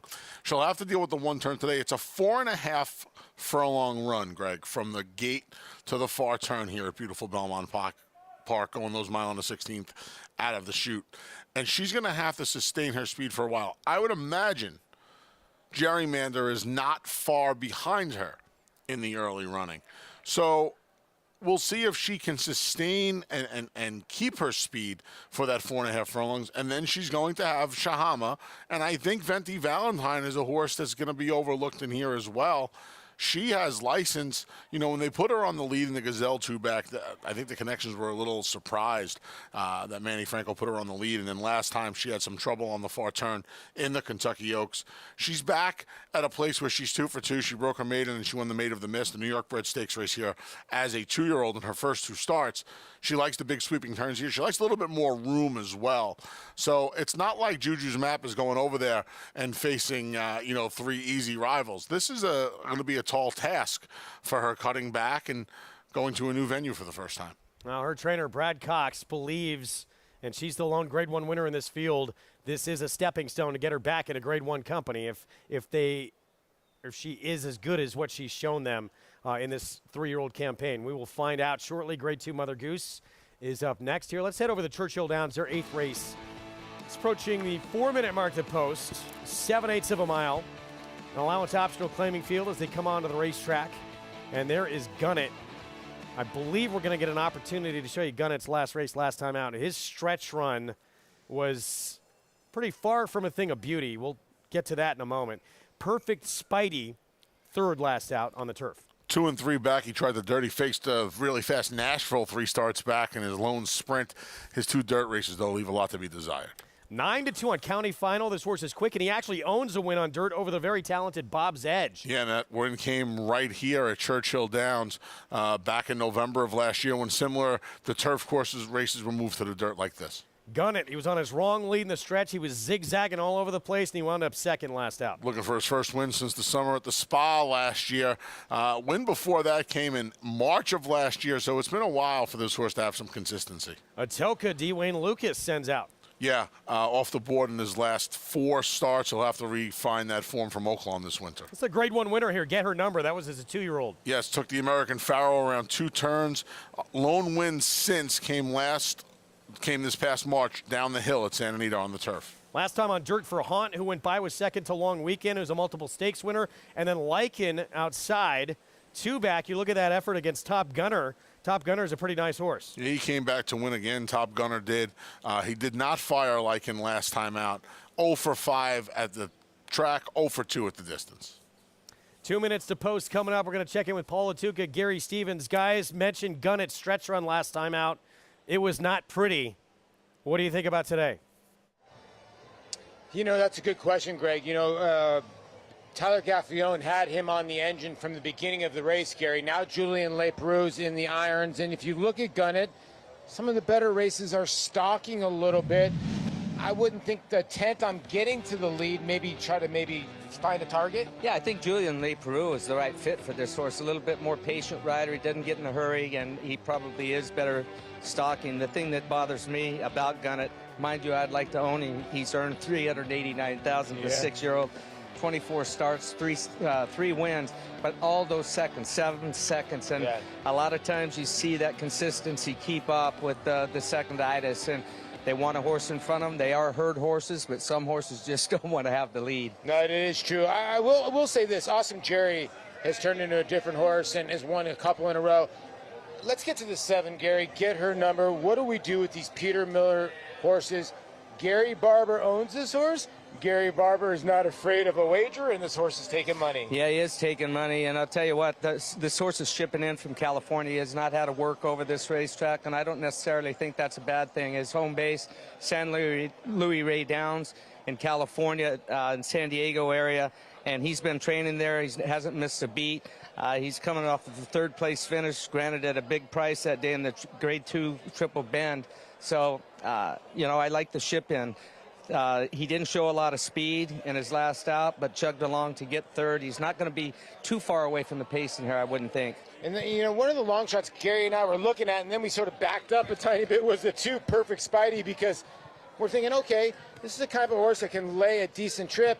But then you look, 0 for 7 the last 2 years, Gary, and the dirt races aren't good. No, his dirt races haven't been good at all. We're not racing on the turf right now, and he's 0 for 2. On his only 2 dirt tries in his career. He's only started, 15 times, and no success. But look, what do you do with these horses with no turf racing right now? You can't just sit on them. You got to keep them active. You got to keep them fit. They'll have turf racing soon at Saratoga, Ellis Park, Indiana Grand. There's a lot of places where they'll have it soon. So I have a hunch that they're running him to keep him at a certain fitness level. And Greg, I know you like the 4 a little bit. It's going to be very interesting about the pace in this race and how it goes. I also think Santos Sanger, a lot of people don't know him. He's a rider that rides at Horseshoe Indianapolis. I thought the 9 had an outside look. He's a very, very underrated rider. Yeah, we talked about the 9, 2 back. That horse just missed against Top Gunner. He came back and won a stake at Churchill Downs next with a repeat of a 94 buyer. He was 3rd in the Aristides to the very talented Bango. He's probably just a cut below some of the better sprinters in the country. He's interesting. And then back to the 4 for a minute. County final looks like he's going to be the lone speed in this race. The question is, can he carry that speed 7 furlongs? That's my pick in here, Greg. I think he can. You know, Top Gunner, Hollis, Greeley and Ben, Mucho, even the race before he won on November 10th at Churchill, he ran into Golden Pal turf sprinting. He's faced some really, really, really nice horses in his career. I know all of them have kept some good class, but he's really the class, and he's a little bit more dangerous, I think, than the other two. I'm not in love with Gunnett. Get Her Number needs to refine his dirt glory from almost 2 years ago. This horse finds some serious class relief. He's fast, and he doesn't have anyone within earshot of him as far as early speed goes. Gerardo Corrales is a guy, too, who he uses his horse's speed. He's going to put Country Final will be in front in here. They will have him to catch. I'm going to try him at 5-1. Yeah, he's interesting. There he is. That's certainly the 7. If you've had to take Gun at the 5 or the 7, Get Her Number at the same price, which they are right now, I'd probably prefer Get Her Number. Lightly raced on dirt, just was 3rd in a Grade 2 on the West Coast. We'll see if he can back it up. He was very far back chasing a hot pace in that performance. And again, not going to have a ton of pace to run at today, likely just that 4. Let's go to Travis Stone. Here's race 8 from Churchill Downs. And they're in the gate. And they're off.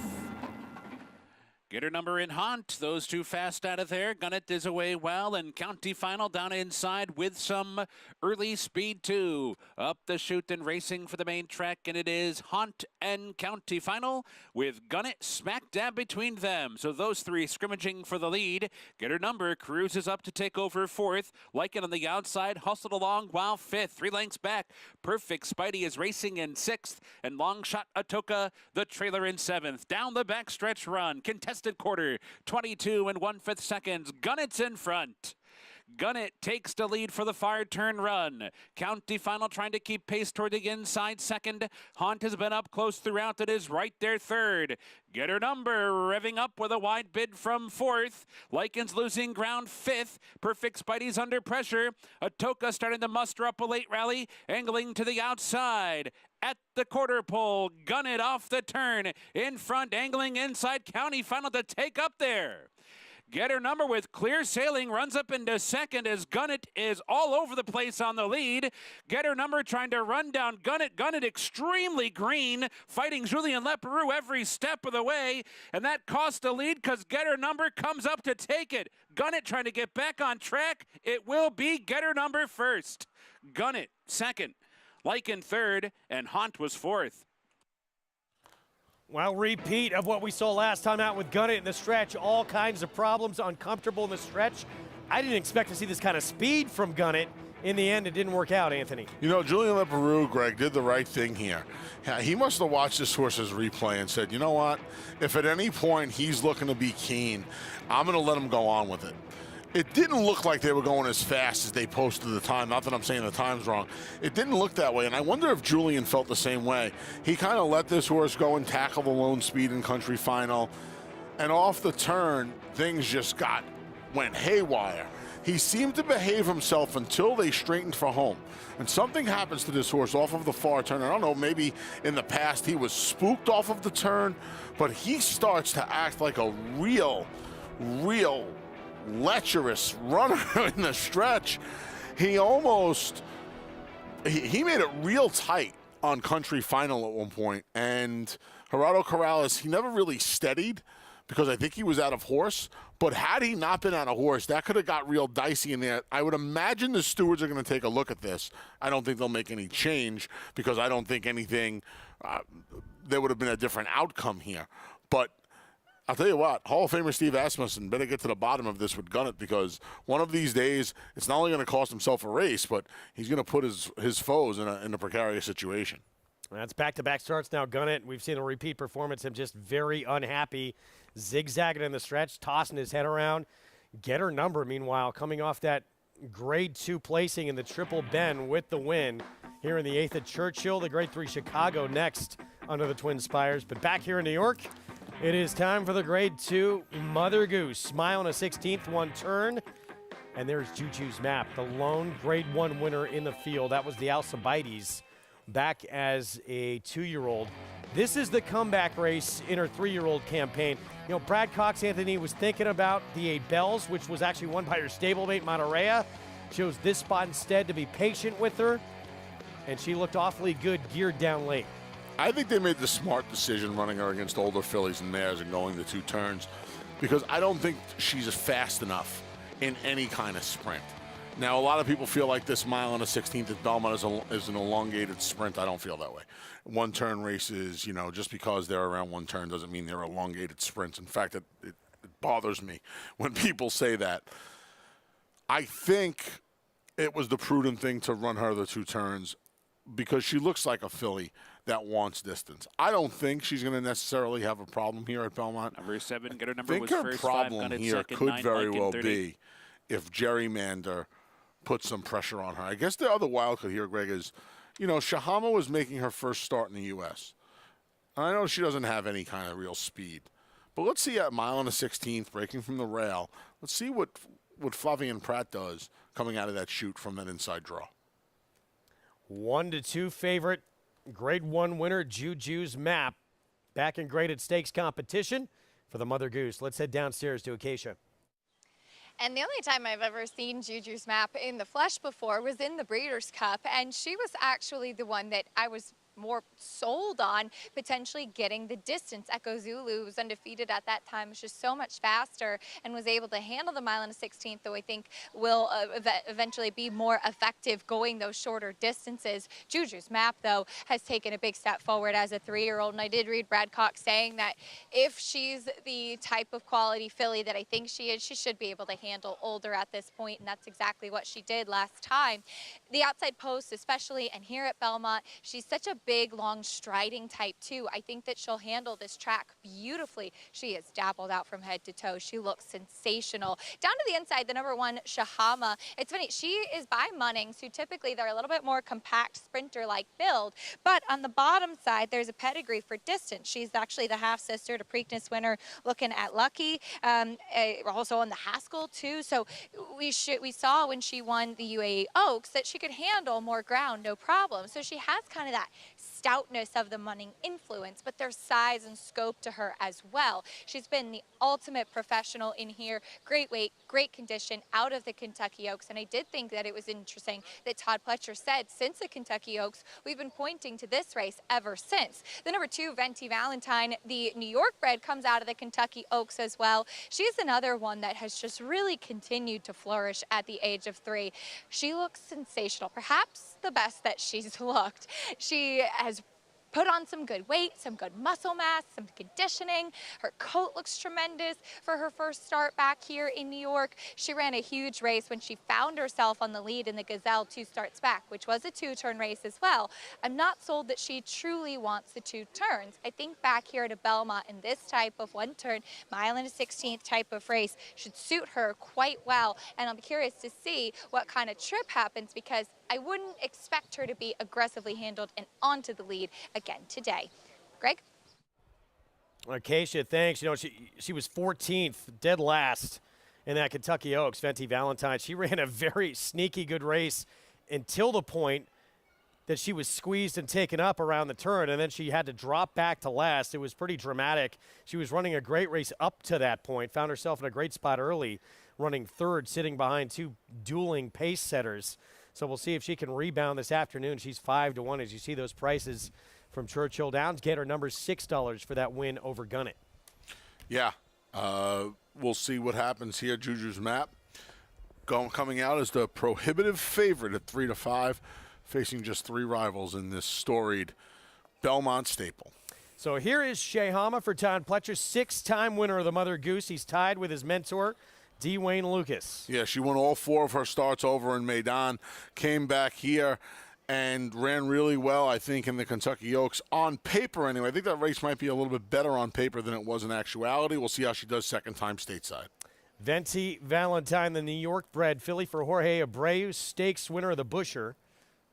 Daughter of Firing Line, ran well in the Gazelle, went on the lead unexpectedly, then had things go the wrong way on the far turn of the Kentucky Oaks. Back to a place where she's a perfect 2 for 2. State-bred maiden win as well as a state-bred stakes race in her first 2 starts. Gerrymander, her 3-year-old returned for Chad Brown. She got jostled around at the beginning, found herself last early on, and that was it from there. Yeah, she ran into Echo Zulu last year in the Frizette, came back to win the Tempted, beat Nest that day.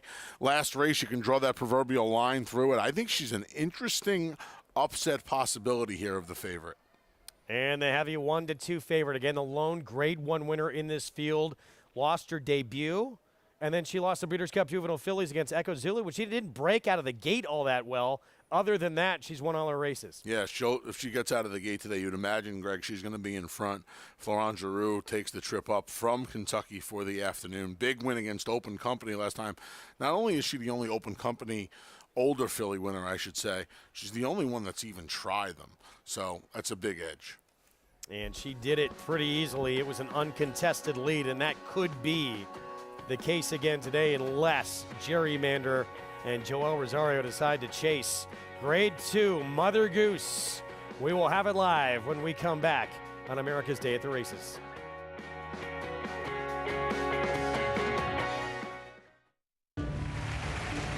Reach the starting gate. It's post time. Home front, the favorite comes forward. And they're into the stretch. Cold front put to the test. Old Cash on the outside trying to go with it, but Cold front kicks away. Cold front 2.5. Cold front does it again. Wiring the field in the Amsterdam. The July Selected Horses of All Ages sale, now featuring both horses of racing age and breeding stock.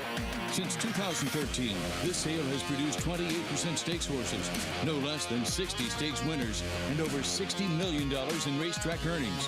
Recent graded stakes winners include Cross Border, Fast Boat, Fearless, Jalen Journey, Stiletto Boy, and Summer in Saratoga. July Selected Horses of All Ages, Monday, July 11th in Lexington, Kentucky. Where will you be? 850, 75, 850, 75, 175, 175, 150, 175. Ralph, 850,000. Thank you.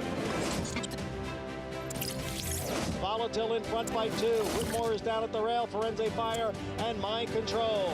It's Volatile in front as they pass the 16th hole. Volatile victorious in the Vanderbilt. 1 by 2 lengths. 850,000. Thank you.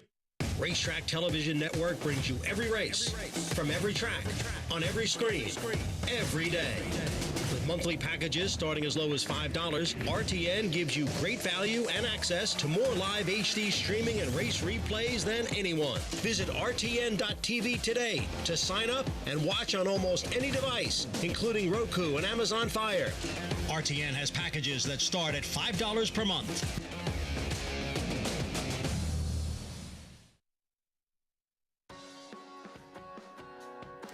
We're back on America's Day at the Races. Gorgeous Saturday afternoon here in Elmont, New York. Program brought to you where you can play it all.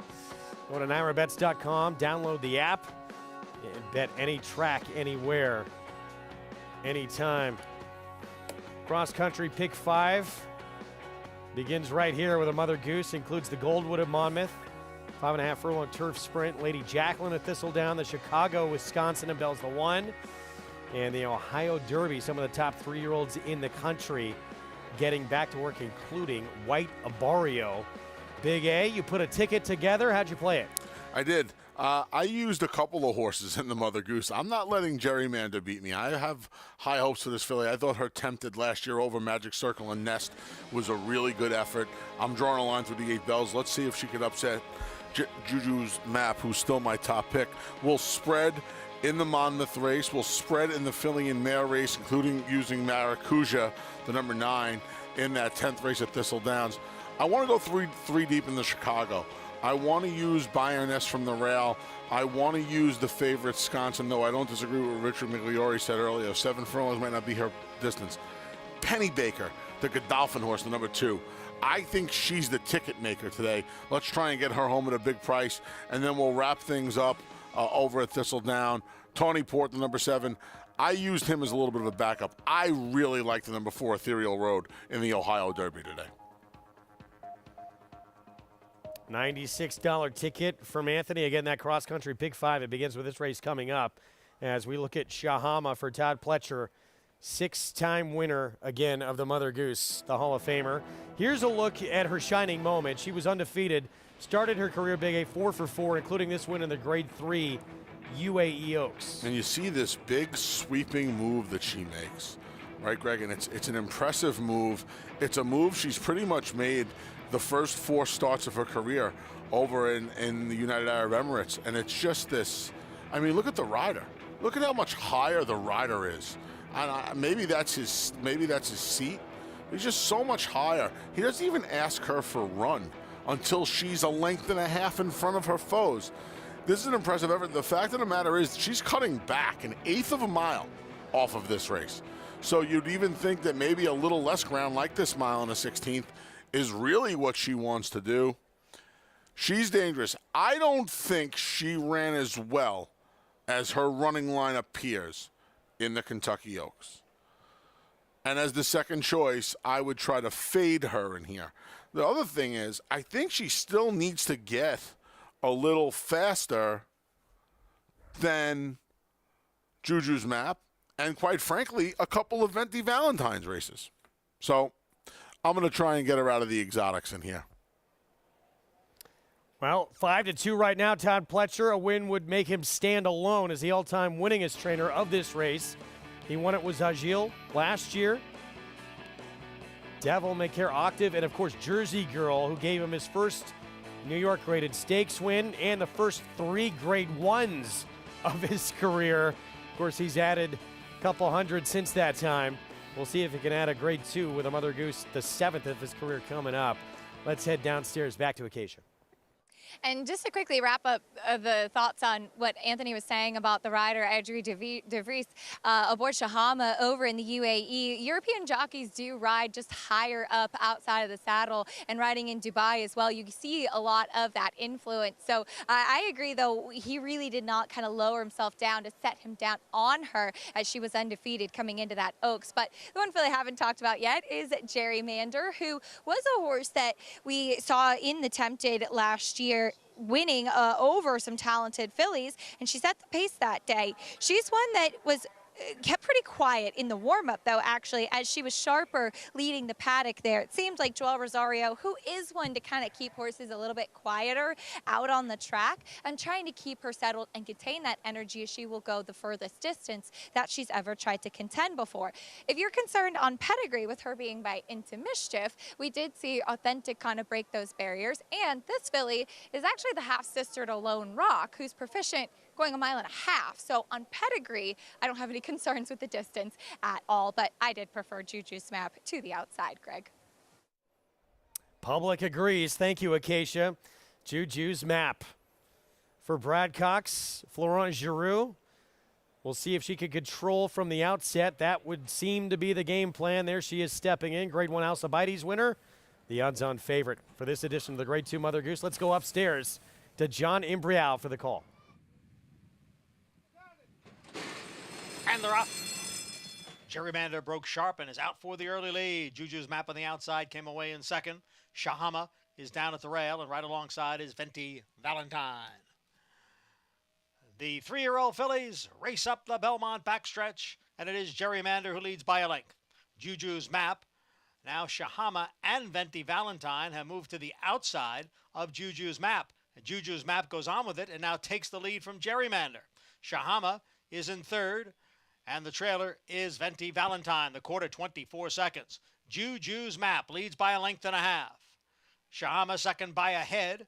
Gerrymander down towards the rail, a break of 2 to the New York-bred Venti Valentine, who is fourth. It is Juju's Map, the favorite here, leading by 1 length. Shahama in second through 1/2 mile in 46 4/5 seconds. So they have picked up the pace here after that opening quarter. It is Juju's Map leading by 1/2 length. Shahama on the outside. Gerrymander at the rail. And Venti Valentine. Juju's Map challenged now by Shahama. And the two of them are right together. They are heads apart for the lead. Gerrymander switches to the outside for the final quarter mile. 3 quarters up in 1:11 and 1. Here is Shahama to take a narrow lead, but Gerrymander has moved up, and Gerrymander is now in front. Gerrymander takes over. Shahama continues to battle on. Juju's Map back running in third. Venty's Valentine is the trailer with a furlong to the finish. Here is Gerrymander stepping away now. It is Gerrymander in front, and she is going to win this Grade 2 Mother Goose Stakes under jockey Joel Rosario. Gerrymander over Shahama, then Juju's Map and Venty Valentine, and the final time was 1 minute 43 and 3/5 seconds.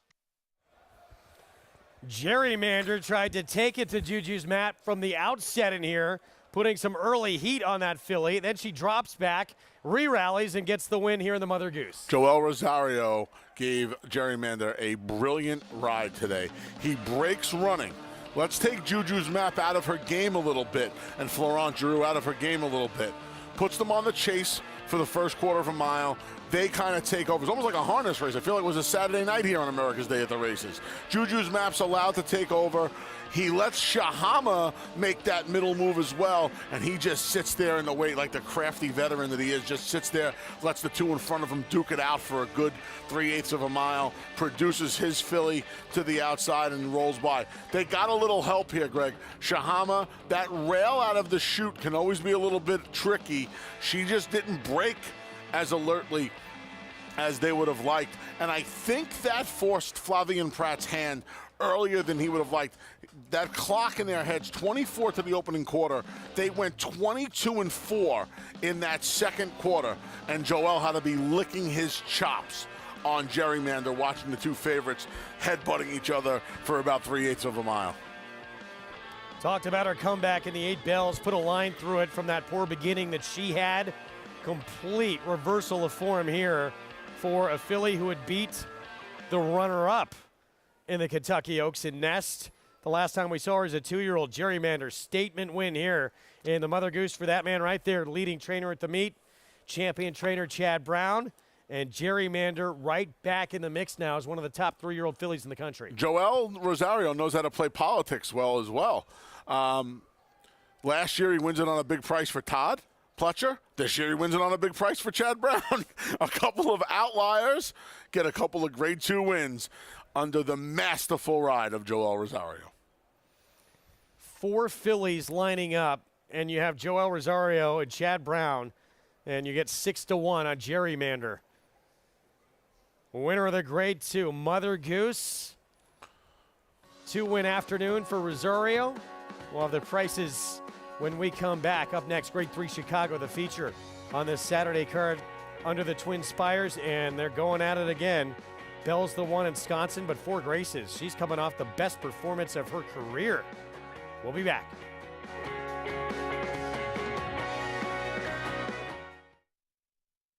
Warfront.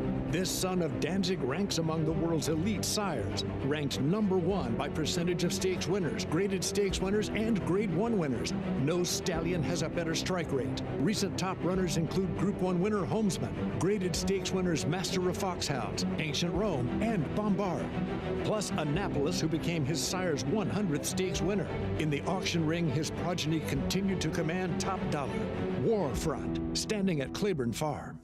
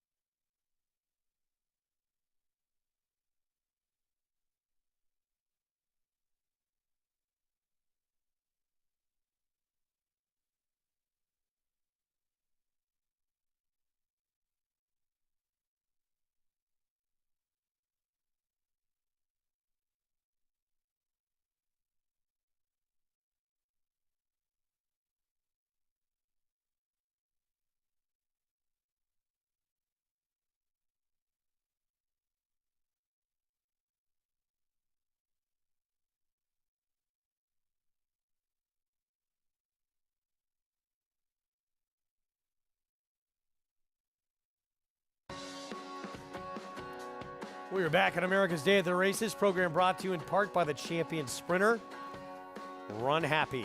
Never lost in his career while sprinting. Now standing in legendary stall number 1 at Claiborne Farm.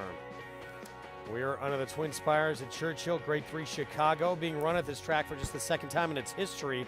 Previously been run at Arlington Park.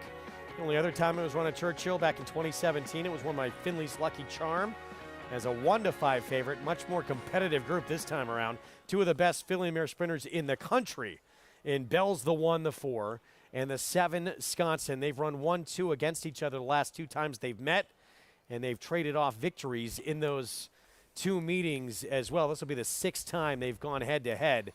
As they come out onto the track, we're getting set for our post-parade. Good supporting cast they're going up against as well. And in fact, neither of those 2 are even favored right now. It's the speedy Lady Rocket, who should be potentially alone on the lead, who is the 5-2 chopped horse right now. We start with Bayerness.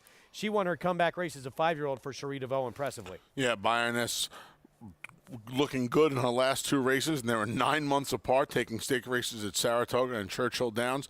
Steps back up into graded company here. Penny Baker, she's won 5 in a row, including her dirt debut and her U.S. debut last start. And that was a big effort. That's a 1-turn mile at Laurel, Greg. She only cuts back 1/8 of a mile. She is dangerous at a price in here. Here's the 1 to catch, Lady Rocket for Brad Cox. Yeah, she had a couple of tries on muddy tracks in her last 2. She cuts back from the mile of the Ruffian last time, goes the 7/8 where she's 3 for 5 at the distance. Here is Grade 1 winner Bell's the 1. She launches from far back. She had no response, though, in her last start. Couple of wins at 6 furlongs to close out her 5-year-old campaign. Second in the Madison was good. That race in the Derby City Distaff was not, when 4th last time out. Calypso, she's the biggest price of the board for Hall of Famer Steve Asmussen. A Grade 1 winner as recently as the day after Christmas when she took to La Brea.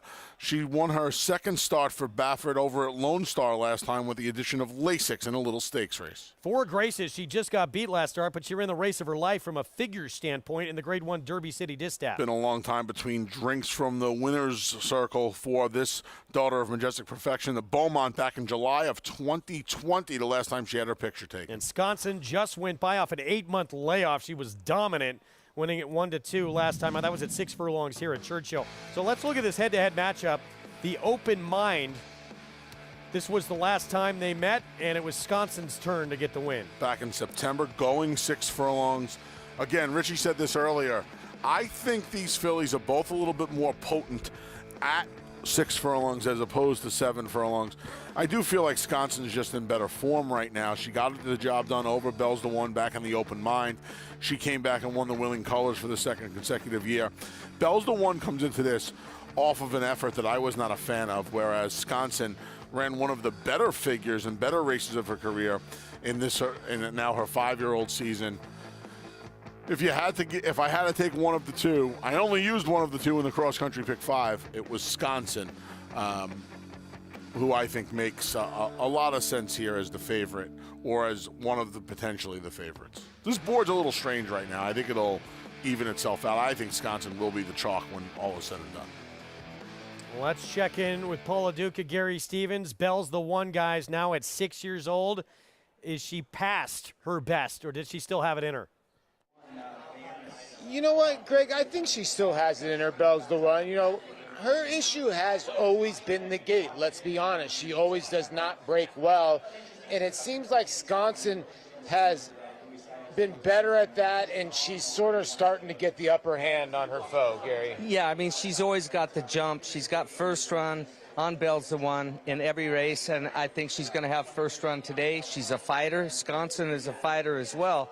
So, I mean, if I had my ruthers, it would be Sconson between these 2 match race, if that's what you want to call it, but It's not a match race today. Well, it really isn't a match race, because when you look at the inside horse Bayerness, I was here on site. I mean, she strided out unbelievable. She made a good appearance on the racetrack. And then Penny Baker. Greg, you talked about Penny Baker, a horse that's sort of an unknown, and Gary, you looked at her on the racetrack. I did. And what'd you think? If I had my choice of who I was riding in this field, it would be Penny Baker. Penny Baker. She's got a look to her. She doesn't look like a filly. She looks like a colt running against fillies. Yeah. I mean, Lady Rocket, she makes a great appearance. All of them look look great out there. I wouldn't refuse to ride any one of the bunch, but if I had my choice and I was asked, it would probably be Pennybaker. She's dropping back in distance from that mile race at Laurel, her first race here in America.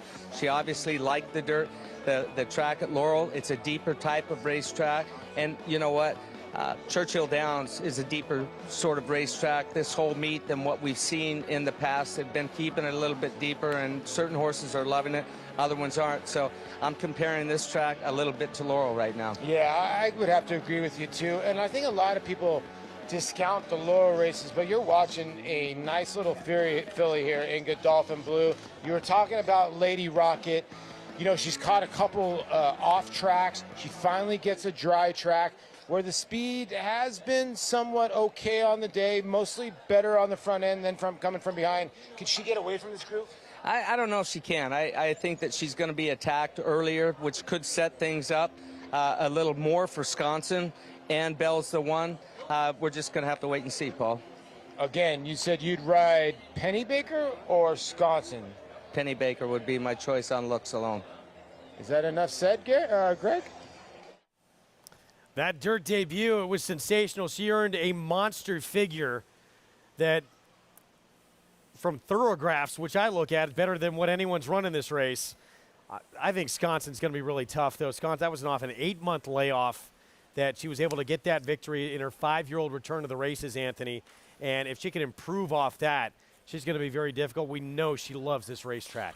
Yeah, with a win, she becomes racing's newest millionaires. She's already earned $900,000 in her career. Get this, Greg. Over $750,000 of that 900+ thousand has been earned right here beneath the Twin Spires. That's very impressive for a filly or a mare who, you know, she just has these graded stakes wins under her belt. It's not even like she's, you know, she hasn't won a plethora of Grade 1 races. So she's earned a lot of money beneath the Twin Spires. 5 wins in 2 seconds from 8 career starts. They're in her backyard today. She's now the 5-2 favorite, so it's good to see that some sort of smarts has come to the public's wagering dollar, because she's supposed to be the favorite in here. I'm a little surprised at how wide open this board is. 5 of the 7 fillies are between 5-2 and 5-1 right now. I did not think this board would be as wide open as it is. I just think people gravitate towards these gaudy figures like 5-8 at Churchill Downs. I thought the filly on the screen right now, Bayerness, was going to be ultra tough. I don't trust the speed of Lady Rocket. I feel like of the players in here, Bayerness can be the closest to Lady Rocket. And I would imagine that Bayerness is going to have first jump on Bell's the One and Sconson and even Pennybaker coming out of the mile race. So I feel like Bayerness would be, especially at that price. I thought Bayerness and Pennybaker might be flip-flopped around a little bit. They're betting a lot of – Pennybaker is taking all of the money in here. The fact that you're telling me she's a sheets play does not surprise me, because this money is abundant right now. She's the second choice in this race, loaded with graded stakes winners. Yeah, the 2, Pennybaker and that Godolphin Blue. She's going to load up right now. That was her dirt debut in that stakes win again at Laurel at a mile, and she just dominated that group with a huge figure. Different test today against the likes of 2 of the better filly and mare sprinters in the country. Not to mention, For Grace's the 6th. There she is moving in. She just missed in a Grade 1. That was the biggest number she's ever earned in her career. But that filly right there, mare, I should say, Sconson, she is the favorite on the board. She's the one to beat. Looking for her 6th win in 9 starts here at Churchill Downs. Mitch Murrell rides for Greg Foley. Great rendition here of the Grade 3 Chicago. Let's go to Travis Stone for the call. They're in the gate. And they're off. And Lady Rocket comes out running. So too does Calypso. For Grace's is there. Sconson on the far outside as they race up the chute and come for the main track. And it's Lady Rocket the leader as they cross over. And Calypso is glued to her down the backstretch run. Bayerness with a forward spot, 3rd and toward the inside. Sconson comes away 4th, 2 lengths clear of Pennybaker, advancing inside 5th. For Grace's in 6th. And stretch running Bell's the one, the trailer, 8 lengths off the lead as they move down the backstretch run. And it is Lady Rocket who rattles off an opening quarter in 22-3. Heading for the far turn, the leader a length and a half. Calypso's under a ride second already. Byron is toward the inside third. Sconson sidles up 3 or 4 wide, coming on now. 4th, 3rd, and now 2nd. 4 Graces following her. Bell's the ones buried in behind horses. Had to tap on the brakes there. At the quarter pole, Lady Rocket rolls off the turn in front. Sconson is set down for the drive. Lady Rocket trying to fend off Sconson. These two, 1-2. Bell's the one coming with a run down toward the rail. Down to the final 16th. Lady Rocket keeps on going. Sconson wanders about. Bell's the one is 3rd, down to the finish, and Lady Rocket, wire to wire. Sconson was 2nd, Bell's the one was 3rd, and 4 Graces finished 4th. Lone Speed, Lady Rocket, able to seal the deal and get the 7th win of her career in 14 starts. Ricardo Santana Jr., when you put him on a speed horse, there might not be a better rider in the country right now in a sprint race on a speed horse. He puts them on the front end. He doesn't mess around on the front end either. He asserts himself, and he makes sure they use the most dangerous weapon on the racetrack. He put this filly on the front end today. He let the rest of them mildly chase. 22-3, Greg, for an opening quarter in a race of this caliber, going 7 furlongs at Churchill. I'm not going to say it's slow, but it is not fast by any means. And he was able to really get away with an easy opening quarter and half and parlayed that into a big win in the Chicago. Lady Rocket, the victory, 7-2. Sconson, unlucky Bell's the one. Had a tough trip in there. Had to dip down to the inside. Winds up 3rd, 4 Graces, checks in 4th. Back here in New York, Gerrymander back in the winner's circle with the first graded stakes win of her career. Chad Brown, Klarovich Stables, and Joel Rosario returned $15 for the win. Let's head downstairs to Acacia. Pleased to be joined by winning trainer Chad Brown, who takes down both of the stakes today at Belmont Park. But Chad, Gerrymander, talk about the trip that she got today under Joel Rosario. She re-rallied impressively.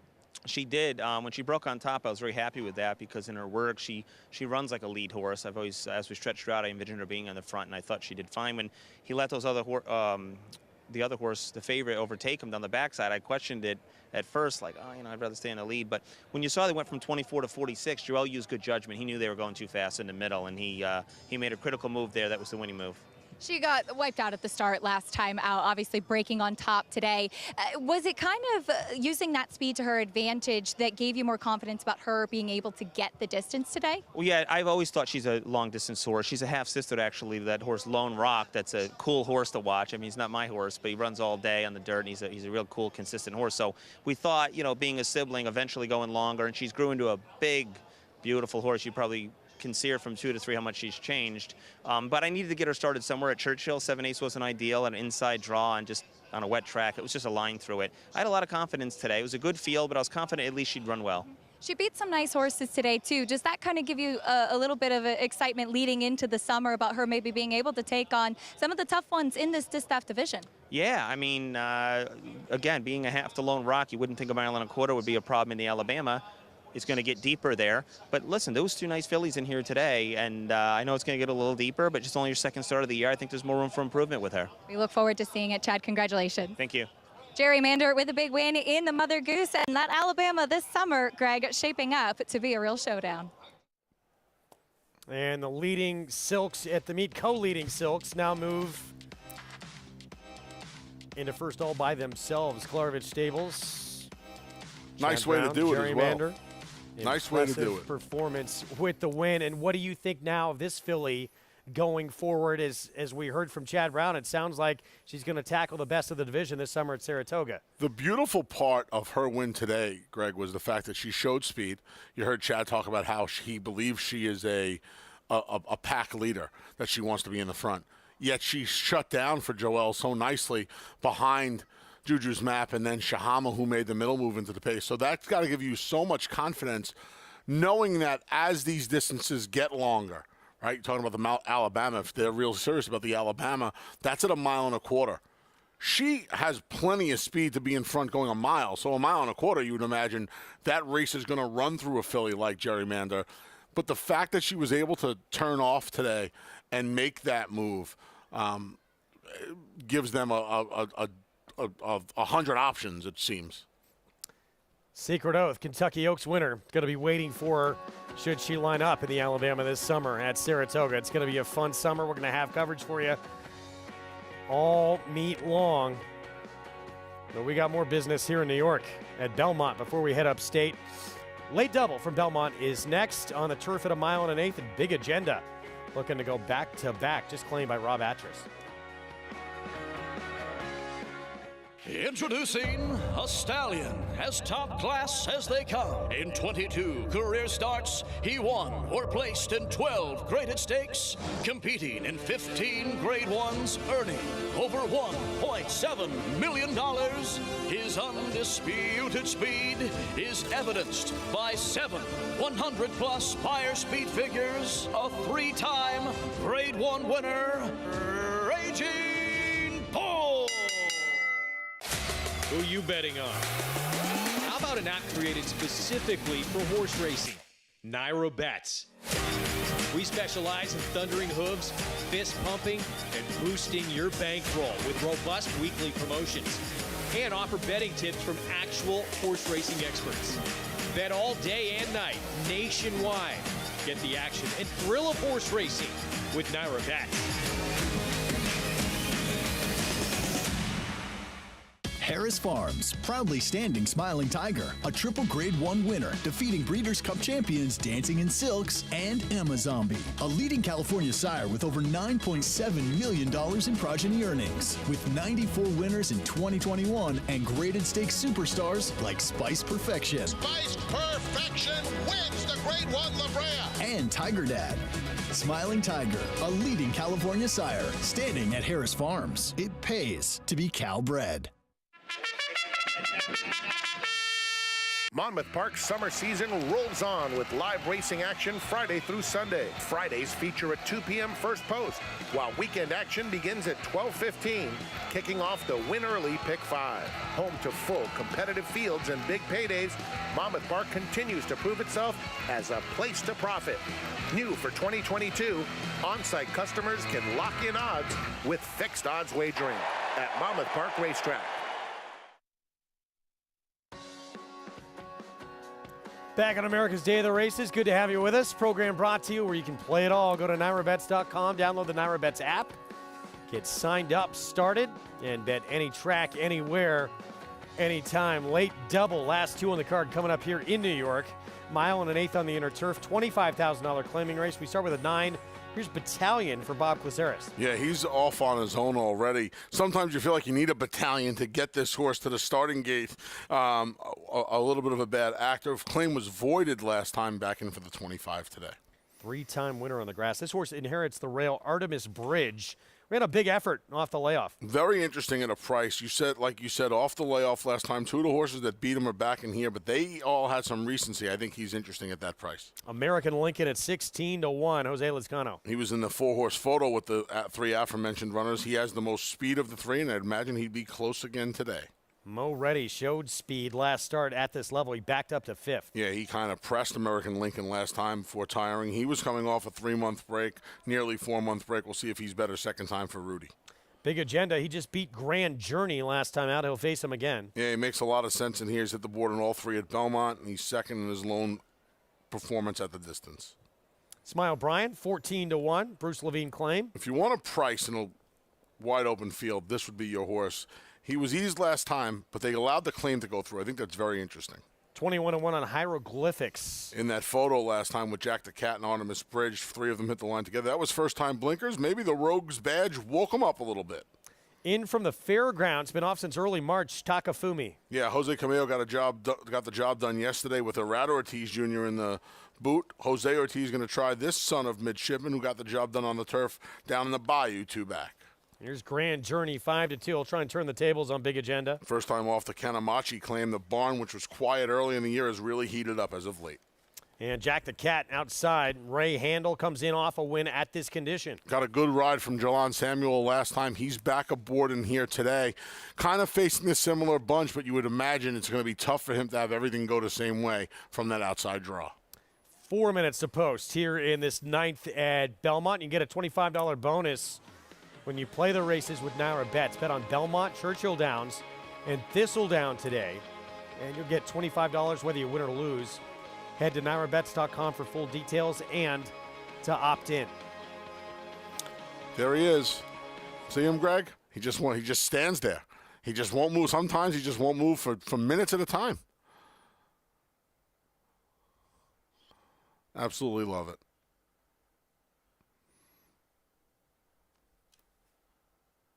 Yeah, there's you see the Lady Rocket flag fall to That's All. Ricardo Santana Jr. for Brad Cox. She finally got back to a fast track, and that fast track I think helped her the most. 980 is one of the wide open favorites in the board down for the Chicago. For more, we'll head down to our own Paula Duca at Churchill.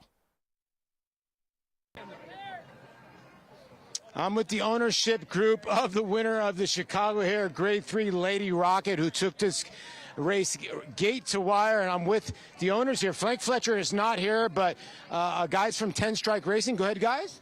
Mike Linder, Tracy White, Scott Blair, Clement Decker. Okay, here's the deal. Mike, the reason why I'm doing this interview, I stopped at the gas station at about 12 o'clock, and I hear in the background Mike go, hey, you better give Lady Rocket some love in the Chicago. That's right. I mean, we heard the analysis yesterday, and she didn't get a lot of love. Oh, so you were a little upset at my analysis of Lady Rocket? No, lone speed, she had it all the way. Well, I mean, obviously, she had run over some dirty racetracks, and now she finally got a fast racetrack. And I asked Brad, and he said, listen, she likes it as concrete as they come, and she's a really nice filly. Yeah, we think that helped her a lot today, and she can move forward from this for sure. What made you guys get involved in 10 Strike Racing? Well, you know, we just got together, and Scott got together a couple partners, and we love horse racing. We always have, and we got into it, and it's great. We love it. Well, this is an awesome win for you guys. I'm so happy. Shout out to Clay and Marshall, the head of 10 Strike Racing. Yes, yeah. And Brad and all the yeah, Clay's the one that got us into it. Clay Sanders. Yeah. Okay, so with the gas prices going up, the next time I see you guys, you better give me a full tank of gas. Absolutely, absolutely. Marshall Graham as well, part of that group. Very smart handicapper. We hear those names quite a bit on this program. Well done, Paulie. Good interview. He's the best. And that's why this game is tremendous. Love to be in that winner's circle and get your photo taken. He finds bachelor parties. He finds bachelorette parties. Now he's trying to hustle a full tank. I love it. Paul's the best. Whatever you can get. Belmont Race 9. So favoritism has shifted here. Wow. Grand Journey, who got beat by Big Agenda the 5 last time out. Solid 2-1 choice. We welcome back to the program champion jockey Richard Migliore. Mig. Yeah, thanks, Greg. And just watching these horses warm up, we'll start with the 9, who, like Anthony talked about, is a handful. It's actually really good for him today. I was with Bob Cosares, his conditioner, and we were watching him when he left the paddock, and he goes off to the right to get away from everybody. And he usually has this big, explosive move in him. He'd get up in the air, and he'll really, kind of lunge with the rider. And I think Trevor McCarthy, having had that experience with him last time, kind of got along really well with him. And he didn't make that big move. He stayed cooler today. I find it interesting. He was favored in the same exact kind of race as he is last time. And today, he's 36-1, and he's acting the best I've ever seen him act. He's really, for him, minding his manners incredibly well up to this point. We'll keep an eye on him. But from favoritism to 37-1, that's a big step there.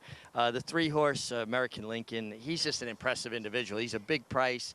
He's got speed. He could have some trouble. There is some other speed in here, but from a physical perspective, gosh, I really like what I'm seeing from American Lincoln. The 5 Big Agendas well turned out. He won this condition last time, same kind of race, but a mile and a 16th, and he caught pace. There's pace in here. I don't know if it's the same kind of pace he's going to get as last time, but from a physical perspective, looks great off the Rob Atcher's claim.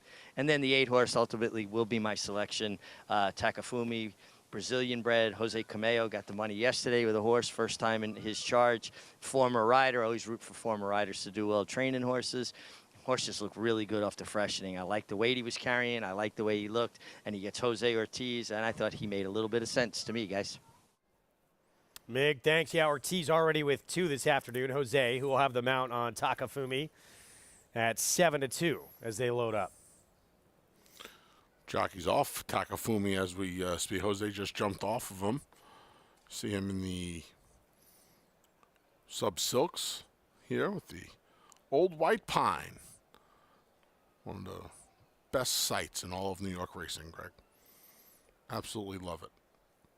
Well, that race, Anthony, that I want to get your thoughts on it. The Big Agenda and Grand Journey, the 5 and 10, and now Ortiz hops off again. They'll load this horse without him. He is really acting up a little bit. He's bucking back there, yeah. I thought that race just sort of towered over the rest of this group. I was joking around this morning with Acacia on Talking Horses that I wanted to take my bingo drum out for this race at first.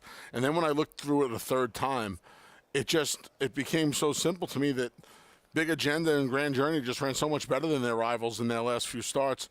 I thought maybe Artemis Bridge could improve, but he'd have to improve so much to match that last effort from the 5 and 10 that I chalked it out in here myself.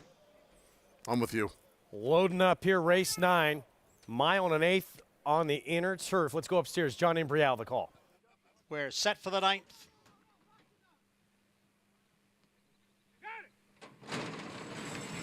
And the rough. Moretti right out for the early lead with Smile Brian racing in second. From the outside, it's Takafumi. In between horses, Hieroglyphics. And widest of all is Grand Journey into that clubhouse turn. Down on the inside and saving ground is a Big Agenda. Up front, it is Moretti who has the lead here, 1.5 lengths. Smile Brian in second. Grand Journey on the outside in third. Followed next by Hieroglyphics in fourth. And then it's Big Agenda in fifth, a break of 3 to Takafumi in sixth. Battalion runs in seventh, followed by Artemis Bridge and Jack the Cat. And the trailer is American Lincoln in 10th, a quarter 23 1. They are midway up the backstretch with Moretti, the leader here by a length.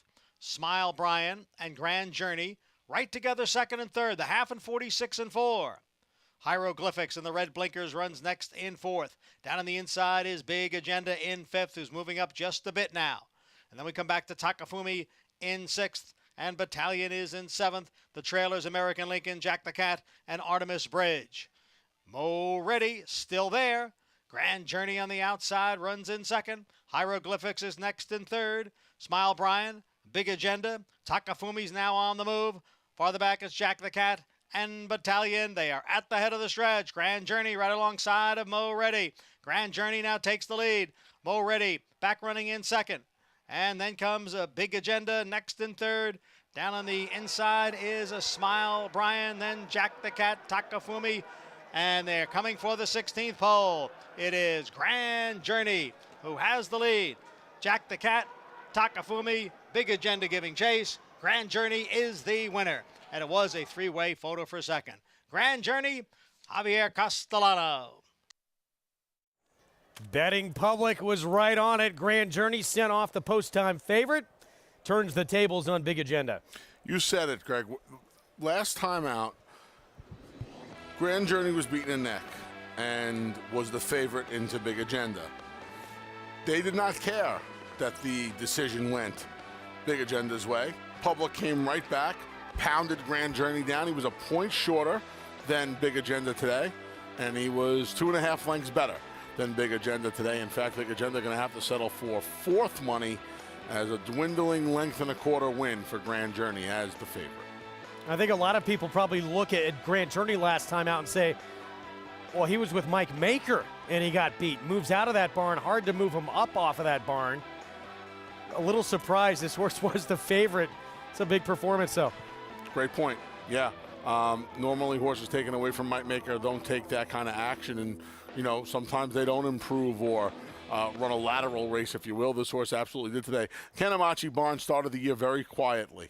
Very, very quietly. It was only a matter of time. This game is cyclical. They were going to heat up. They've heated up in a big way since we went from South Ozone Park over here to Elmont, New York.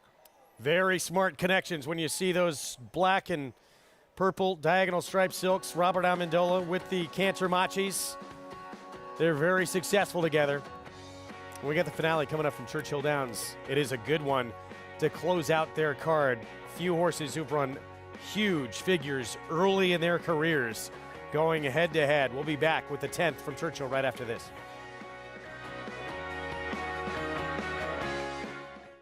He was just put together like a machine, and he had a great mind. Everything about him was what you'd want. Tis the Law pops the cork in the champagne. Tis the Law is going to win the first leg of the Triple Crown. I've never seen him get tired.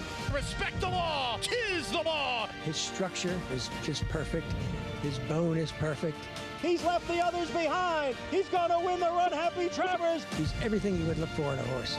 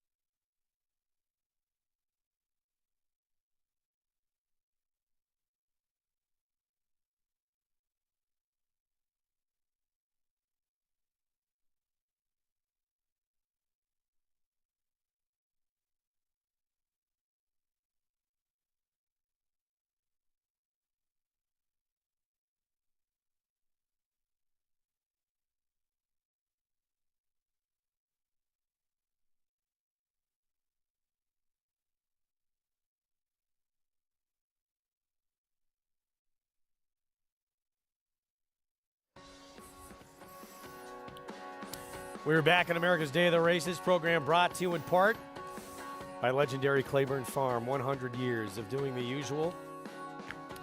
Unusually well. We have an objection, a jockey's objection, involving the second and third place finishers here at Belmont. Finished 10, 11, 8, 5. So this between the 11 and the 8, Anthony. Yeah, let's take a look at this, Greg. First time I'm getting to see this. What's the rumpus here? I haven't seen anything yet. Right there. Yeah, but doesn't he beat him? I thought. Wow. Okay. I guess. You know, in Jersey, they used to fine you for a frivolous claim of foul. I'd be looking to get into in somebody's pocket here if I was a steward, because I don't see anything here. Maybe it's me. Winner kind of drifts a little bit. See, this was interesting. It wasn't the winner. That was the 5. That was the 5. Okay. Rich?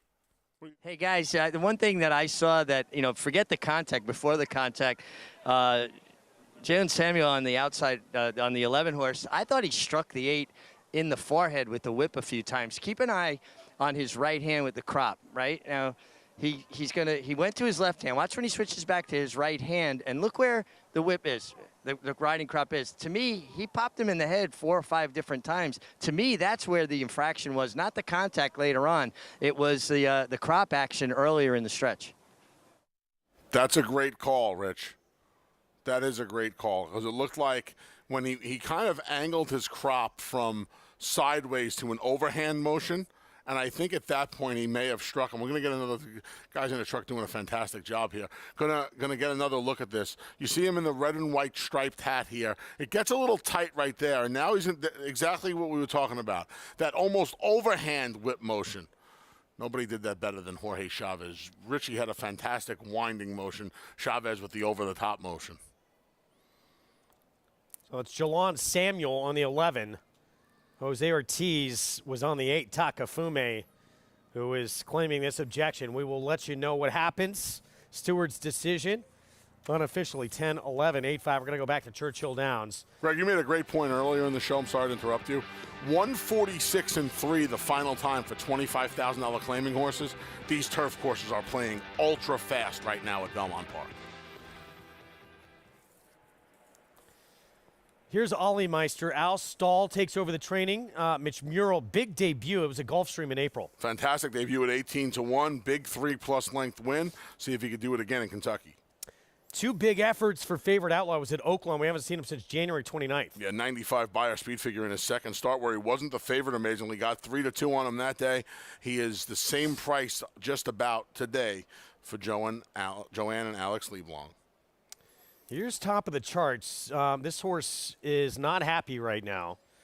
He debuted at Churchill back in late May. He ran a huge figure for Brian Lynch. Big effort on debut. He's been gelded since that race just a month ago. Son of McLean's Music. He's doing his best battalion impersonation coming out of the Churchill Downs paddock, and he's actually going to hold up the rest of the post parade here. You see a little bit of a scrum there with the outriders and the pony riders, and now getting a little hustle out of there from Declan Cannon. Love to see that as well. Wow, not a good sign from this horse. So, real quick, we'll get back to it in a moment. They did make a change. So it's 10-8, 11-5 at Belmont. We'll revisit those prices in a moment. So here he is, settled down for the moment. And again, big number, gelded, as you said, Anthony, since that debut. We'll see if he can back it up with a calmer effort once he gets into the gate. Here's Lofty Adjudicator. He won last time out at Belterra. Blinkers and Kentucky Derby winning rider Sonny Leone climbed aboard last time. Francisco Arrieta gets aboard for this first start against winners at a big price. 13-1 next door on the 6. Respect the code. There he is. Broke his maiden for $80,000 at Del Mar last summer. Didn't see him until May of this year. He had Lasix and an allowance try for Peter Miller. We'll see how Respect the Code does. 7's out. The 8, Right Tone. We know we're going to see at least speed from him, if nothing else, and probably even more of it. They're putting blinkers on. Yeah, Louis Sai has a pair of blinkers, second off of a 11-month layoff. You would imagine this horse is going to be much sharper. I almost like the fact that he didn't have the blinkers first time back. I thought he was interesting at a price today.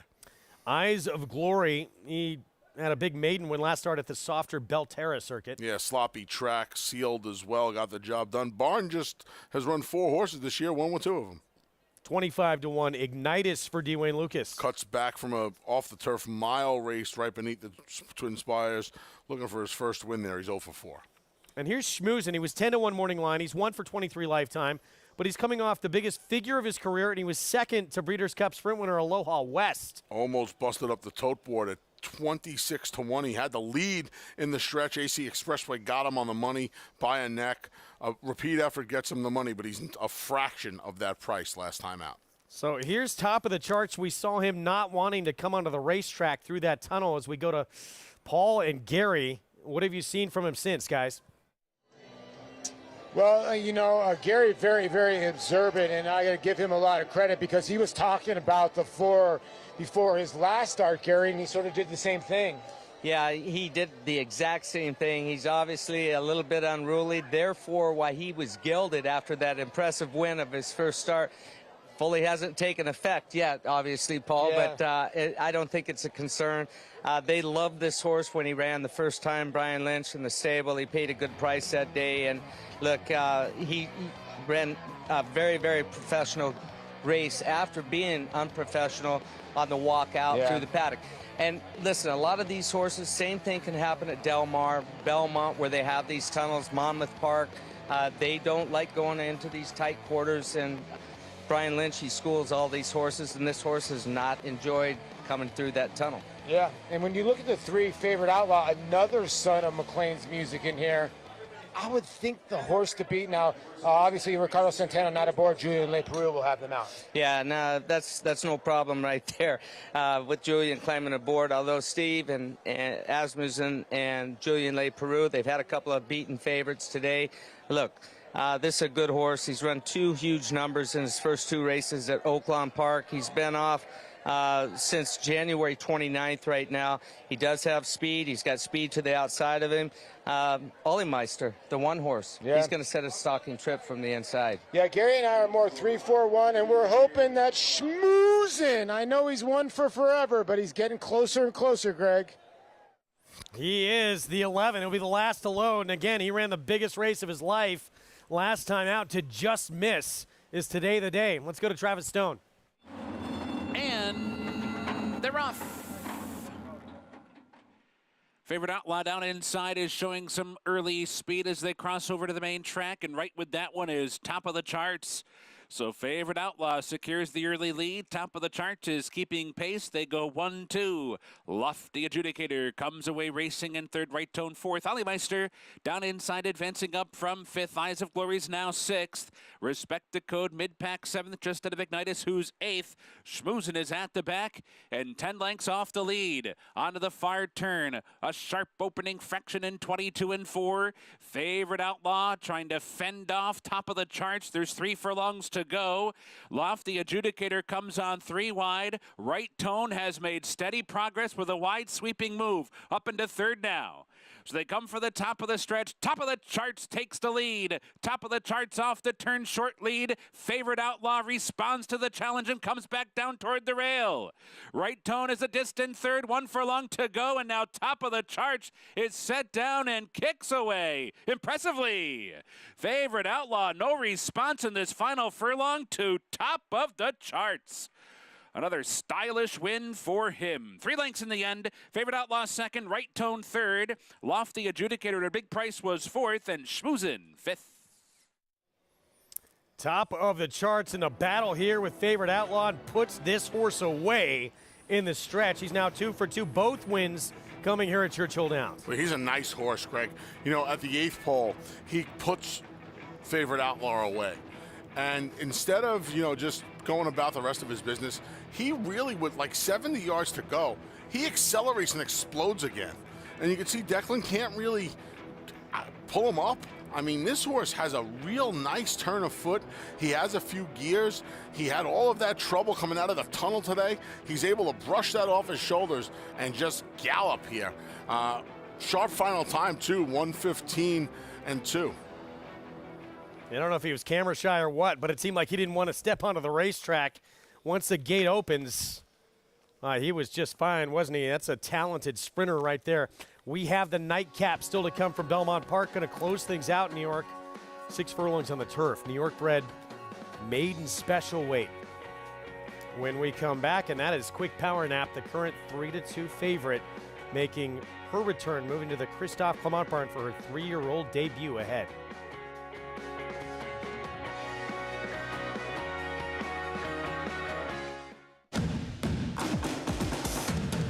Campaign by 2, and Global Campaign will win the Grade 1 Woodward.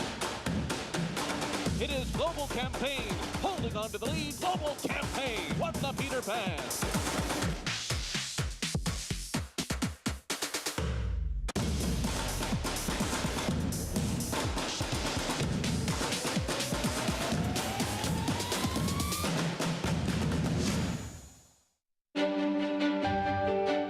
Like a humbling day, it was just an honor to be nominated, let alone win the Newcomer Award. It feels so fulfilling, I haven't been here that long, but I've just been recognized so much.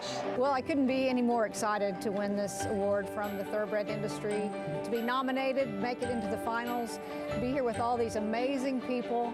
It's really very, very inspiring. This is my American dream, and it come true.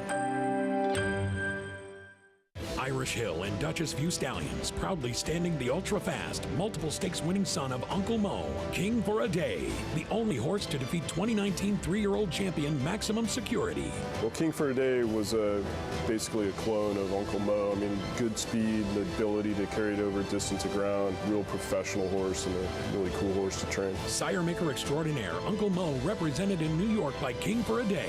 Visit ihdvstallions.com to book your mare today. Racetrack Television Network brings you every race, from every track, on every screen, every day. With monthly packages starting as low as $5, RTN gives you great value and access to more live HD streaming and race replays than anyone. Visit RTN.tv today to sign up and watch on almost any device, including Roku and Amazon Fire. RTN has packages that start at $5 per month.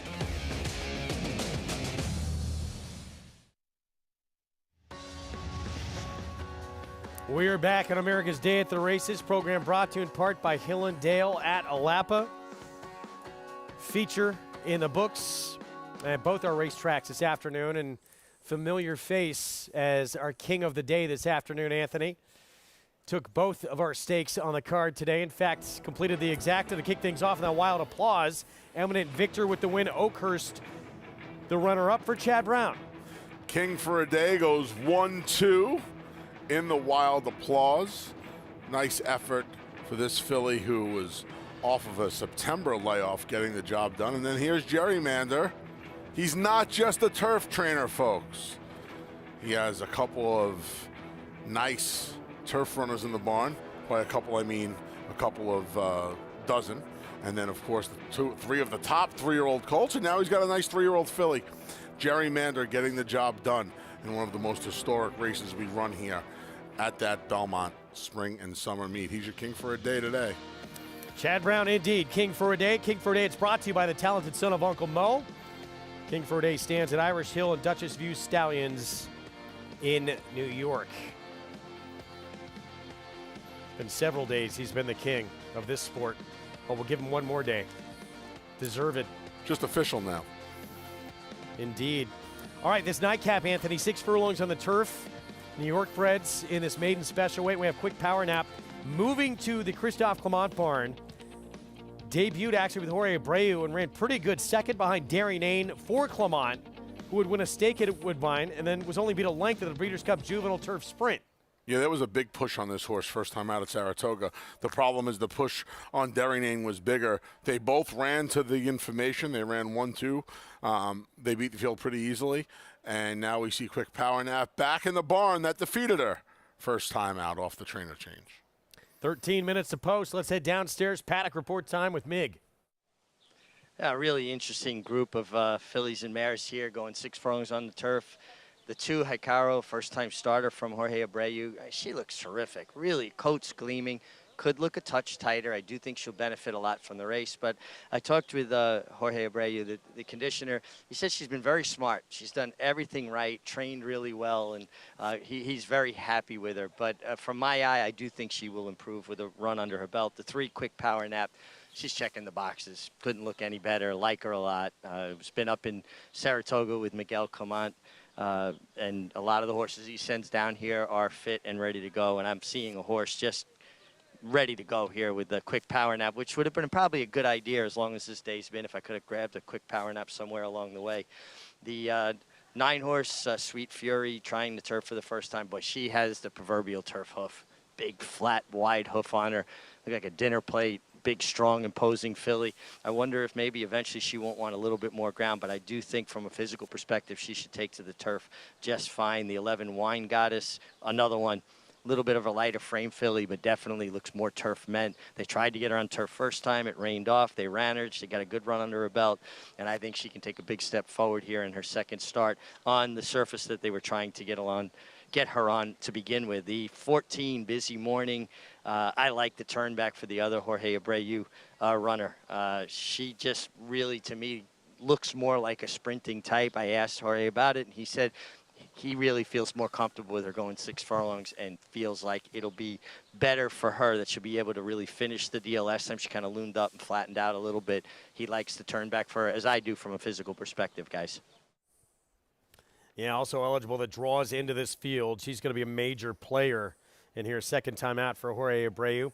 Get ready for Saratoga with Naira Bets and the 5 times a week bonus. Opt in each week. Play the races every weekday. You'll get a $20 bonus next Saturday. Opt in today for next week's bonus at nairabets.com, and be sure to play along all week. We'll get to our post parade in a moment. This is right now the filly to beat, Quick Power Nap.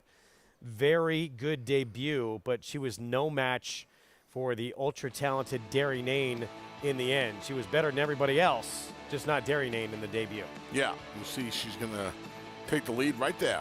She puts her white blazed face in front, and here comes Derry Nane, produced under Joel Rosario, to just roll on by. Again, a pretty impressive effort from both of these fillies. I know the figure didn't come back that quick, but like you mentioned, Derry Nane had a pretty good remainder of her 2-year-old season. We haven't seen this filly since that day back in July of last year, almost a year layoff. She comes back for the barn that beat her in her debut, gets Lasix, gets Joel Rosario, and right now you got to take 9-5 if you want to play her over at Naira Bets.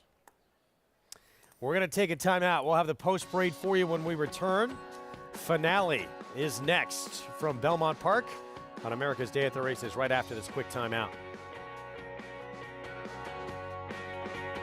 DeMarchelier offers breeders a rare opportunity as the only son of Dubawi standing in Kentucky. Dubawi, one of the world's most celebrated stallions, is establishing himself as a sire of sires. His sons at stud include exciting young international stallions like Night of Thunder, Time Test, and Zarak. With his picture-perfect pedigree, this son of Dubawi brings one of the world's most potent bloodlines to America. Look for his first yearlings this year. DeMarchelier, standing at Claiborne Farm.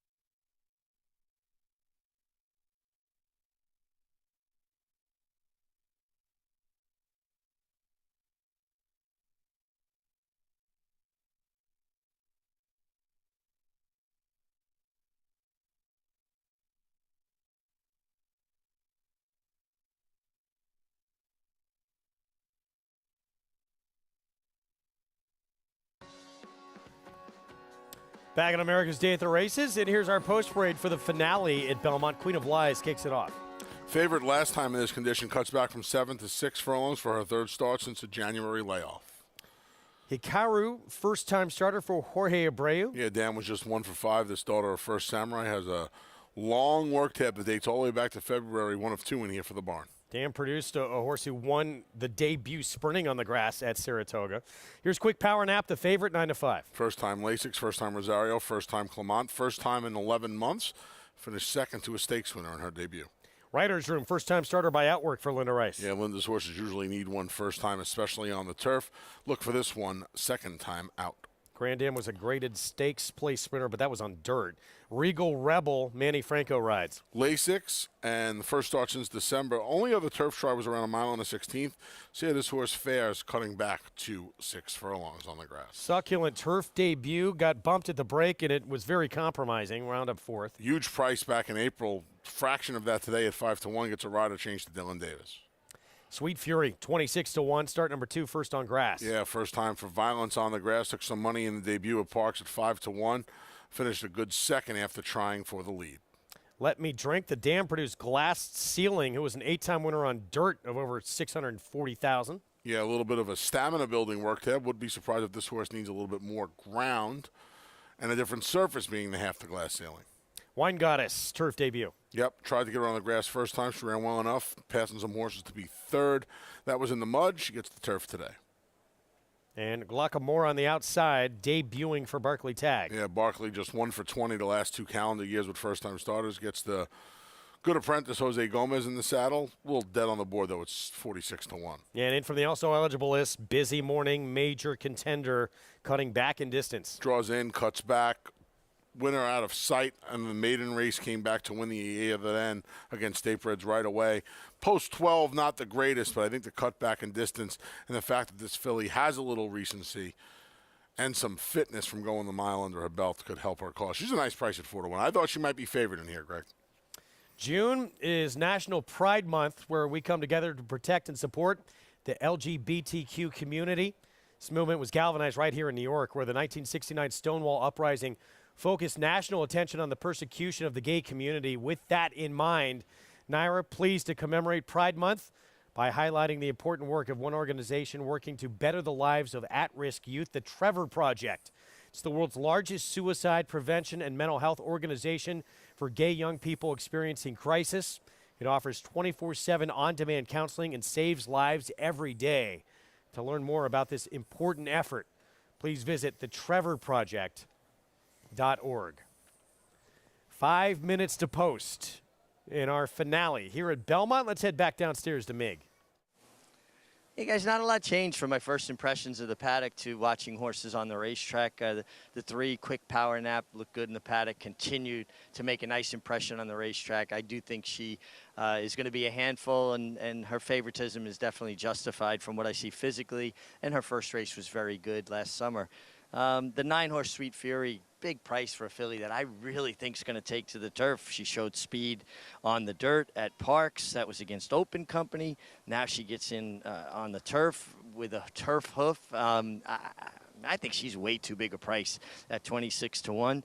And then my top selection is going to be the 14 Busy Morning. I would like it better if she had an inside draw or even a horse or 2 outside of her. There's a lot of empty space there outside, but she does have the race under her belt, and I'm counting on Jose Lezcano being able to work out a trip. The only, to me, the only drawback is that post, and he's going to have to, make some moves to not be caught too wide into that far turn. Yeah, so with the scratches, it's going to be post 11 for Busy Morning, the 14. 7-2 on the board right now. Got beat by a filly who'd come back to win again next time out for David Dunk, out of sight. We'll see how she takes to sprinting coming up. But throughout the wagering, Anthony, it's been this 3 filly moving to the Clement barn. Quick Power Nap has been the one to beat on the board. Yeah, I'm not. I misspoke before. I was not surprised by this. I thought Quick Power Nap off the trainer change and the jockey change. These connections obviously win bunches of races together.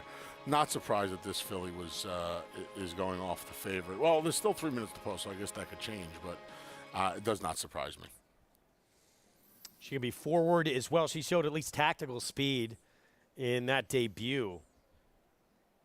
When you look through the rest of this field, I mean, she looks potentially like she could be the one in front in this race. Yeah.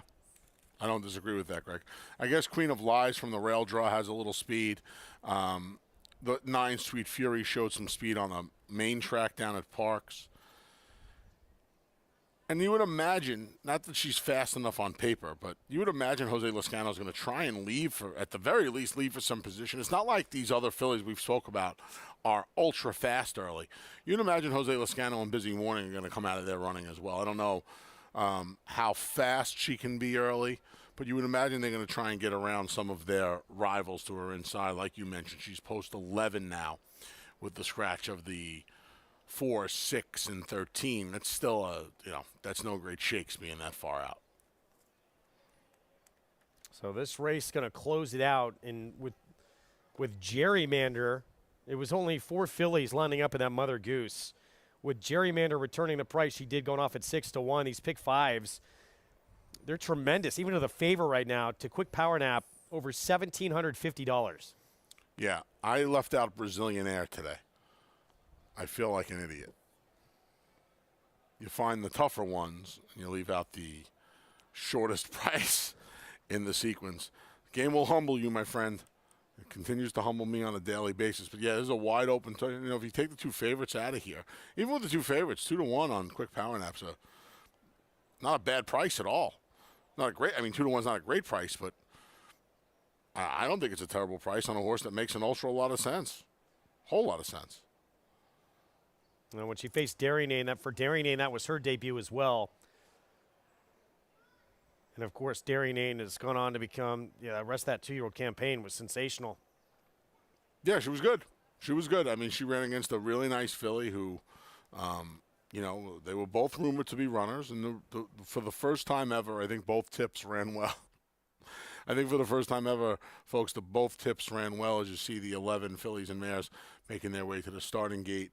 You see the number 9. Sweet Fury's interesting in here for the simple fact that, and there she is coming up from Parks, because she showed speed on the dirt. She was the fastest horse on the dirt.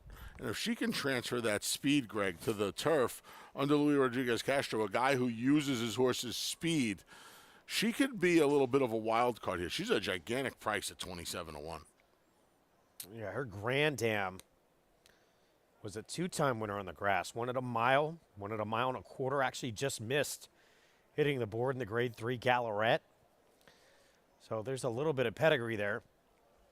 Huge number. As we see Let Me Drink step up. Dan was 0 for 4 in the money on the grass. Not a lot of turf pedigree with a 10. Down to 3-1 on the 14, Busy Morning. Took steady money since they came out for the post parade. She's taken some steady money. I never thought she was going to be 9-2. This is about right. I'm not surprised. Quick Power Nap's the favorite, and that kind of left Busy Morning as the second choice. Also, sometimes people don't realize that the also eligibles draw in. I know that sounds silly, because if you're gambling and betting your money, you should probably know who's drawing in. But I think that happens a lot where horses that draw in from the also eligible list, they tend to get ignored a little bit. No, I'm with you on that. It happens. Down to 5-2 now. It's getting close. Between the 3 and the 14. There's Guacamora, Barkley Tag. And Busy Morning will be the last in. We're set for the nightcap. Let's go upstairs. John Imbrial, the call.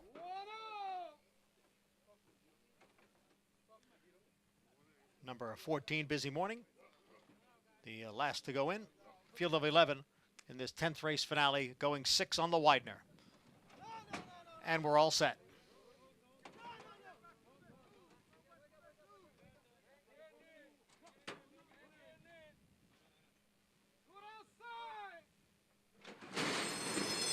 And they're off.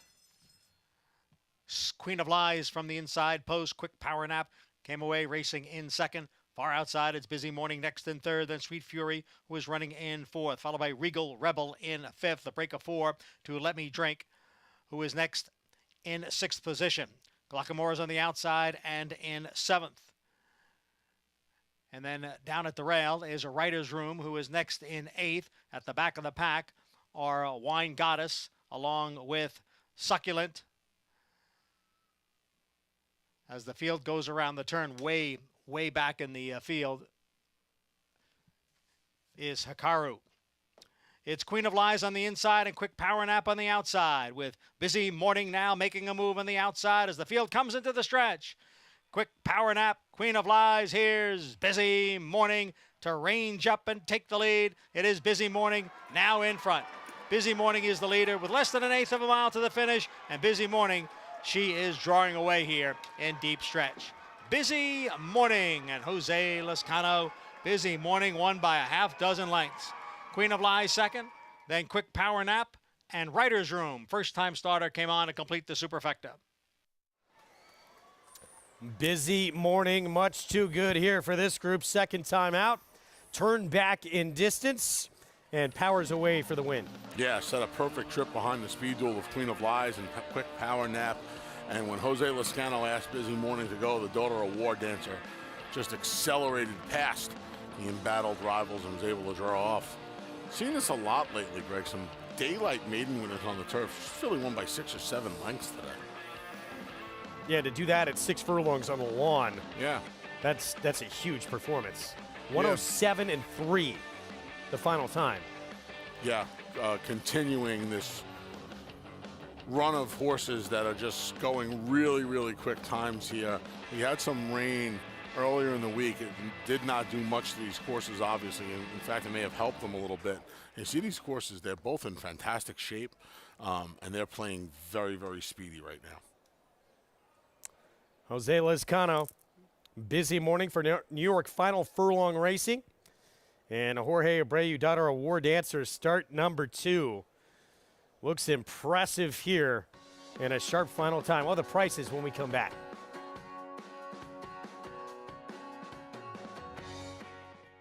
The momentum continues for War Dancer. Following a triumphant Saratoga meet as the #1 second crop sire, his progeny have posted 14 more wins in 2022, like Pop the Bubbly. And it's going to be Pop the Bubbly. You Should Be Dancing. On the outside, You Should Be Dancing, the winner. And Fun While It Lasted in an 8-length blowout. Final furlong. It's Fun While It Lasted until the 16th left has 8 lengths on them. Now with $3 million in progeny earnings on dirt and turf going long and short, War Dancer is a sire on fire. Join the momentum today at wardancerstud.com.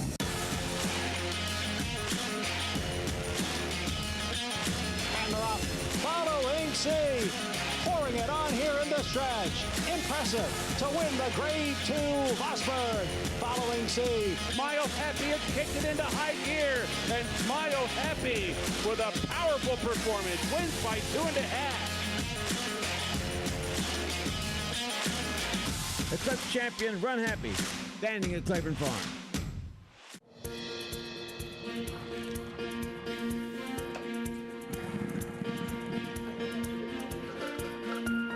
We take pride in what we do.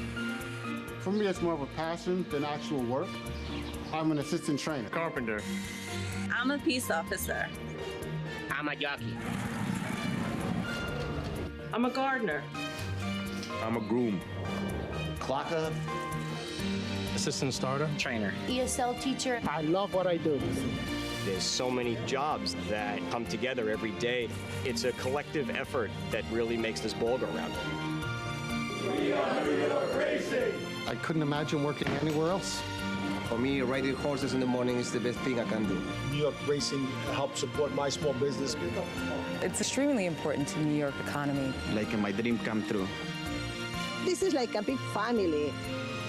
We are New York Horse Racing.